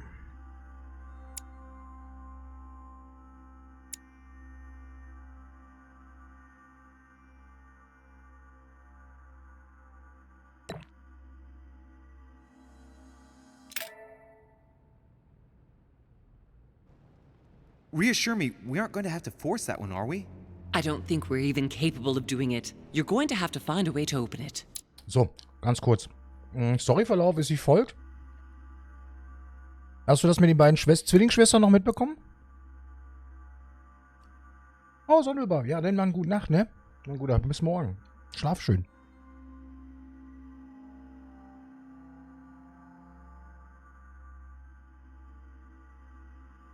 Gute Nacht. Vielen Dank, dass du da warst. Genau, eine ist tot. Okay. Wir wissen noch nicht genau welche. Im Grunde ist es jetzt so, wir haben uns mit Mutter in der Krypta getroffen.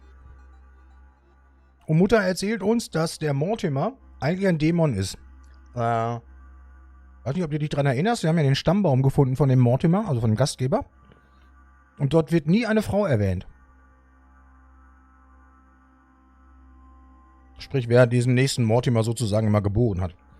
Das ist tatsächlich ein Dämon. Und es gibt mehrere auf der Welt und einer ist unter anderem Vizepräsident der Vereinigten Staaten.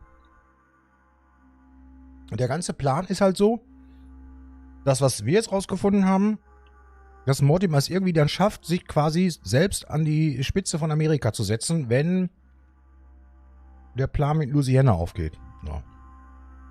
Das ist das. Genau. Dann haben wir erfahren, dass die Elizabeth, die mit den Tattoos, ebenfalls von einem Dämon besessen war. Die Mutter hat versucht, dort Exorzismus wohl zu betreiben. Und Elizabeth von dem Dämon zu befreien, ist ja aber nicht gelungen. Aber sie konnte uns nicht sagen, wer dafür gesorgt hat, dass Elizabeth tot ist. Ja. Ich glaube, das ist das Gröbste, ne? Ja, dann hat sie uns als geprüft, ob wir denn auch erkannt hätten, was da los ist. Da mussten wir halt sagen, ja, hier sein Hinterzimmer, sein Stammbaum, dies, bla, blub, Sülz. So. Und dann sind wir jetzt an diesem Punkt. Keine Ahnung, was jetzt kommt. Why, of course. And what's inside? Something to vanquish them with? Perfect. So, how does it open? We'll need several keys. I found a note from the architect who conceived the mechanism in Mortimer's secret study. We have to first gather 5 objects before we try anything. Are the 5 objects the keys? Exactly. We have the Clement III cross, the nails, the Gutenberg Bible, the exegesis of Judas, an armillary sphere, and all we need to match up the dates between the different calendars.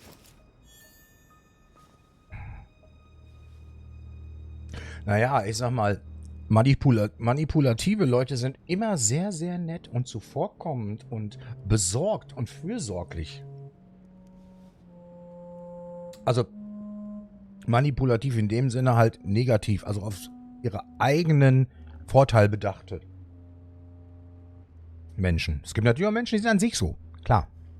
Aber du wirst niemals einen Manipulator finden, der dich nach außen sehr negativ gibt. Ist ja komplett kontraproduktiv. Zum Beispiel dem Holmes, den trauen wir von Anfang an nicht. Feistes Gesicht, teilweise herrisch. Der Peru, da waren wir auch am Anfang so ein bisschen so, aber es hat sich relativ schnell gegeben. Der ist halt grobschlächtig und Soldat und denkt sehr einfach, uns aber gerade heraus. Das war immer gut.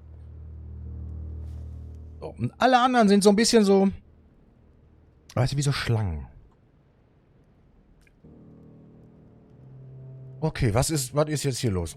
Why a cross? Well, I haven't the foggiest idea, but it just so happens that's what you are going to use to activate the mechanism. I found the one Mortimer kept. It belonged to Cardinal Guibert, better known by the name of Pope Clement III. Perfect. Where is it? Unfortunately, I've lost it. When I lost my hand, I went dashing out, and it must have fallen from my pocket. Ne, ist auch nicht. Remember, Mother. I'm certain you can remember. Let me think. You were running. I was bleeding to death. You remember the pain. I thought I was going to faint. Yes, I remember. I don't think it can be far, can it? Would you have lost it outside? No, I don't think so. It must be in the area. I don't remember going up with it. Perfect. I'll search the crypt before leaving. Some nails? Don't ask me. I'm not the one who made the mechanism, you know. When I arrived, there were already a few of them inserted, so I didn't have to worry about those. On the other hand, I remember seeing some in Mortimer's secret study, behind his nightmare. Nein. And a golden cup? Yes. Yes, I saw them too. Perfect. It will be easy for you to find them then. You need 3 of them. Very well. You remember what to do about the rollers. 1191 to enter, and 6466 to exit. Of course. Und das raus habe ich selber rausgefunden. Gut, ne? 6466. An exegesis. Anything else? Did you manage to vanquish the Medusa? To open the chimney? Yes, absolutely. So you've already come across it. It's the Bible of Judas that is exposed in the secret room behind the chimney. Why do they call it an exegesis? Because that's what it is, and not an apocryphal Bible, strictly speaking. It's the study of a text with a summary, not an actual Bible. Anyway, well done for the Gorgon. You did well. You didn't get tricked by the light bouncing back. Thanks. Do you think I can take it safely? We haven't got a choice, Louis. Without it, we won't be able to work out this cursed mechanism.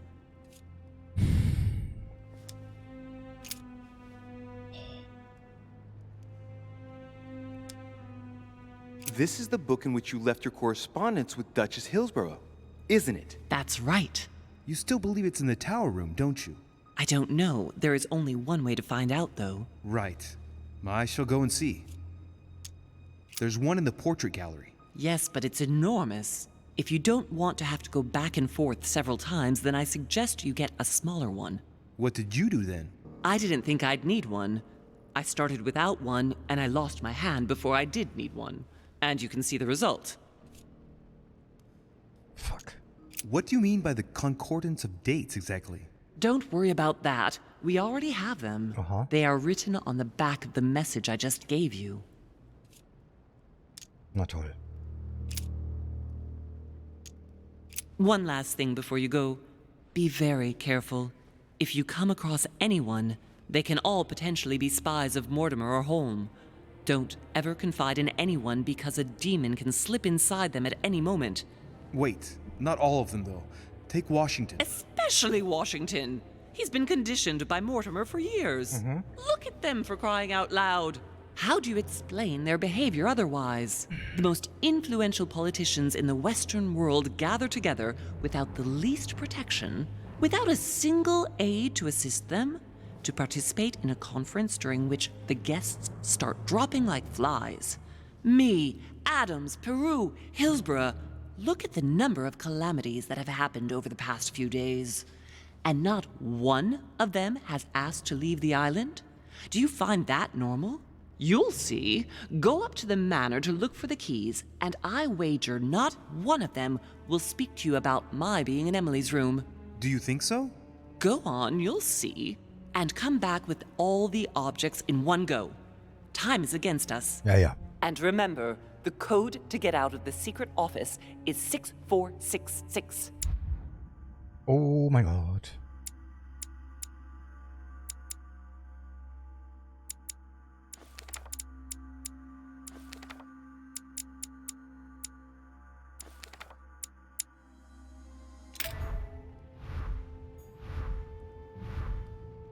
Oh mein Gott.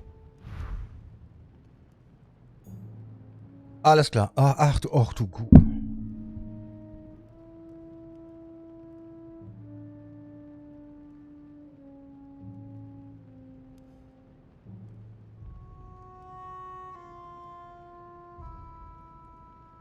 Ach du Scheiße. Also wenn wir das Rätsel lösen, da brauche ich mit Sicherheit eure Hilfe.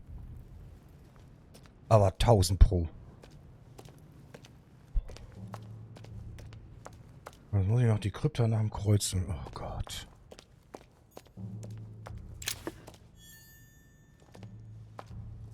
OMFG.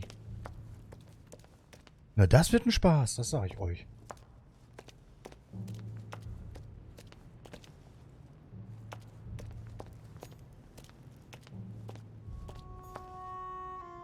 What on earth is that? A disc with information. Da hat sie ihre Hand verloren. Iris that should open, I imagine, and blood. Mother? The dried blood. There. Ihre Hand. Yes, it's mine. Sag ich doch. Sorry if I stained everything, but I must admit that at the time my thoughts were more on the pain than cleaning up after myself. Hättest du mal genug Laudanum genommen.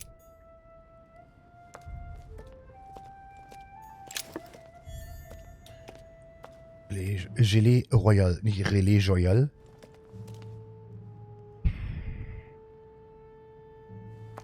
Ja, Mutter, hier unten muss irgendwo das Kreuz sein. Ach, das ist der Schatten. Ich denke, was ist denn das für ein Loch in der Wand? So, schauen wir uns mal erstmal hier so ein bisschen ne? Organon.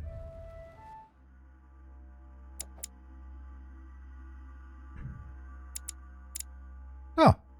Punkt in Logik. Ha. Also können wir dann irgendwann einsetzen. Was haben wir denn hier? Okkultes Schlüssel mit dem okkulten Luftsymbol. Ach, guck an. Ach, guck an. Sehr gut, das ist voll. Puh.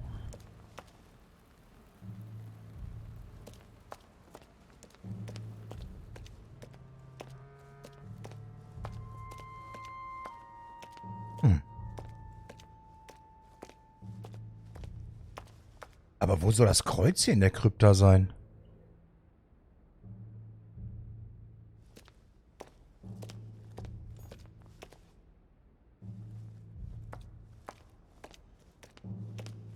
Moment, die hat doch gesagt, hier in der Krypta muss das sein. Oder, ne? Die Banane?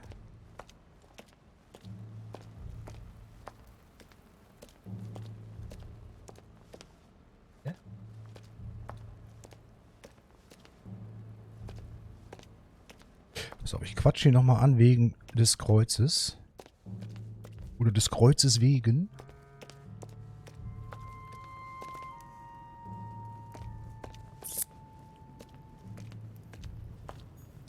Mutti? Why a cross? Well, I haven't the foggiest idea, but it just so happens that's what you are going to use to activate the mechanism. I found the one Mortimer kept. It belonged to Cardinal Guibert, better known by the name of Pope Clement III. Perfect. Where is it? Unfortunately, I've lost it. When I lost my hand, I went dashing out, and it must have fallen from my pocket. Okay, ja, okay.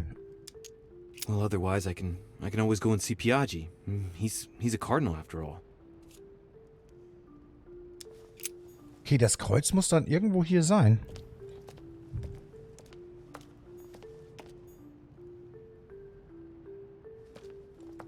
Sie hat's laut Gespräch vorhin nicht mit nach oben genommen.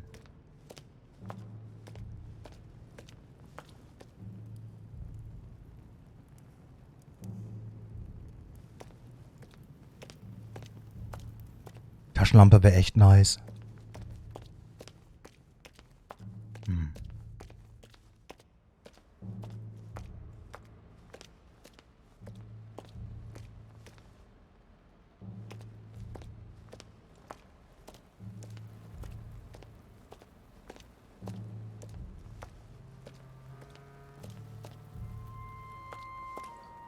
Okay. Also auf Anhieb finde ich es jetzt hier nicht interessant.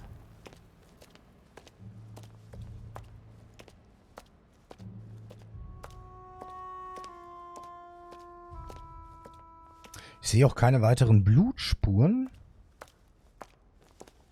Weil sie wird sich ja den Arm erstmal verbunden haben. Naja. Nachdem sie das Kreuz nicht in ihrer Hand hatte.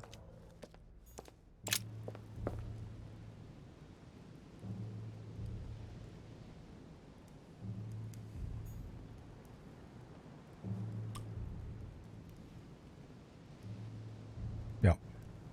Okay. Das soll es aber dann, glaube ich, auch für hier erstmal gewesen sein. Weil dann mit dem Rätsel wird länger dauern. Das kann ich euch jetzt schon sagen, auch die Gegenstände zu finden. Deswegen machen wir hier mal Ende. Zack. Also direkt rausgegangen. Okay. Ja. Morgen steht ja auch schon wieder eine arbeitsreiche Woche für viele an. Von daher, ja, gucken wir mal, wo wir euch unterkriegen noch.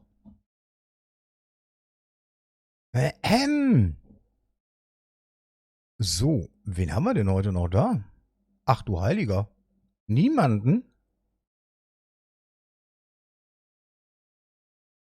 Niemanden? Oh, warte mal. Ja.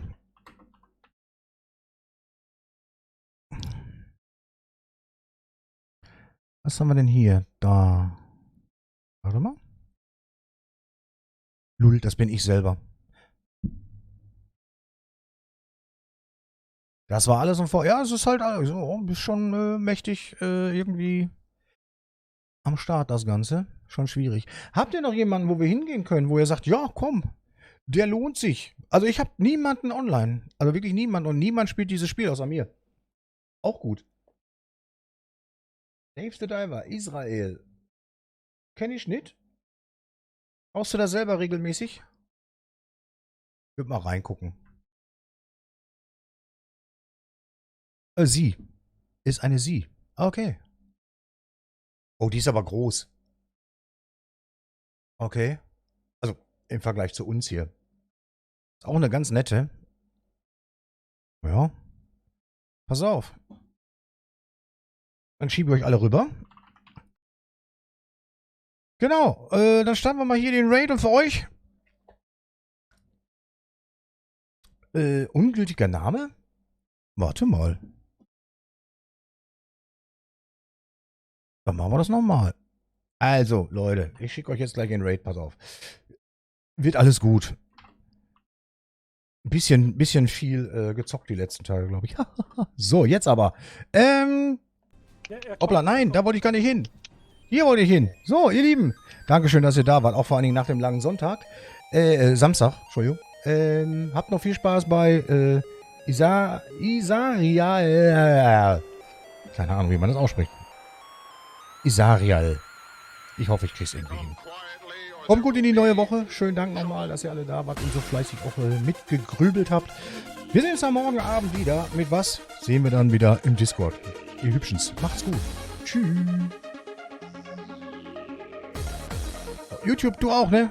Leg dich hin oder steh endlich auf oder mach dir was zu essen. Haust da rein. Ciao.